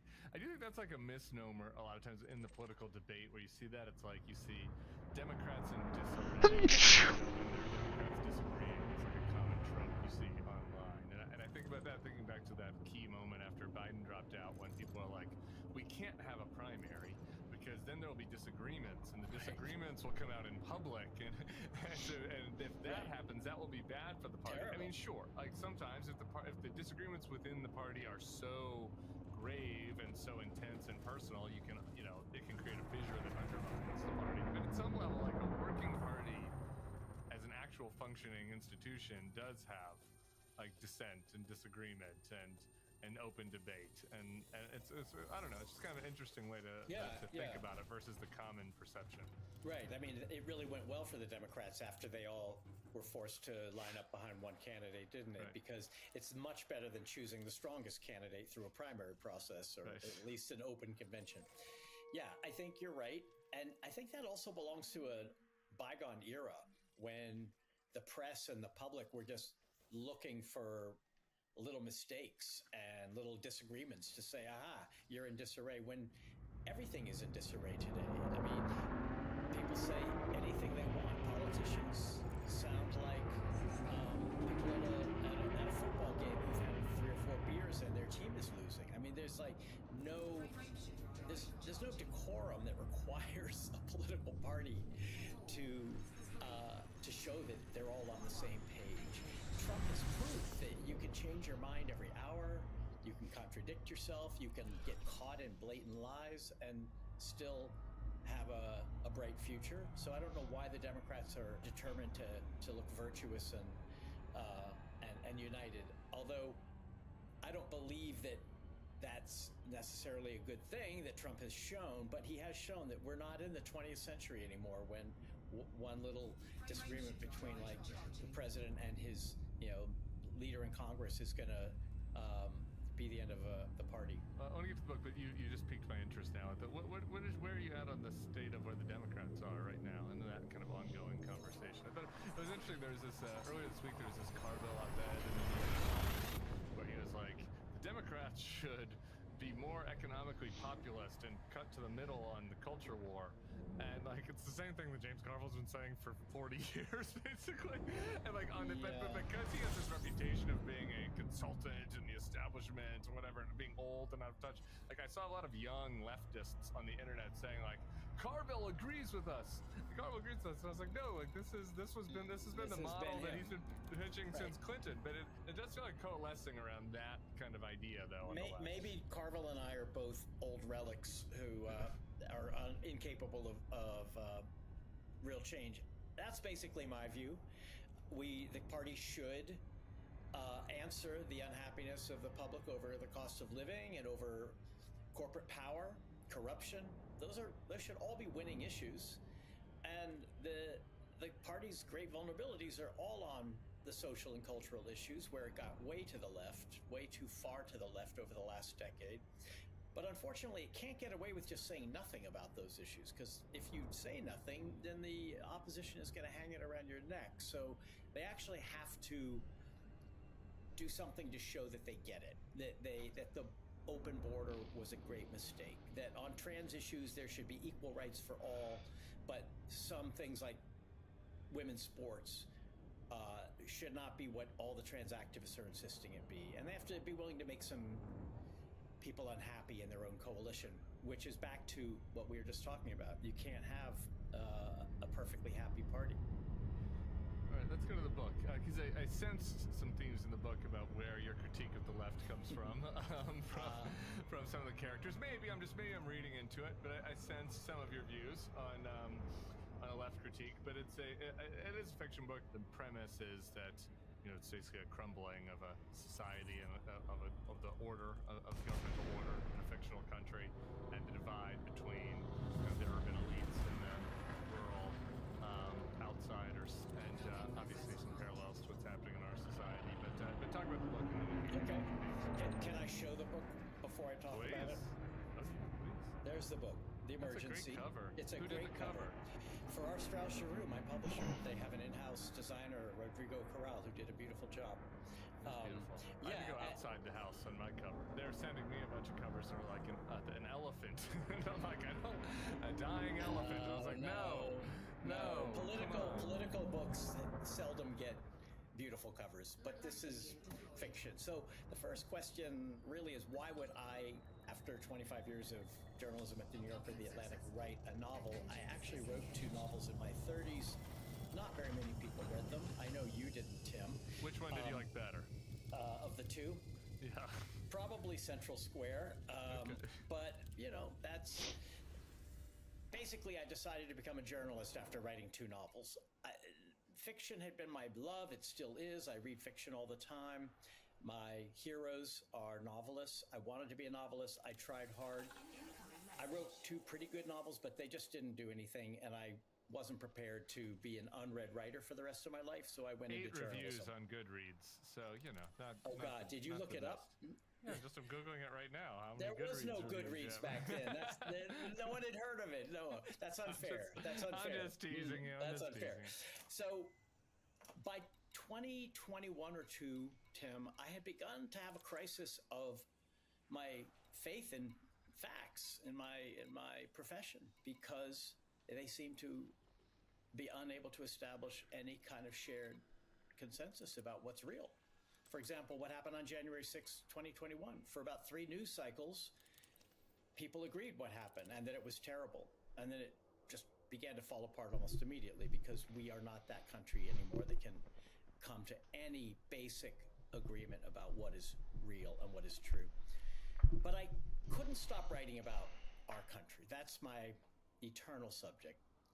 I wanted to do it in a new way, and so I thought of writing it as a kind of political fable set in a time and place that are not named. So it kind of goes back to some of my heroes, George Orwell's 1984, Albert Camus' The Plague. And the story is about an empire that collapses, and it dies, as I say, of boredom and loss of faith in itself. So it's not overthrown, there's no revolution, it's just, it ends. It's like a marriage that ends because there's not enough love to keep it going. And in the vacuum, young people begin to form these new social movements. And in the city, the burghers, as I call them, the Young Burghers movement is called Together. And it's a kind of inspiring, utopian, egalitarian philosophy with a morally coercive undercurrent. So that basically everyone agrees, and the room for disagreement, you're not going to get executed if you disagree, but you will experience social death. And so that is what's keeping the young kind of coherent around this new idea about how to organize society, and it's egalitarian. And the main character is a doctor and his family, and his daughter, who's 14, gets caught up in this movement. And the doctor, who's kind of a, successful, respected member of society, of the old order, is trying to make the change because he doesn't want to lose his daughter, but he can't because it doesn't have a place for him, and he doesn't really like what he's seeing. So the tension between the doctor and his daughter, who had always been the apple of his eye, is sort of the main emotional line of the story.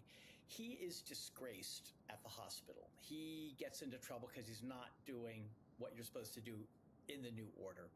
He gets kind of thrown out, canceled, if you will. And to redeem himself, he goes out into the countryside on a kind of humanitarian mission that is rather ill-advised because it's gotten quite dangerous out there. And the reason is the country people, who are called yeomen, are also having a sort of an upheaval of their young, except it's farm boys who are gathering together to train in some kind of semi-military way for combat. And it's all about physical strength and maleness and violence, that kind of power. It's not moral power, it's physical power. And the doctor's daughter goes with him on this trip, and a lot of bad things happen to them out in the countryside because he has been too naive, too liberal. He's a good liberal humanist, like the author, too naive to understand how far along this new society has gone toward civil war. And that's the specter that kind of hangs over their whole trip into the countryside, which ends in violence and in some tragedy. But in the end of it, I don't want to say, you haven't finished it, so I'm not going to spoil it for you. Ruin it. But I do want to say it doesn't end with simple tragedy. It ends also with a kind of an affirmation that we really only have each other, and the human bonds that connect us, both within a family and in a larger society, have to be maintained, or else we do kind of collapse into nihilism. And that's the doctor's moral task, is to hang on to those connections, both to his daughter and his family, and also to the society that he's a part of. So that's that's sort of the semi-long version. Yeah, no, that's good. And the Desire to Write a Political Fable is interesting that you said that when I was reading it. I've had a running, every time your colleague Ann Applebaum is on, I've asked her to give us a book recommendation for those who want to, and she suggested a couple that are in the vein. Like one was called The Captive Mind, which is a Polish book about authoritarianism. Czesław Miłosz, yeah. And the other is The Oppermans, and both are like kind of classic efforts. And as I started reading, I was wondering if you picked Anne's brain about any of this, because as I was reading it, I was like, oh, it's interesting. Like at least the frame, or like the idea of how to think about the book was sort of similar to those. I read The Oppermans a couple years ago. It's an amazing novel. It was written in 1933. It's crazy when you read it and you're like, how was this written in 1933? How did he do it? He's a German Jewish novelist who was in flight. He was leaving Germany for his life and writing this great novel. You know, the difference is my novel is not about a totalitarian terror regime. It doesn't have a demagogue at the head of it. My son asked me, is there a demagogue in your novel? And I thought about it. I said, no. And should there be? Maybe. No, there shouldn't be. And the reason is the onus is on the ordinary people to try to figure out how to live together. And it isn't put on a Trump-like figure who gets all the blame for all that goes wrong. It's about a society that's cracking up, that's tearing itself apart. And I think Trump is doing it to us, but he's also a symptom of what we were already doing to each other. So in a way, it goes deeper than just the obvious relation to things happening today, which people can pick up from reading it. It's trying to get at, what does it feel like to be alive in America today, and watch a country you thought you knew and you thought would remain roughly in the same shape as you grew up with disappear, and a whole new world seems to be taking its place. The other comment that I think it feels like you're making, I'm wondering, if you could expand on this a little bit, is just about like how quickly things can unravel.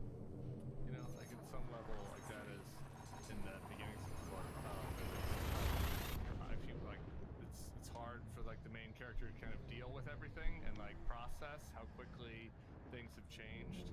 And I do, it's just something I think about a lot in this country. 'Cause it's like on the one hand, man, we're really good at muddling along through challenging stuff and having like the basic structure stick together.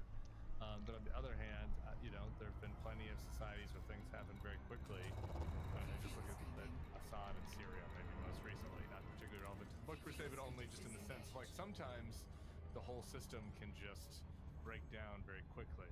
And I'm just wondering if, like, when you wrote about it, were you thinking about us, or how did you think about that? Yeah, like that notion. That's a very good insight. I absolutely was. I think because those of us who are alive today were not alive during our Civil War, so we've never had this experience. We don't know what it's like for society to lose its foundation and for the things we thought were carved in marble to turn out to be made of wax. And it's very disorienting, and you don't quite believe it. I took my dog for the same walk I always do. I wrote the same article for The Atlantic that never got me in trouble, and I'm still not in trouble. So what's the problem? It's very hard for us to imagine. One reason to turn to fiction is it kind of sharpens the imagination. It makes the world clearer. You're taking the reader into a strange world and at the same time making our world clear. And if you could give me 30 seconds to read the first couple sentences of the novel, because it's very much about this point you just made. Looking back, Dr. Rustin realized that the emergency had been a long time coming. This was how empires of old that he had learned about in school fell, imperceptibly, then shockingly.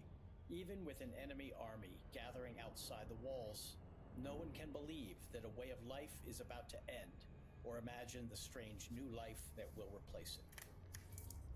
That's what you saw, and that is, I think, a problem for us. We can't imagine it, but we have to imagine it in order to see it coming and know what to do about it. I wonder, and you can talk about this in the context of the book or broader society.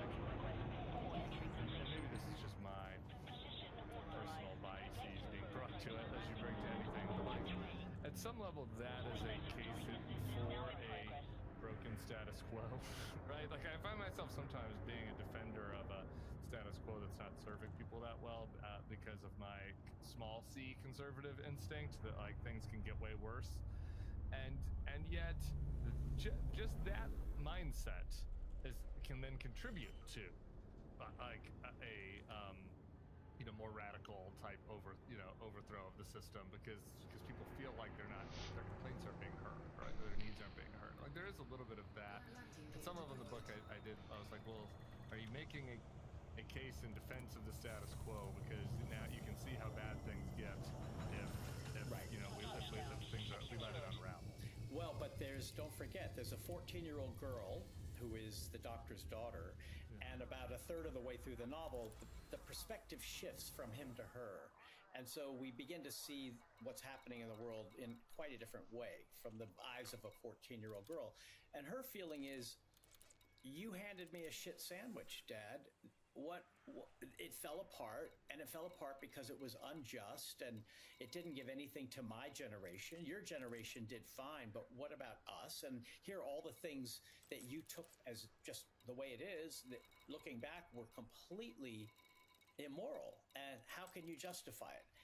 And they have these long conversations where he tries to tell her, yeah, my generation made a lot of mistakes, but if you're throwing out everything, including reason and objectivity and being willing to listen to the other side, then what are you going to stand on? Do you think your new movement is enough for you to build a new world? It just came the day before yesterday. How are you going to do it?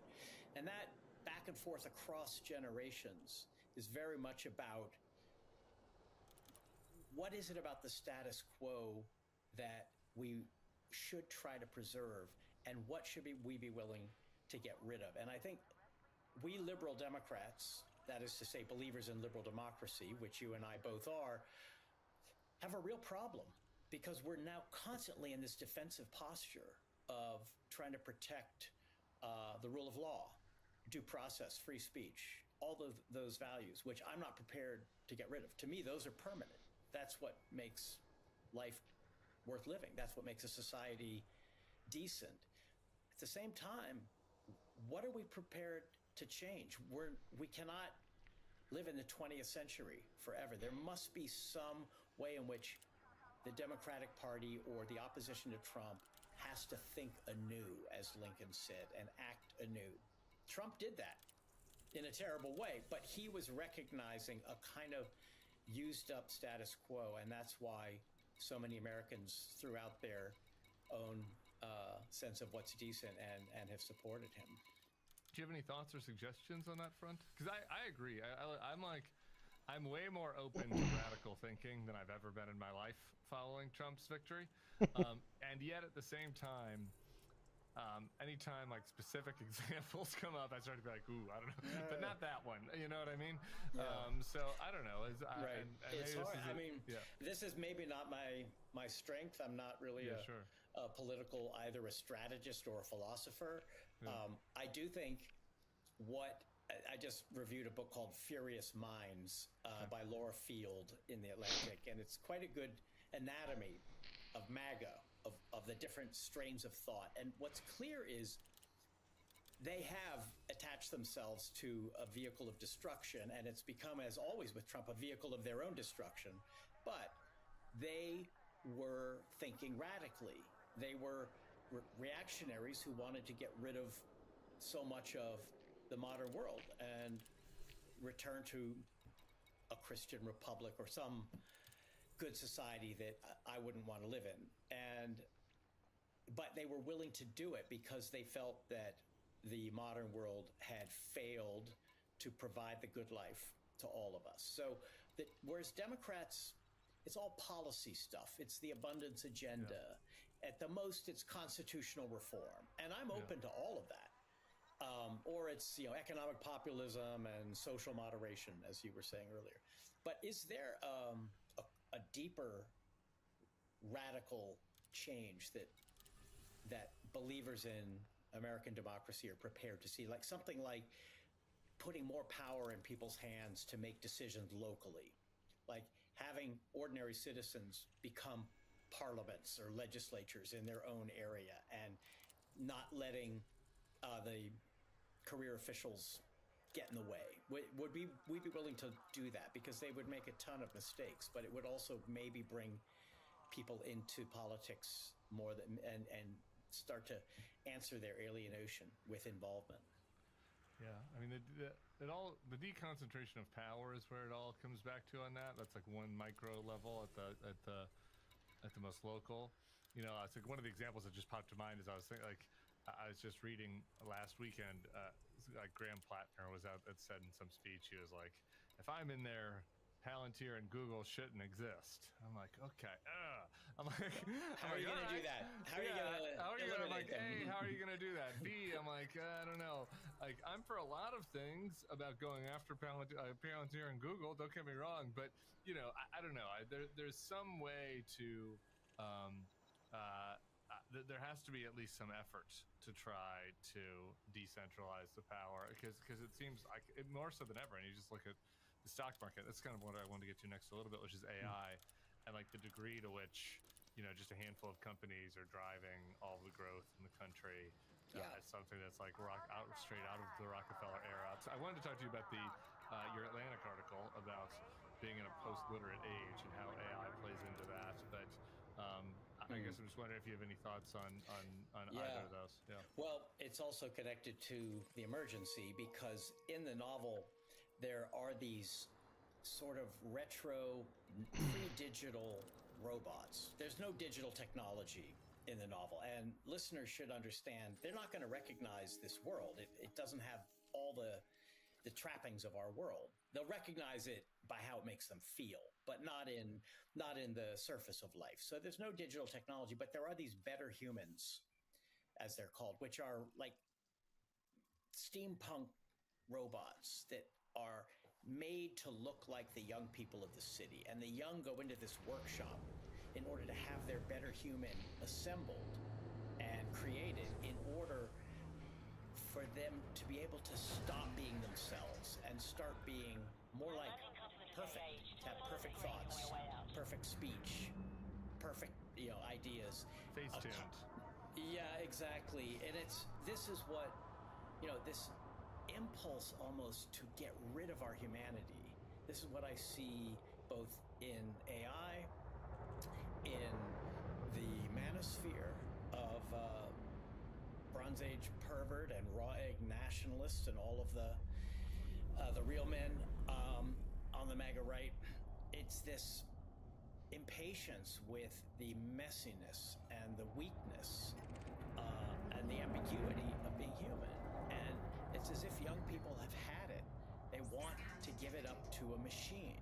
which in the novel is called A Better Human. And AI terrifies me because I think, if social media was a nice-looking thing that turned out to be a weapon of mass destruction for the brains of a whole generation, what is AI but 100 times that? We seem ready to turn over everything to the computer, whether it's our spiritual life, our sex life, our politics, our friendships. It seems like a perfect vehicle for us to stop having to carry the burden of being human. And so Sam Altman and company, I heard Sam Altman on Joe Rogan saying something like, would it be cool if the president was an AI and he went around and talked to everyone in the world and knew what everybody was thinking and went right down to the bottom of their existence and made decisions on the basis of what the sum total of all those people had put into him, the president, the AI president. And I'm thinking, this is madness. He then sort of said, but maybe it wouldn't be the best idea. But you could tell it was tempting, because it's very tempting to talk about totalitarian. Yeah, and this is like that to mind, like on steroids, right? I want a computer to know your every thought, and then we're going to combine them all into everybody's thoughts. Exactly, and make a choice based on that. And in a weird way, the better humans sort of anticipate that. And there's another AI thing I anticipated. At the end of the novel, I'm not going to spoil it, but at the end of the novel, there is a weapon that is used by one side of this growing civil war, and it's essentially a catapult. Well, the weapon is called a shitapult. And that's all I'll say about it, but it is a very deadly weapon that one side in this civil war uses.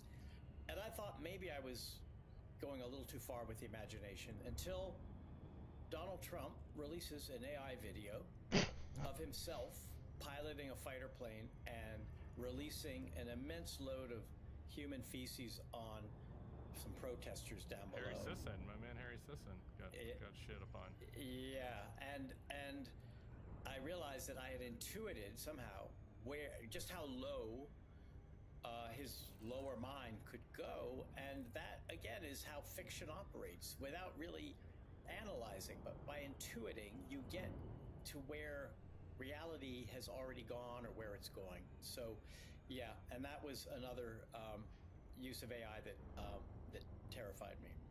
You talk about and then your Atlantic piece would kind of reference the novel as well, this the post-literate world and how that all ties into AI. And to me, that's the thing that worries me the most. Like, we're already heading a direction towards certainly less interest in long-form reading and literacy. I had a book that I was reading for one of these interviews in an Uber last week, and the Uber driver, God love him, was like, you like reading? And I said, yes. And he goes, gives me a headache.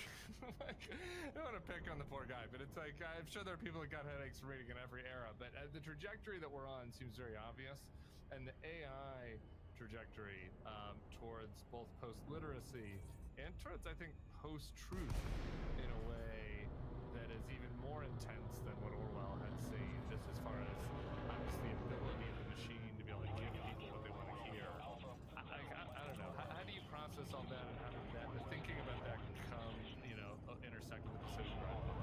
Well, this is where we don't need a totalitarian regime to destroy the idea of truth. We do it to ourselves. We do it by staring at our devices all day long and scrolling and surfing and never being able to stay in one place for more than a few seconds until we light on something that makes us feel good, and that becomes the truth. And then we might stay with that for a little while. I mean, when I'm riding the subway in New York, I look around, and New York used to be a very literate city, and everyone is staring at their phone. There may be one person with an actual physical book. And what does that do? I think it means we're leaving the world of the word.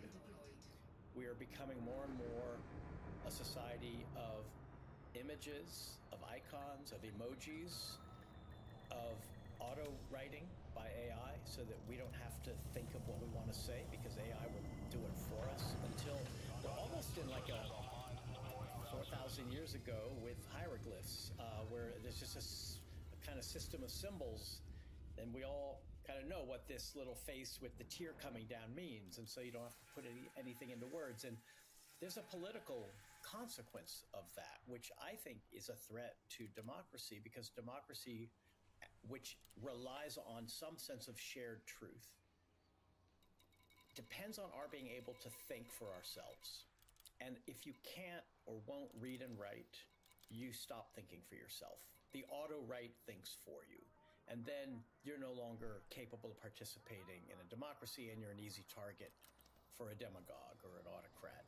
So I do think there's a deep relation between post-literacy and post-democracy. And AI is the perfect way of taking away our free agency. That's exactly what it does. And I turned to writing fiction partly almost for my own sanity, to get away from what had become sort of the overly familiar language of our society, our politics. You know, the word polarization began to make me feel slightly nauseous.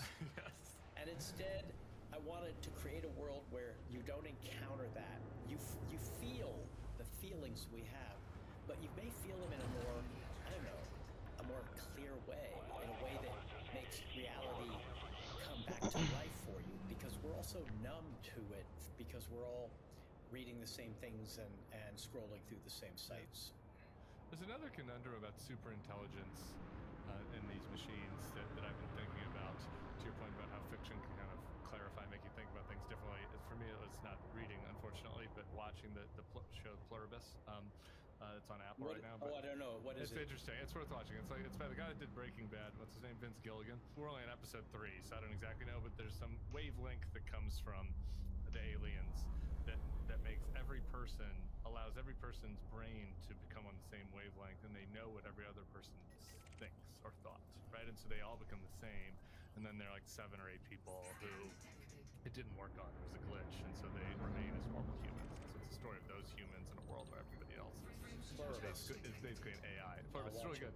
But the one thing that made it interesting that you were talking about that has made me think about it is like there's this tension and conundrum between like all AI really is a collection of human knowledge. It's not like the computer has some independent knowledge that's come up with. It has just collected the mass of human knowledge that's available and processes it faster, basically. And you watch that show and you think about that, what you're describing about how people become less literate and start to become an emoji hieroglyphic society. And it's like eventually you reach a point where like the AI starts to become dumber. Right? You know what I mean?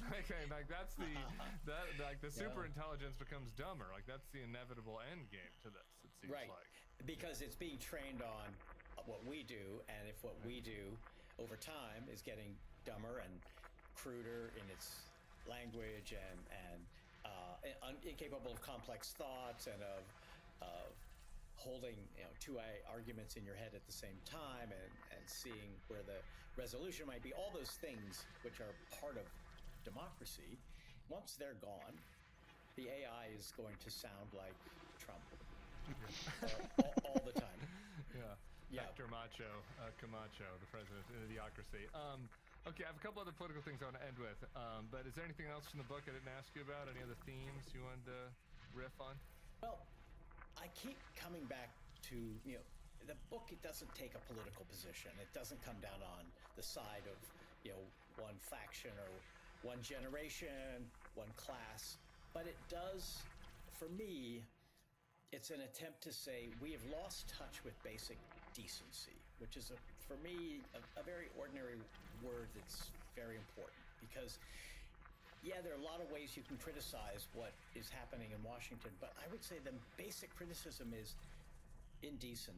It's just a lack of human decency. And the doctor, having lost a lot of his status over the course of the story, having been estranged from his family, lost his position at the hospital, he comes to realize that there is something you have to hold on to, and it it really isn't what society thinks of you or what your position in society is, but whether you're willing to accord the people around you, each person you run into, almost person face to face, the dignity of being a human being.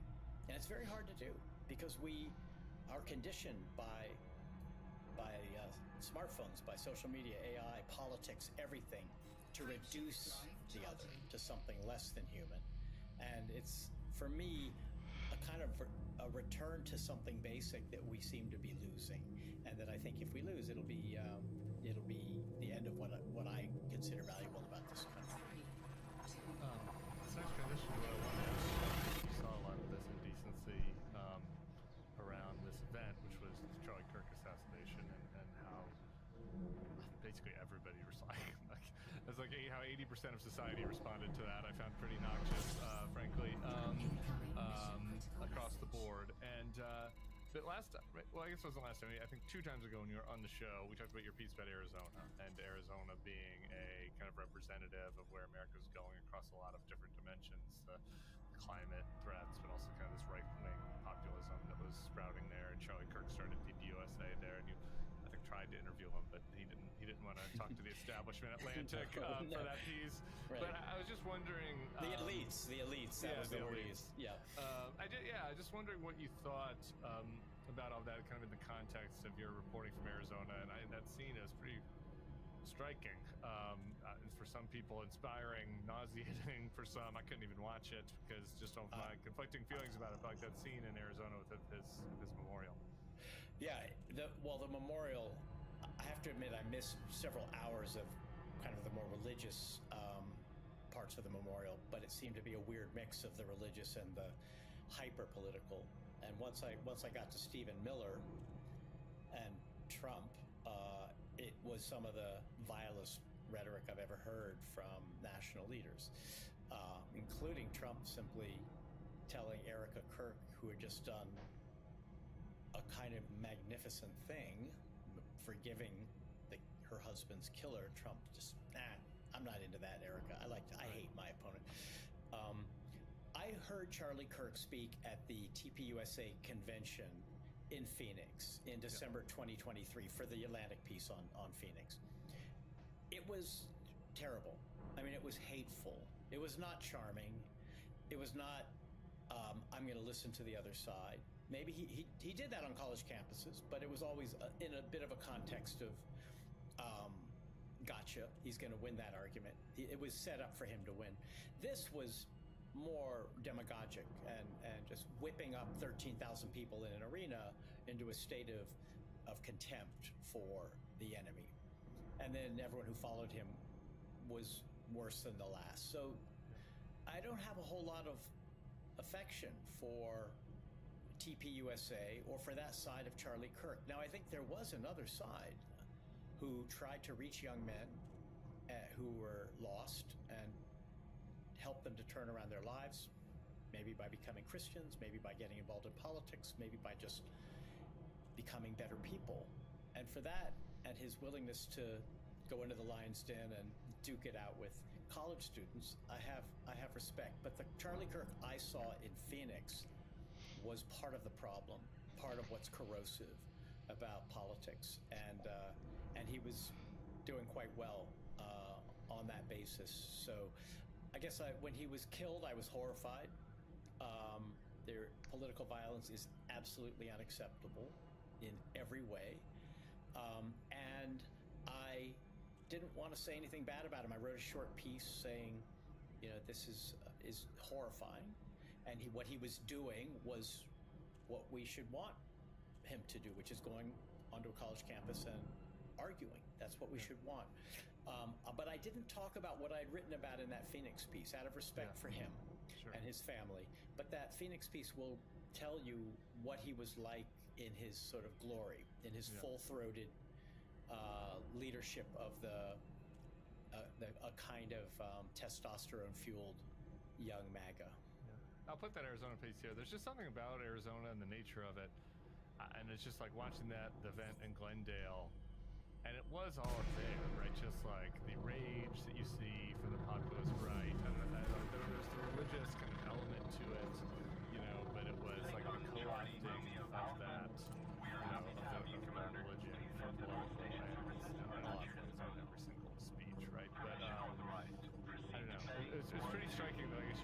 that Arizona was going to be the fulcrum of all this, and in a lot of ways, that event felt like very much like the center.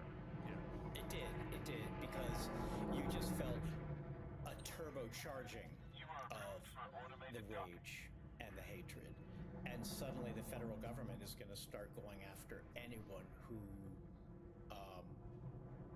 utters a peep of dissent or who is part of an organization that supports the opposition. We're going to investigate Act Blue. We're going to investigate George Soros. And that was a giant step toward authoritarianism, with Charlie Kirk as the pretext, as sort of the excuse. So we're back to the beginning of our conversation. How far along that road have we gone since the death of Charlie Kirk? I'd say we've gone pretty far with the use of the Justice Department as a way of not only going after his perceived enemies, but pardoning his friends who are lining his pockets. So the federal government, the key institutions, the Pentagon, the Justice Department, the State Department, have been turned into instruments of personal power, personal enrichment. That's pretty far into a kind of modern authoritarian state. It is. I want to close with, you told me I was right in the green room, so I like hearing that you on like the podcast. You like that? Yeah. Our last chat was about your article about J.D. Vance. I kind of forget. It's one of the doing this every day. I kind of, they all start to blur together. So I sort of forget what our argument was about. But I'm happy to hear that I was correct. It wasn't an argument, but you thought I had been a little soft on J.D. Vance. Oh, that sounds like me. And you said that there is no politician in the country who you would rather not drive across America with than J.D. Vance, and you offered Ted Cruz ahead of J.D. Vance as a I stand by that. A seatmate, a co-passenger in a cross-country drive.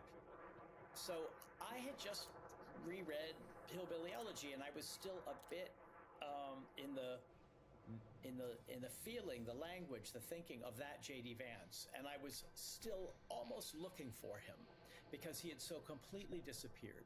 And I was trying to offer the best case scenario for what happened to him in order to be fair. And but that scenario was he changed his mind. He had a political change of heart about tariffs and trade and immigration and became a MAGA Republican, like a lot of people between 2016 and 2020. You charted a lonely course. There aren't very many of you. Most Republicans made their peace, and maybe he did too. Okay, but his behavior, his willingness to tolerate the most sordid bigotry, racism, misogyny, people attacking his own wife, and he can't bring himself to denounce them because he might be getting himself into a bit of trouble with some corners of MAGA that he might need because they still don't quite trust him because he called Trump cultural heroin way back when. Well, morally and intellectually, this is someone who should have been better, given what I liked Hillbilly Elegy maybe better than you did. And that comes with to me, there's more to condemn than with Trump, who never should have done better, who was always sub-moral, sub-mind. He's just operating on that like a shark. He's feeding, he's reproducing, he's hunting, he's killing. J.D. Vance has a mind, and he's used it to the most destructive political ends. So I'm not driving across the country with him anytime soon. Yeah, I'll take it. Yeah, it's the fake. You refresh my memory. It's the phoniness now. That's the fundamental thing for me. It's just like and that's maybe part of the reason I didn't like Hillbilly Elegy, because I was like, I just don't buy any of it. It all feels to me like the person who's changed his name and religion and politics like a million times, and I'm for change, but like this to me, I'm for change in this growth sense. We all change. I've changed and grown. I don't see that from him. I see change. I see opportunism, and I see the talented Mr. Ripley. And you smar me while he's about it. Yeah, the piece was called "The Talented Mr. Vance." Yeah, it was. Yeah, and he smar me when he does it. And so I'm like, okay, at least At least have some humility while you're spitting on me. Right. Why don't you show the better side of opportunism? Yeah. Hypocrisy has its virtues, but with him, it's opportunism in the worst direction. Like, all politicians are opportunistic, but what he's done is used his lust for power in a way that is unforgivable. So I'm with you, Tim. All right, great. I'm happy to have you on board. We've covered some dark territory this Thanksgiving weekend. Do you have anything you're thankful for? Anything you want to leave people with? Any uplift? I was asked by the New York Times, what has made you hopeful since 2021 when you published Last Best Hope? And my answer was Ukrainians, Neil Young at 80, and my kids. And I'm not gonna see any Ukrainians or Neil Young at Thanksgiving, but I'll be eating capon with my kids, and I'm very thankful for that. Well, obviously, I guess JD is gonna be the capon. We'll take people out with Neil Young, so you can have your kids, and the listeners can have Neil Young. Your latest book is The Emergency. Aforementioned was Last Best Hope and the Assassination. Go check those out. It's George Packer. Thanks for spending the holiday with us. Happy Thanksgiving to you, Tim. All right, thanks to George Packer. We'll be back on Monday with Bill Crystal. I'm taking one extra day Thanksgiving holiday, so our nieces and nephews screaming in the background. You're just gonna have to deal with that. That'll just be a little post-holiday, ambiance for you guys on this podcast. I look forward to it. Enjoy your weekend. We'll see you soon. Peace.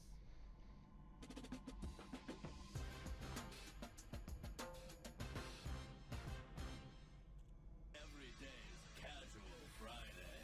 That means Monday is... Two new interviews for you. Also, here's the... I'm not gonna lie. Emma Vigeland here.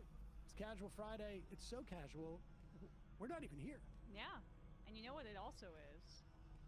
Let's bring her on. I'm on. Is she there? I don't see I'm her. here. It's That's okay. weird. I'm Okay. here. I'm here. It's also your... Oh, there we go. Yeah. It's also your birthday. It is also my birthday, so I'm not here. I'm off. We had Thanksgiving yesterday, as you know. Yesterday was Thanksgiving. And it's so weird when we usually do the show live. The vast majority of people watch it or listen to it recorded. So we didn't really have to say any of this. But we have to be honest. We have to be honest with our audience. They might be able to tell. How was we're your not gonna Thanksgiving? Have a fun It was great. Really? Yeah. No family drama. Really? Yeah. Seriously? Yeah. None. Who did you have your Thanksgiving with? Well, my husband's side of the family. So Okay, that's why there was no drama. That's exactly why. Yes. They're You very avoided nice. your own family. Yep. Yep. And were your parents upset that you didn't come? Not to get too into it, but they're divorced, so I already have to deal with that, and two-front battle. And now my in-laws are very easy, and it's just the alternating things. So things were pretty casual. I'm hoping I'm manifesting this situation. Yes. Right. Because we're actually recording this a couple of days before. Yeah, you made that clear, right? I'm supposed to hear about my family history and anything else. I would hate to see you interrogated. I would fold so quickly. And Brian has been on several occasions. Without a doubt. I mean, I am not in composure enough to probably. I can tell you, mine was an absolute. What? Thanksgiving. Your Thanksgiving. Yesterday, which is actually in the future. Right. It's always fun. But your birthday is going to be better. Target or something, getting a TV. No, I don't. I'm going to. Oops. I'm going to finally get a microwave, and I'm going to get into a fight over a microwave. It really works right. It's my birthday. Yes. And then everybody stands down. Everyone's very nice. Does anybody go shopping on Black Friday anymore? Or is it all just people just like order to get the sale? I wait for Cyber Monday. Oh yeah. That's the way to go. Do any of that stuff. Probably today, my kids pretended that it's my birthday, and therefore we're going to do whatever Dad wants, and that lasts for about 15 minutes. That's about. Oh. So it's nice. The Wrap up an first apple for you. Exactly. The first 15 minutes are great, and then it just all falls apart. So we'll see. But I hope everyone had a good Thanksgiving and enjoy these interviews. We will be talking to Maureen Tasik, and Gino Rady will be interviewing the new Deputy Mayor, Dean Fullahan, in a moment.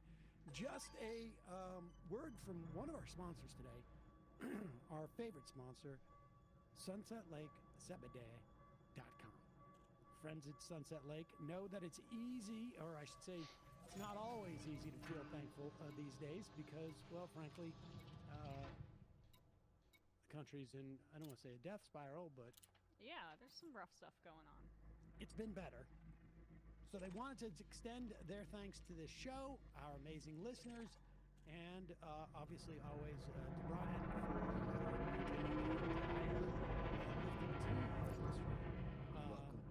they've been able to, they ramped up production. They were able to buy another factory to make a lifted tea. Another factory just for making a lifted tea that Brian makes. State of Vermont. Exactly. 45,000 lifted tea. Actually, the lifted tea is amazing. I will tell you this. But my plan is to have 2 of those and be completely out of it for the holidays. That sounds amazing. Yes. Holidays are coming up. It's that time of year. Less daylight, colder temperatures, a little extra stress. So wind down to 2025. Opportunity to rest and recharge. And thankfully, our friends at Sunset Lake have kicked off their Black Friday sale. Right now, you can save 30%, 30%, site-wide when you head to sunsetlakesabadea.com. Use the code FRIDAY25. That's the word Friday, the numbers 25, no spaces. They got everything you need to chill out. They got smokables. They got keef and pre-rolls. They've got tinctures for your pets. They've got tinctures to help you sleep. Same with gummies to help you sleep or just chill out, or gummies with a little THC to make you have a little more fun.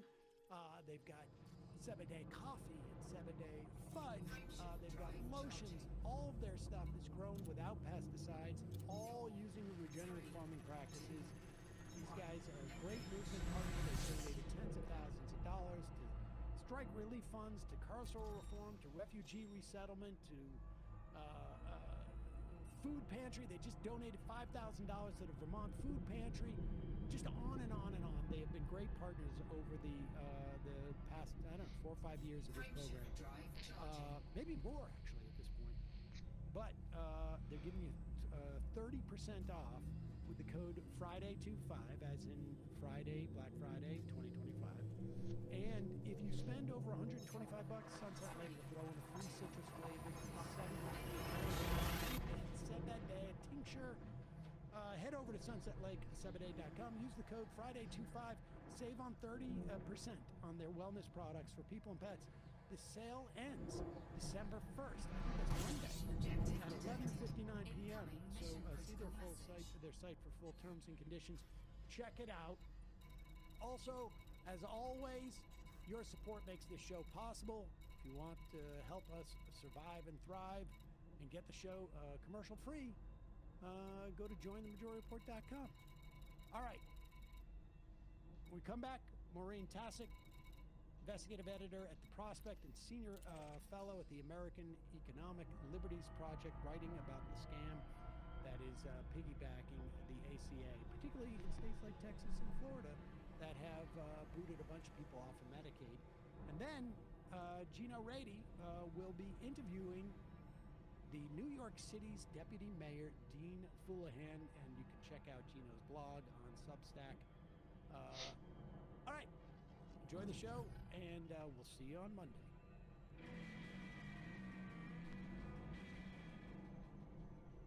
We are back. Sam Cedar on the Majority Report.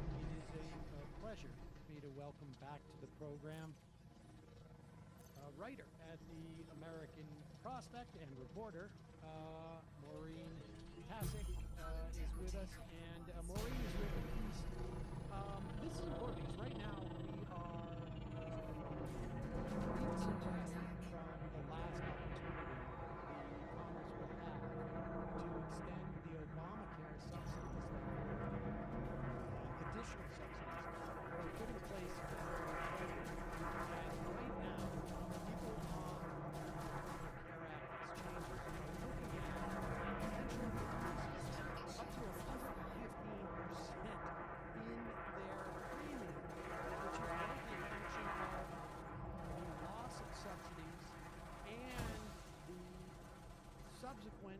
contingent increase in prices by the insurance companies because they are anticipating losing subscribers.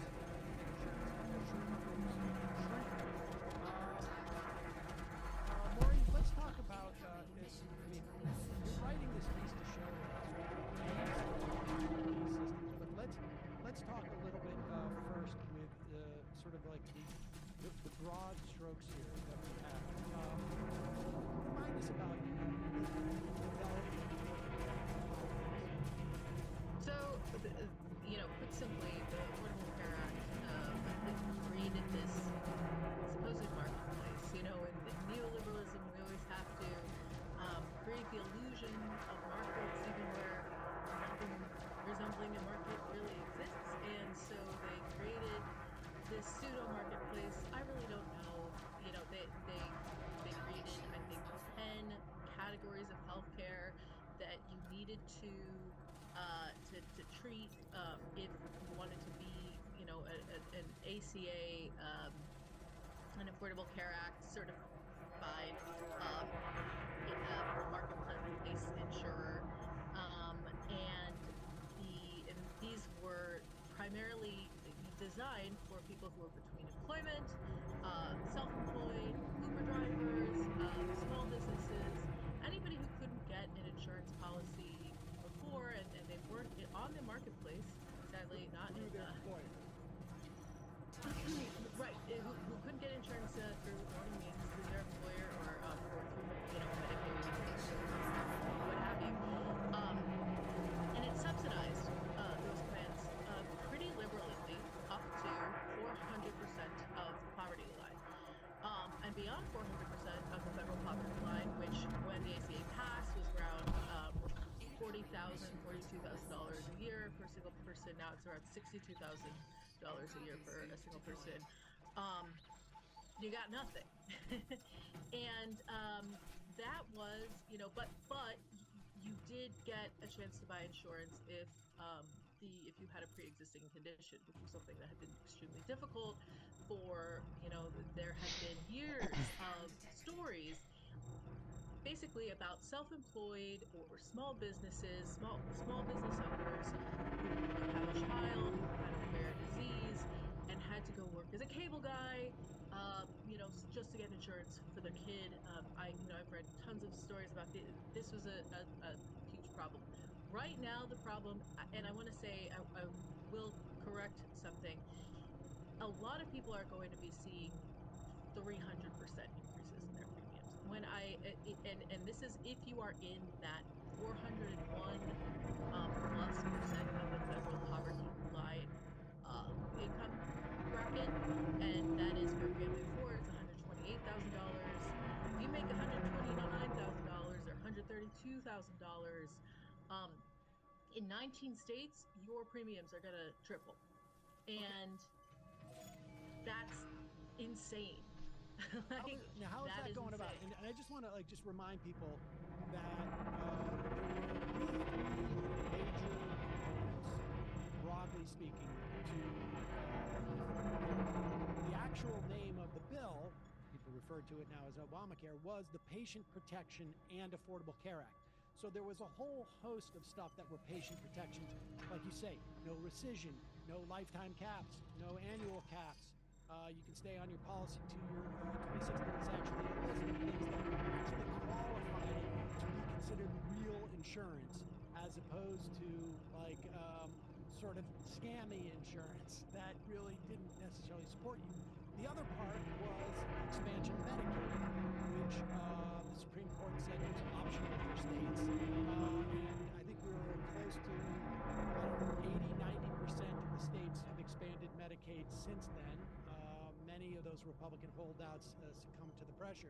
And then what we're talking about is the exchanges, which dealt with, I think at the time, close to 40 million people who were not eligible either for Medicare or Medicaid, or were not getting it from their union, like you say, or their workplace. And so this is what we're talking about specifically, that tranche of people. And so why is it that if you're at 401% of poverty, you could be looking at 300% increases in insurance. Obviously I didn't know that. So that is because that is how expensive these ACA plans have gotten.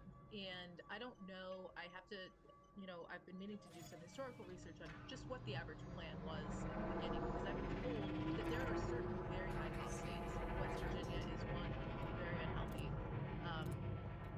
Vermont is one, possibly because they're across, the border from Canada and people are doing their own sort of arbitrage. Alaska, everything is expensive in Alaska, so that's another one. And I think Arkansas is one of them. But there are a few of these states where it's just ludicrous. It's like close to $4,000 unsubsidized for a month for a family of four. So we're talking about and just an enormous chunk of change. I mean, this is That's more if you than make a lot like of $129,000. You're talking about for a family of four. Yes, $4,000 of post-tax dollars. That's you need to make. I don't know what the tax rates are in those specific states, but you're talking about making like 60,000 plus maybe to just pay. That's half of your salary. That's half of the income that your family is generating. And yes, and unlike the way that we do progressive taxation in terms of taking the bracket only grows for the incremental amount of income that you take in over the cap. It's not like that at all. So I'm sure there are probably a lot of people saying, okay, number one, and this has been sort of a problem that's plagued the institution from the beginning. You have people with good accountants who say, well, I I only made $4 in income last year, because that's how rich people do it. And there have been stories that have been circulated by right-wing think tanks for over a decade now of the millionaire real estate investor who got on Medicaid, or got on an ACA plan with no premium because of this system. But basically, if you're a normal person, if you're an Uber driver or whatever, you're going to be driving less. You're going to be doing whatever you can. Maybe quit your job to try and bring back your income back down. So in 2021, after the pandemic, and the CARES Act made a lot of changes in just the way that healthcare, the way that COVID was going to be covered. And at that point, the insurance companies were very flush because people were not doing any elective surgeries. They were only going to the doctor. They weren't getting in car accidents. They were pretty boring lives, except for the COVID part of those when that was covered by the government pretty strictly. They added new subsidies to Obamacare, and they eliminated that threshold and that the 400%. They just said, listen, regardless of your income, we are going to cap the amount that you have to pay out of pocket or in premiums at 8.5% of your income. And that is why so many people at that $128,000 income range are going to see their costs go up 300, 400%, because that is their costs were capped at 8.5%. So it's a really wild way. I don't know who thought of this whole means testing program before. But there were also subsidies that were added to. Those are the people who are really, really freaking out right now. Self-employed, small business, on the Obamacare plan, and making $150,000. Those are the folks who are really going to see the worst of this this subsidy cliff. And we should say $150,000. The family is making that. Yes, the family. If you are a single person on Obamacare, this is $63,000 we're talking about is your cap. So it is not a lot of money, especially in a lot of these states where the costs are very high. And at the same time, though, the American Rescue Act is the legislation that extended that boosted the subsidies, and it ended up boosting the subsidies dramatically. But it added boosts to those subsidies at all levels. So if you were up to 200% of the poverty level, you were eligible for a 0 premium plan, a silver plan. And sorry, my husband keeps calling me. I need to just turn this off because long story. But so they added a whole lot of premiums at every income level, and where the insurance companies really got excited was at that lower end income level, because it's not too hard to sell somebody on an insurance policy that is completely free. Right. And so what they were doing is, in a lot of these states, is going to very low income people.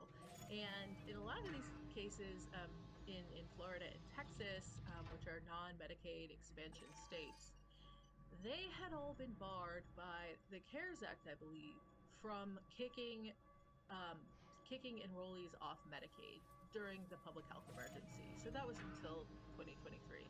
They were really itching to kick some people off Medicaid.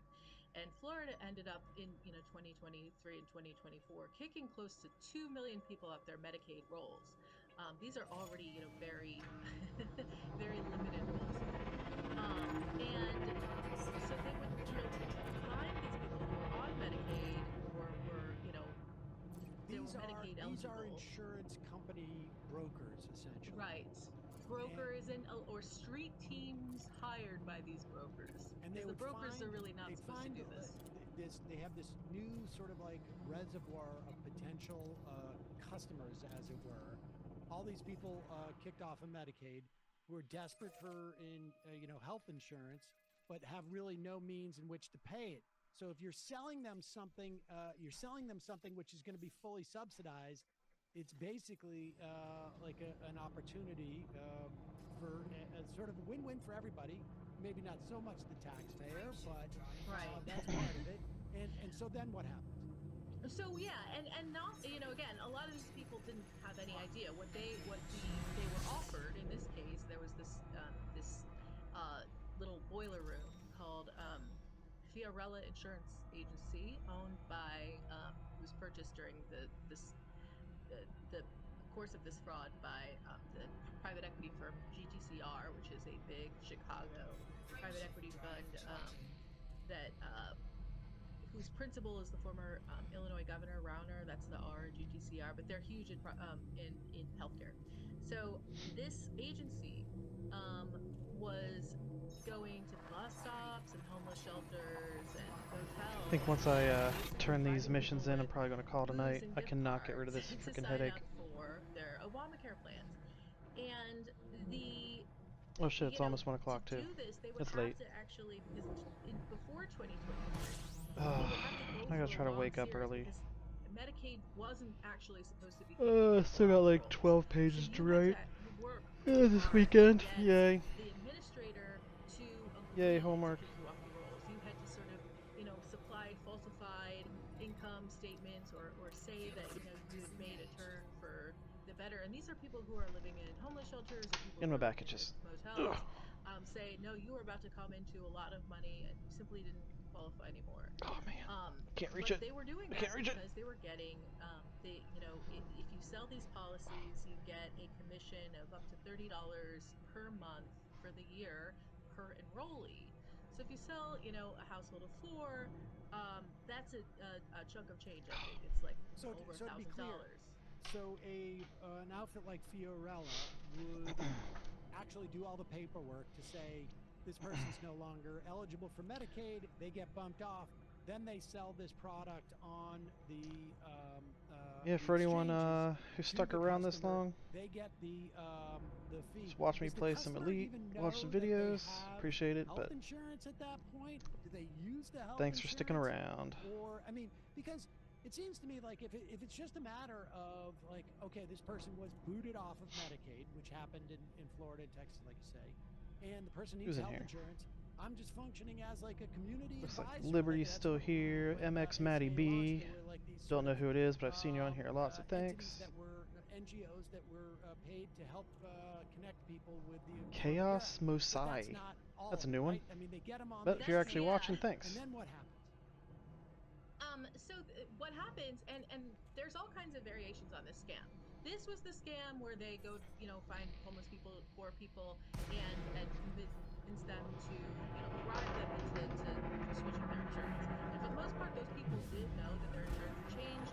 They thought that it wasn't going to make a difference. Their treatment ended up getting disrupted. There's another class of scam where, that's much more deceptive, where they were getting, random people to watch videos and enter in information, and then these people were finding, when they went to get care, that they'd actually been kicked out of their insurance. And some of these people had commercial insurance policies, and they were finding out that they were enrolled in the ACA. CMS actually had last year 200,000 complaints about this very type of fraud. So this was a fraud that was really, ubiquitous in the country. And again, when you look at the numbers, in 2020, we had 11 million Americans on ACA plans. In 2025, that number is close to 25 million. So you saw enormous growth. The majority of that growth, probably 57% of it, is concentrated in 3 states: Florida, Texas, non-Medicaid expansion states, and Georgia, also a non-Medicaid expansion state, Marjorie Taylor Greene's backyard. That is where that growth was happening, and a lot of it was happening at the hands of this company called Centene. Their stock is up today. On the idea that the Trump might extend these subsidies. They're up 6%. It's been a very bad year for Centene. And they are sort of like this stealth United Healthcare. They're this giant, but they deal only with, they almost, wholly with sort of poorer populations. So they run healthcare in prisons and jails, and they administer Medicaid in a bunch of states. They do a lot of dirty tricks. They put private investigators. Okay, so if we've seen a doubling, and that was to be anticipated, 1.5 times, I guess, or actually 2.5 times what we had in terms of the Affordable Care Act enrollment, that was anticipated. There was a sense that more people are going to get on there. But do we have a sense of, and I get the fact that there was this sort of cost shift from the public, ostensibly public Medicaid, where incidentally the costs are about 2 to 3% in terms of administrative costs. So the costs are much lower for someone to get Medicaid insurance, onto the private system, but which is now fully subsidized by the government. So it's just a more costly, inefficient way of providing government-sponsored health insurance, essentially. Till next time. Do we time. know how much of that increase in those Thanks three for states, sticking around. 57%, because of that